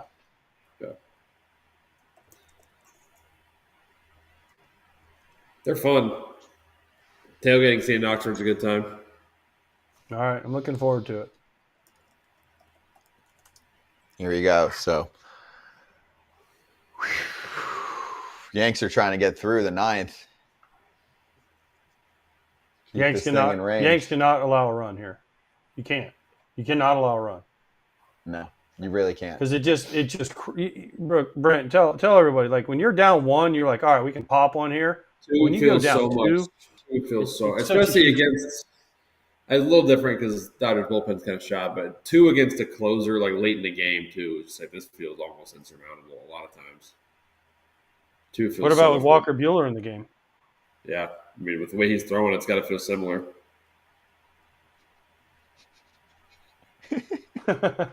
Wait, I just saw a comment. Did you see that comment in the chat? Someone said, "Is Mark Leiter Jr. Al Leiter's son? His name's Mark Leiter Jr." I don't know if he's being sarcastic or not, and if you had a brain fart, it's funny. But I just saw that, and I'm like, "What?" His name's Mark Leiter Jr. Hey, here's our friend. Our closer. Our closer's here. Eric Kratz, please. Whoa, Kratz is making it a clock. This is awesome. Pitch clock. This game is taking forever. Why you got to remind me? I feel like Will Ferrell from Old School just showed up. It's just like the ultimate, like, let's go. You know what? Frank the Tank's here to help us close out a freaking insane game. You know what Kratz is? Kratzy's the guy who rings the doorbell. He's like, I'm here for the gangbang.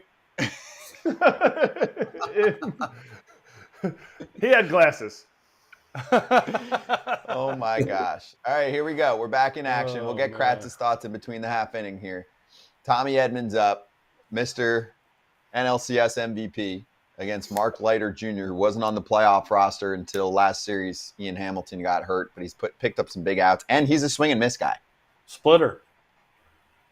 There it is. Missed. A lot of splitters. 2-1. Lot of splitters. But the Dodgers usually don't chase. Yeah. No. He'll throw him in the zone, too. By the way, you know what I love more than anything about this chat? Every person that's in here that has a favorite team, they're like, Brent, please come to Tampa. Please come to Seattle. Please come to here. Every single person in the chat is like, please come here. People who don't understand how the free agency system works is always jarring. Yeah. Because it's the same on Twitter. Everybody's like, come to wherever. I'm like, I'm not a free agent for 3 years. So, like, it's. Yeah. Demand a trade. Just go in there and demand. Because you'd be the first baseball player, like, in the history of the world to go in there and say, I want to go here.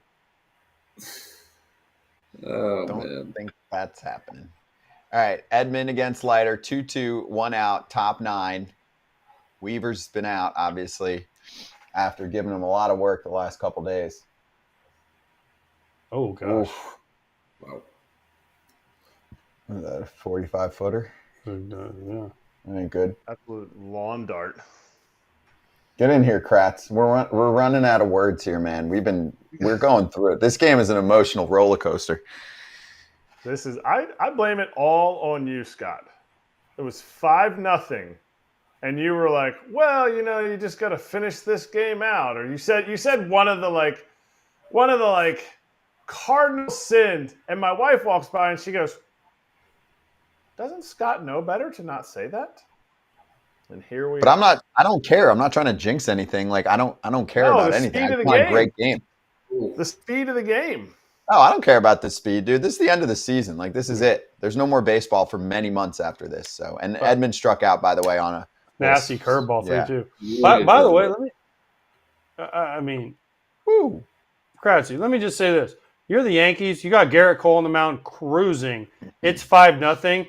That game should be on absolute fucking lockdown, bro. Like, Judge missed a fly ball. Volpe couldn't throw it 7 feet. Right? He freaking gator-armed it to third, and then Cole doesn't cover first. I mean, ooh, slick play. nice play by Jazz. Here we go. Who's it going to be, Kratz? Who's pitching the ninth for the Dodgers? Kratz, Trinan let's go. or Bueller? Oh, Bueller. Trinan's cashed. Thank Trinan you. is Well, no. cashed. Oh, you think Trinan won't come out? I thought you were going to say Hudson's cashed from.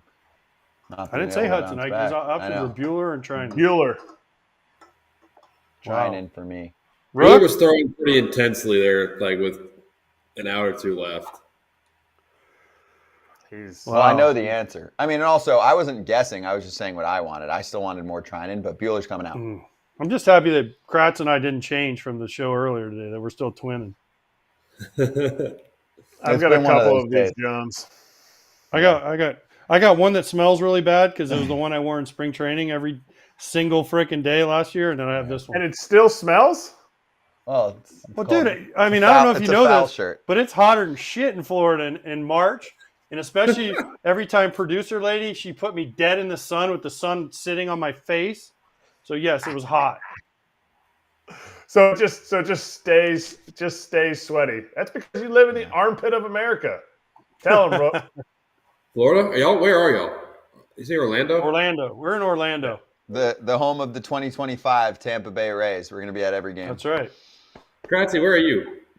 Pennsylvania? Yeah, God's country. Yeah. Amish country. Yeah. By the way, just shameless plug. FoulTerritoryShop.com is where you can get those shirts. Anytime. Go They're for so it. comfy. Holiday season. And mine soon. doesn't smell.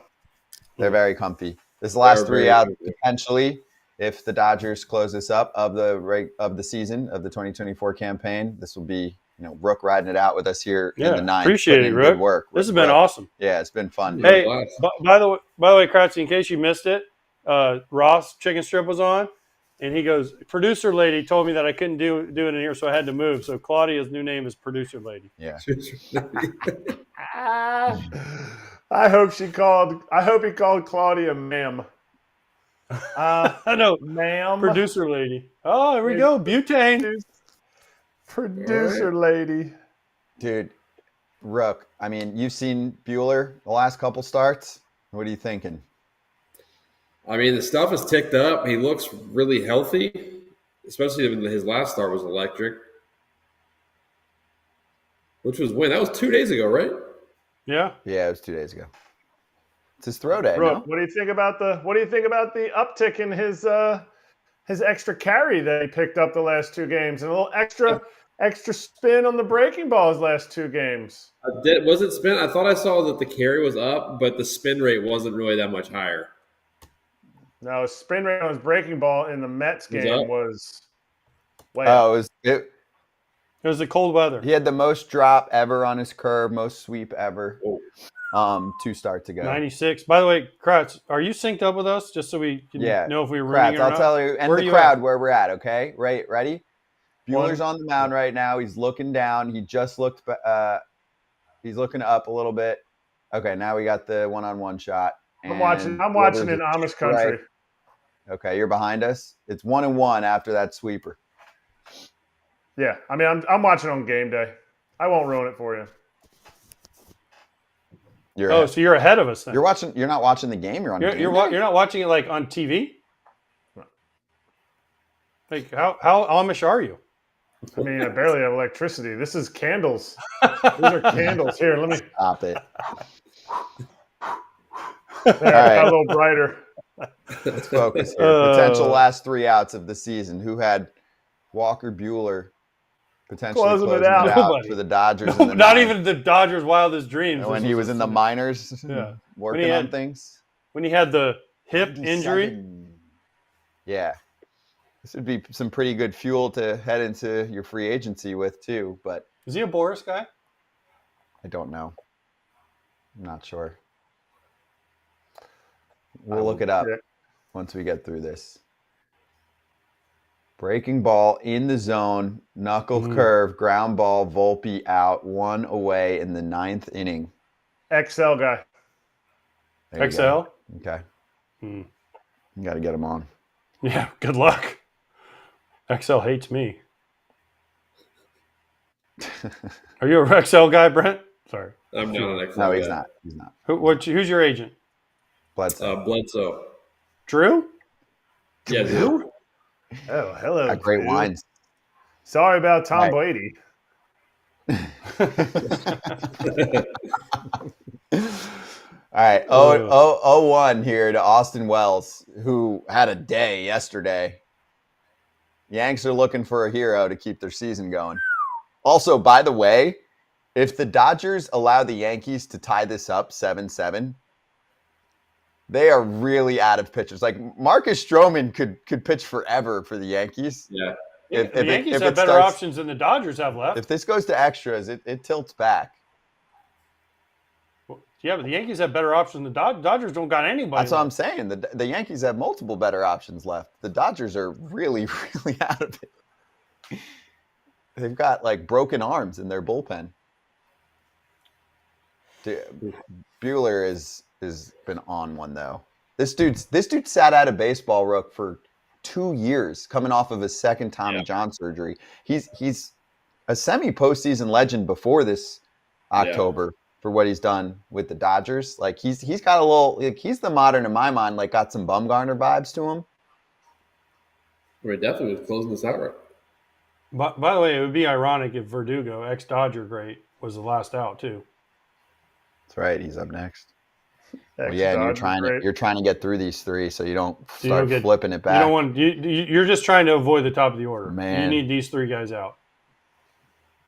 No walks. You can't walk anybody. And it's 3-2. As it goes 3-2. Yeah. Stuff looks good though, Rook. What are you seeing? I mean, the velo's there. The curveball looks really sharp, and it's got a lot of depth to it. So, I mean, obviously the short rest isn't affecting the stuff in a negative way. Wow. He's not feeling jack. That was filthy right there. 3-2 hammer time. He's on cloud 9. His stuff is tight. Adrenaline's about as high as it could possibly get. So, dude, 3-2 hammer time right there. Ripping. A World Series on the line. Some balls. He's pumping 97 with zip. He's got the curve working. Ball snapping. Yeah. Yeah, the sweeper. Dude, he's bringing it. I mean, Rook, you're facing this in the 9th after that whole game. Wow. Yeah, I mean, it's you get to a lot of bullpen guys, and you at least know you're dealing with like 2 pitches normally. But if you're getting a starter who's throwing all his stuff in the 9th, like it's tough. He's emptying all of his pitches, Oh, too. He's got them all. He is shooting his shot right They here. all look good, too. 93, yeah. I mean, cutter in. Oh, curveball. Holy Oh, shit. Dude, that curveball is doing it. Dude, he's gonna try and rush him up right here, I feel like. Or I guess he can go curveball in the dirt. Yeah, it's 1-2. By the way, I love the beta. Watch this.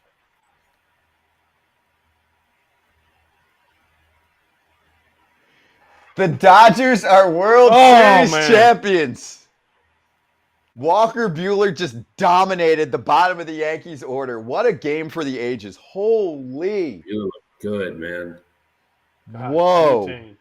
The Dodgers win the 2024 World Series. What a freaking storybook season. What a series. I know it ends up 4-1. And also, what a botch fest from the Yankees in that inning. We'll get into it on the postgame show. Rooker, we'll let you get last thoughts as we're watching this, and then we'll get geared up for our postgame show. But what do you got, man? Did you have fun? Yeah, man, that's a blast. The series as a whole was, I mean, it was more entertaining than a 4-1 series for sure. I mean, you're happy for Walker right there for all the stuff he's battled through to come in and do that in the postseason, especially right there. But, I mean, I feel like the Dodgers were definitely the favorite at the beginning of the year, and I mean, they played to their potential, and good for them. Wow. Oh. Well, Rook, you were awesome, man. Yeah, thanks for hanging with us for dude, this that was fun guys. talking to you. Yeah, Chatting to you, getting your perspective on things from a current player. Unbelievable. Enjoy it as always. Thanks, guys. Thank you. Appreciate you, Go Rook. take a nap, Rook. Yeah. Coming from the guy that can't open his eyes right now. Go take a nap. There we go. All right. One more. Just want to reiterate that, and then we're going to jump into our post-game show here. So if you're with us for post-game, we'll hang for a few minutes and put a close to the 2024 season. But Brent Rooker is an all-star on the field and a great baseball mind, and gave us a lot of time here for two watch parties that were both sick games. So just want to give him an extra shout out. And now let us begin the 2024 World Series post-game show. The Los Angeles Dodgers are World Series champs. Wow. It's FT Live final post-game show of the season. It's powered by MLB 9 Innings 24. It's the OGFT fam. AJ, Braun, Kratz. We made it through a 2024 season that had a lot to it. And the Dodgers win it all in Yankee Stadium, trailing 5-0 against Garrett Cole, who had the good stuff. And, I mean, let's go on to this game first, Kratz. The Yankees had a drunk inning that completely halted the series. Nobody saw that coming. Nobody saw Aaron Judge dropping a fly ball. He'll catch the next 1,000 fly balls exactly like that and will not drop them. Never would you say that Garrett Cole, in all that he pushed so hard through that inning, he gets the ground ball out from Mookie and he doesn't cover because he thinks Rizzo is going to charge that ball. Instead, he stays back. Like, there's always going to be questions. Whose fault is that? Whose fault? Just wasn't meant to be. Wasn't meant to be. Like, that stings, that hurts, whatever you can say about it. Like, that is just, it's crazy. It is crazy that they were even in that spot with a 5-0 lead, the way that Garrett Cole was pitching. And he still went, he almost went 7 full. Man, if they didn't botch that inning, I think Cole might have dealt a complete game. Like, it was that level or close. No? No. He had to get 6 outs that inning. Yeah. One of them was his own doing, but he was rolling. He was legitimately rolling. And, I mean, congratulations to the Dodgers. What a comeback. Yeah, we'll talk through it right now. They're showing Mookie Betts. He's picked up his 3rd World Series title now, 2 with the Dodgers, 1 with the Red Sox. Mookie drove in the winning run of the World Series after 2 fans yesterday tried to yank his arm off, and he took the high road, and karma bit back a little bit. Karma run here for the Dodgers. But also, let's be real, the Dodgers had a little Braves to them. You win the division every year. You've won 1 World Series, People get on your case because it's the COVID year and it was a super short season, so it's kind of weird. They didn't get through the whole marathon. Part of the problem is they've had a ton of pitching injuries this year. No different, right? You went through the marathon and you're like, damn, we're missing a lot of starters. And they still did it. So I give a ton of credit to this organization. To me, this takes a lot off their back during this whole run. Yes, because everyone said, 2020 was a shortened year. I mean, congratulations to the Dodgers. I mean, it was unbelievable. Walker Buehler's storybook ending. The Shohei Ohtani, right? All that drama. He was worth it. He was worth every penny. Every penny. Right? Teoscar took a 1-year deal to go there. Freddie Freeman, Mookie Betts, all these guys, all the money that people were like, the Dodgers can't win in the postseason. Well, the Dodgers proved everybody wrong. Yeah. I know Flower didn't have it today, but they needed him. Yep. They damn sure needed Tommy Edman. Kopech. Tommy Edman, the huge pitch. I mean. Yeah, Andrew Friedman. Dude, I know. Hey. Tip my cap, bro. The Mets had a higher payroll than the Dodgers last year versus this year. And they didn't even make the playoffs. So they put it all together, the Dodgers, and they won. And they win the division every year besides the 1 year a few years ago, and they missed it by a game to the Giants and blah, blah, blah, whatever. But this is a dominant franchise, Kratz. This is all. The one thing you guys forgot, who was the starting shortstop and picked to be MVP and started out the season this year like he's going to play short? Mookie Betts was going to be their shortstop. Like, if you think your team has drama or issues and that's why you're not winning, like, actually delve into the season. Their best player, soon to be named NL MVP, his translator got caught up in gambling scandal. Your starting shortstop made a great play in right field in your clinching game of the World Series. Your other starting shortstop, or your starting second baseman in spring training, got the yips, and he was batting ninth for you. Kike Hernandez signed late, and he could have almost gone to the Yankees. Like, your starting rotation is a shell of what it was. If you're a Dodgers fan, obviously you're so freaking juiced about winning a World Series. And everybody can stop hating on you for the 2020. Like, this is the most dominant team of the last decade. And they're going to be the most dominant team of the next 10 years, too. Maybe 6. Yeah, also last decade, Astros fans are going to want a little bit. I know there's some controversy with one of those, but the Astros did win another World Series after that. What? How many World Series? Yeah. If we're not counting 17, they had 1, right? Yeah. No, I'll count 17. That's fine. They have 2. Right, so you're saying it's 2-2. Yeah. Okay. And we can get to that another day, too. But how about I want to go to Doc Roberts for a moment. Many Dodger fans. He's a Hall of Fame manager now. Thank you. Many Dodger fans were like, oh, it's Doc's fault on this. It's Doc's fault on that. Look at this game, for example, and the whole series of what he took the Dodgers through, or I should say the whole postseason. He lost a ton of his starters. That's not his fault. There are so many talented arms missing in action right now for the Dodgers. And Doc enters this, and he did bring this to his team and kind of like an underdog mentality. Hey, we've been a powerhouse in the past. We definitely have big names. No one's going to feel sorry for us. But we are missing a ton of our arms. And they had to navigate through a lot. This game is the prime example. Walker Buehler's closing out the game. Blake Treinen's getting extended. You know, you have guys that are pitching big innings for you that are coming off of injuries like Gratterall, and I know Vesio was a little wobbly today. Like, the decisions he made worked. Yeah. I was doubting him early on in this game when they're getting clobbered, and I'm like, man, you should have gone for the jugular yesterday. He knew what he was doing. He knew what he was doing. No, he didn't. They got lucky. And he got lucky. I'll be honest, they got lucky today. They I mean, he didn't know what he was doing. But he did throw his 8 relievers, and they held him to 1 run. Because they were down 5-0, and then the 8 relievers came in and held them to 1 run the rest of the way, right? Now, by the way, happy Halloween. I dressed up like Scott Braun today. Just turned midnight. That shirt's not tight enough to be me. True. I don't have a shirt that small. You got to wash I tried to find one of my son's baby shirts. Put it in the dryer for 24 hours. You got me. Yeah, listen. Doc Roberts pushed all the right buttons. I mean, yes. Did they get lucky? Yes. Today they got lucky. Well, no, not lucky, though. But they put themselves in positions, and they also hit sac flies when they had to. Mm-hmm. They took the extra base when they needed to.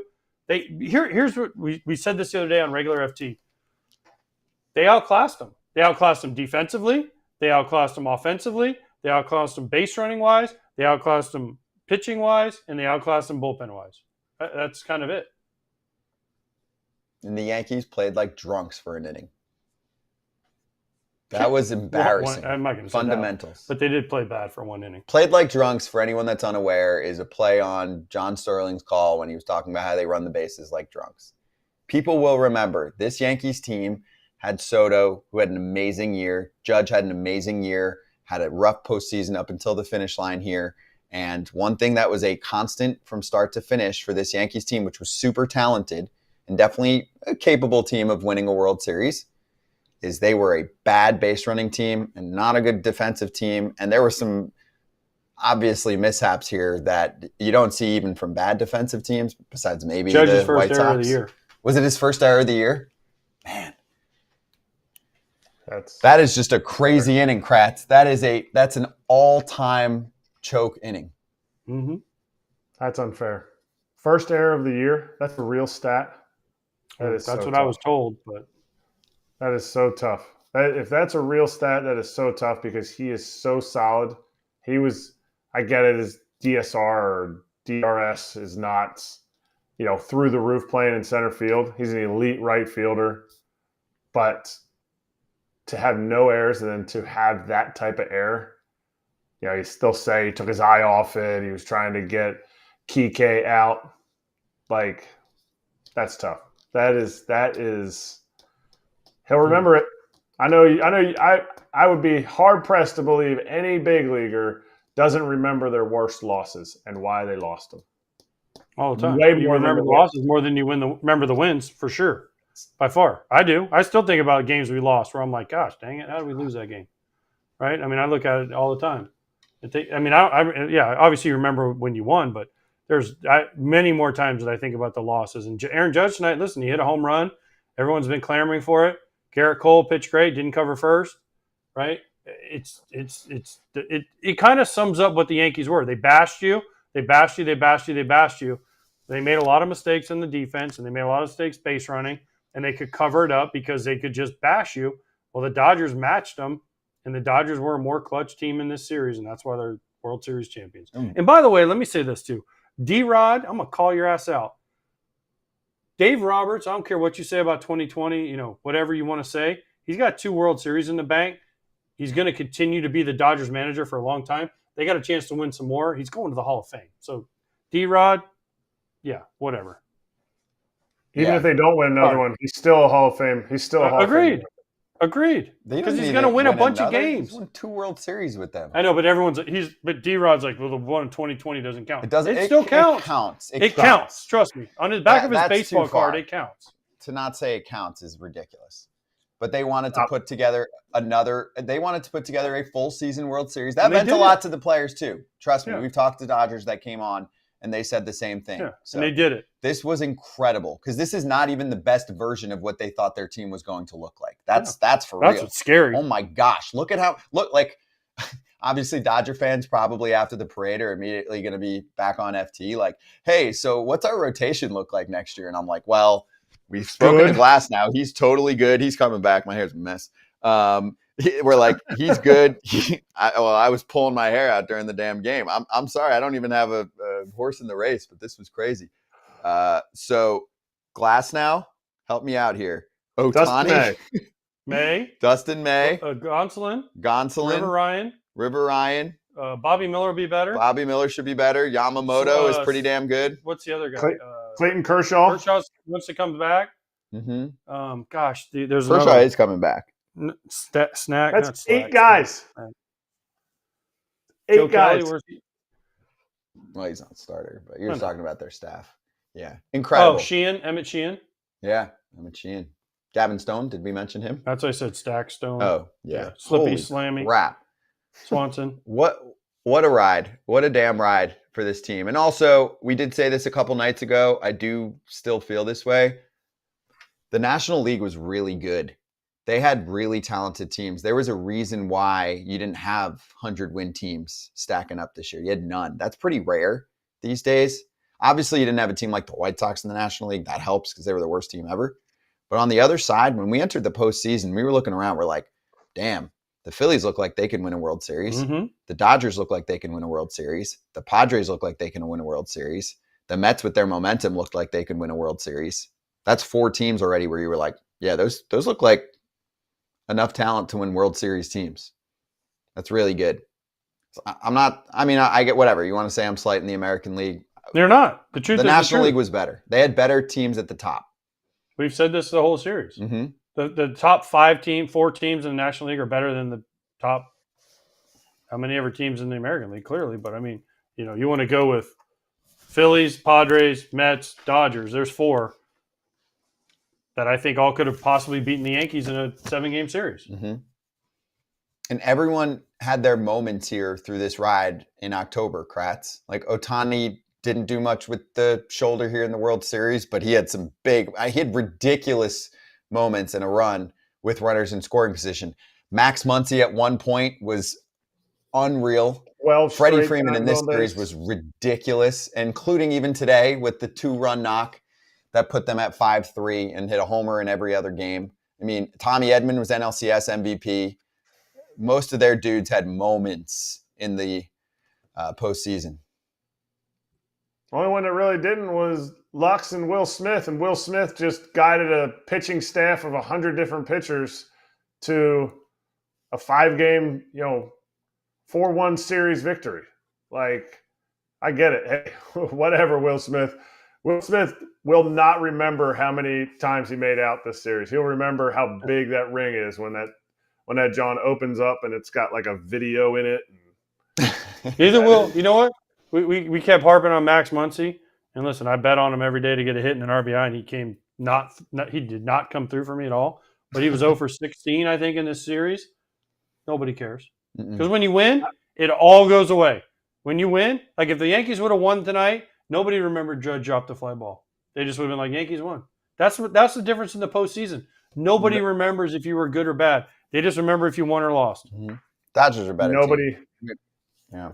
And nobody can understand that unless you're in it. Even pro guys, even big league guys that have never been in the playoffs, if you don't experience it, you don't know what it's like because you're constantly grinding. As much people want to say, I'm a team guy. You can have team at-bats, but ultimately you're looking up and you're like, man, 0 for 4. Dang, go on it. That's like 3. By the way, let's not. Hey, Scratchy, you're talking about Will Smith. Will Smith won a World Series again. All you need is Will Smith on your team. You're winning the World Series. Yeah, that's true. Will Smith's win every year. Don't forget it. Make sure you find yourself a Will Smith. And I heard him say on the telecast today, they said if Mookie Betts wins, he's the only active player with 3 World Series victories. That's not true. Who's missing? Will Smith. Will Smith, the pitcher. He won Braves. Yeah. He won 3 in a row. Did they say position player? I didn't hear that because we were on mute. We were working while you were sleeping. I did hear that another day though. I heard that one too. So it wasn't today. It wasn't today. Yeah, right. It was another day. Yeah. Also, I don't know if we mentioned, but Kike Hernandez is a playoff monster. Yeah. Earlier on in the postseason, he did some things, and people were on his case too, right? Like he has ups and downs with Boston. He was getting no love this offseason.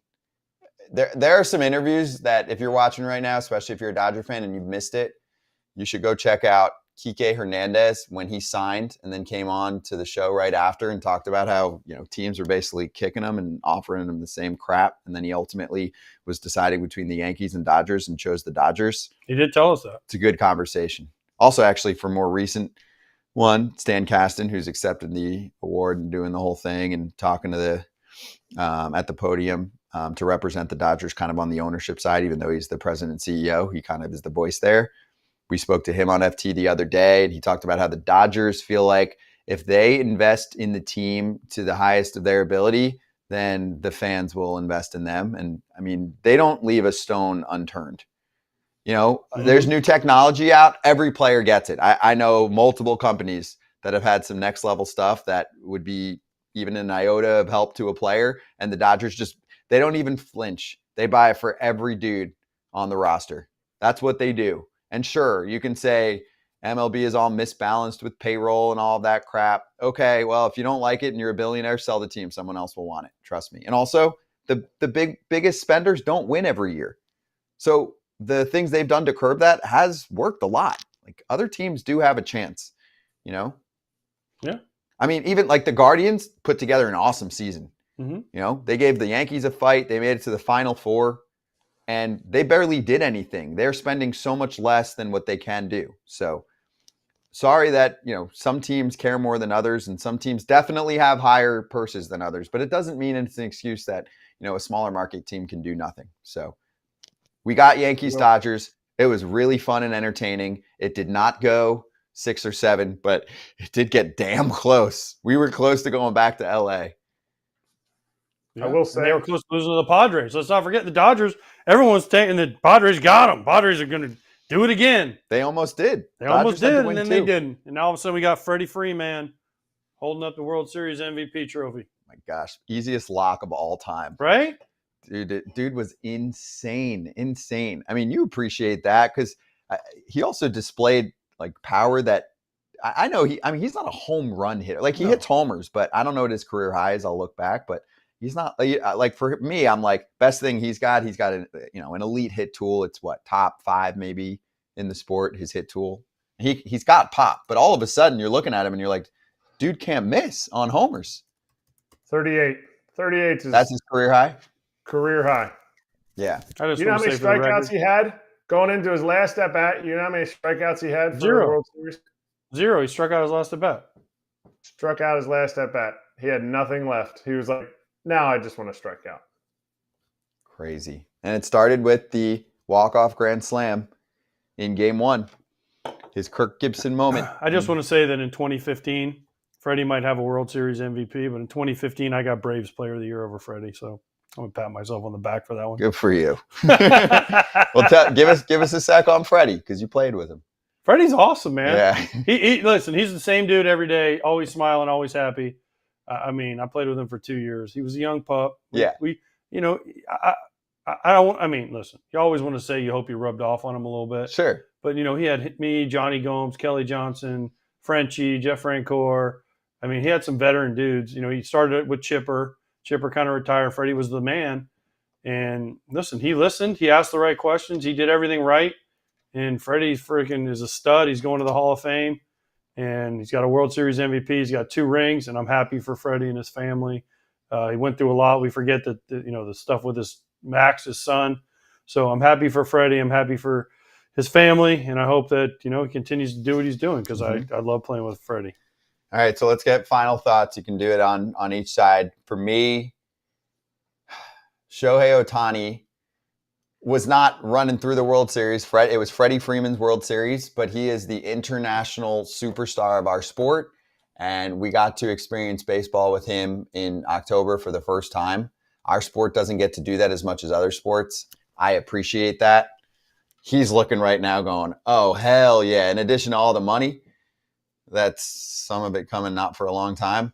He got his World Series title in his first year in LA. And I think the team can probably look stronger in other seasons going into October, including the fact that he might be pitching for the next 4 or 5 years for this team, if not longer. So that's really cool. On the other side, for the Yanks, they put together a really good team. And it was definitely a bit top heavy. I know the lineup started to click in yesterday's game. Judge with Soto this year was epic and historic. They definitely had enough of a starting rotation. I know they got some clunkers in the World Series from Luis Heel and Clark Schmidt. Also, I give a ton of credit to Brian Cashman's group for building a really good bullpen out of some guys that were not the biggest names in the world, including some White Sox retreads, like a Jake Cousins and a Tim Hill. They definitely made a mistake going with Nestor in game 1, coming off not pitching for a long time. And they're going to have a hell of a battle. Their battle has just begun because Yankee fans are going to be pissed. And Juan Soto is a free agent with an agent that will get him top dollar. So offseason is going to be fun as hell. We do this show 1 to 3 Eastern every single weekday. So we're going to be following it. Kratz, last licks. What do you got? I think you got something? Resetting me. Oh, yeah, it's me. You go last licks, Dude, then you Kratz. need to read a little bit more. I was in my zone. Yeah, you I'm were looking at the camera. You're on your soapbox. I know how to read. All right, so my whole thing You is have a soapbox. congratulations to the Dodgers, Yeah. first of all. And the Yankees, you had a great year. Came up short. It happens. But you spend money, you win. You at least you don't win, but you at least give yourself a better chance. The Dodgers proved it. The Yankees proved it. both these teams went out in the last offseason and filled their biggest needs. The Yankees needed a left-handed hitter. They went out and got the best one available, Juan Soto, through trade. The Dodgers wanted another superstar. What'd they do out? They went out and got two. They got Yamamoto and Shohei, right? They're built also for the long haul, the Dodgers are. Now, these guys are going to age a little bit, but you still have Shohei, Mookie, Max, Freddie, Will Smith, a bunch of guys. Their core basically is coming back, along with the pitchers we mentioned coming back. This is not the end for the Dodgers. This could be the beginning of a long run. I'm happy for Shohei. He was rotting in Anaheim. He gets to do it on the biggest stage. In his first year, he wins the World Series. Congratulations to you. And this just World Series was great for baseball. More people than a long time have tuned in to watch baseball. So I'm happy for baseball. Baseball is very healthy. Now let's not fuck it up this offseason. I'm here for the offseason drama. If that's what AJ needs, I need that offseason drama. This is Shohei. Like, to me, this is Shohei more than we'll ever know.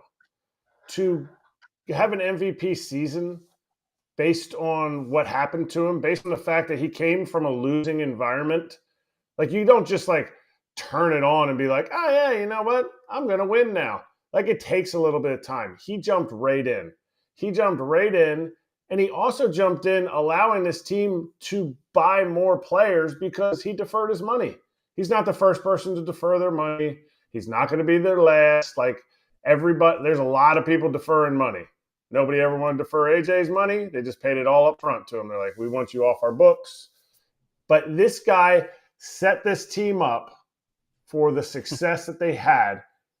And I'll even go farther. Sasaki, is it Sasaki? Is it Roki Sasaki? Sasaki, yes, Roki. I thought it was Roki, but then I was thinking Roku. Roki Sasaki. You don't think the Dodgers are in on him?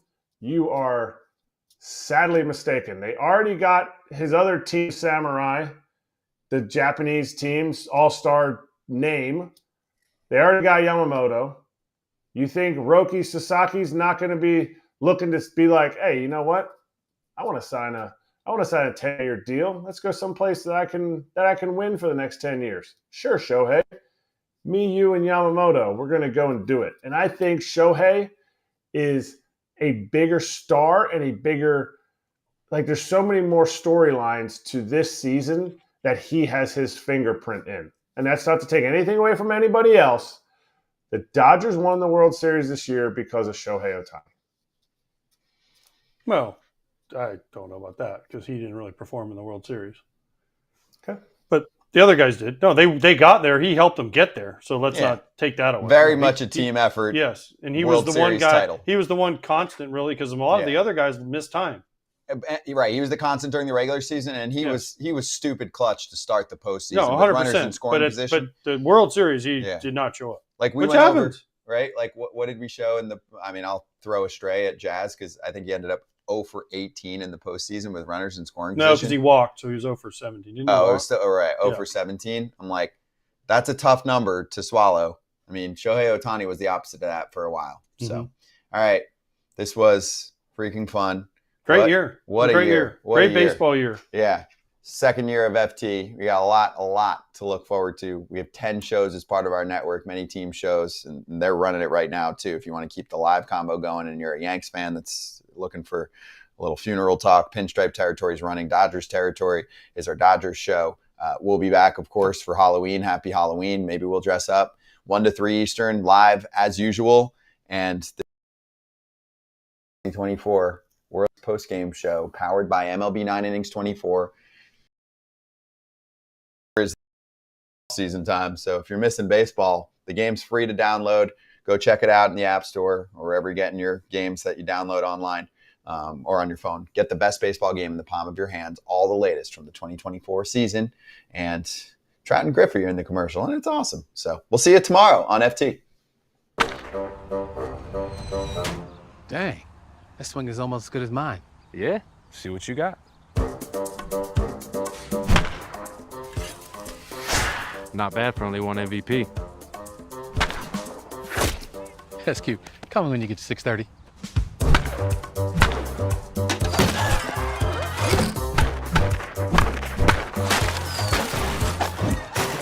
Still got it. Whatever.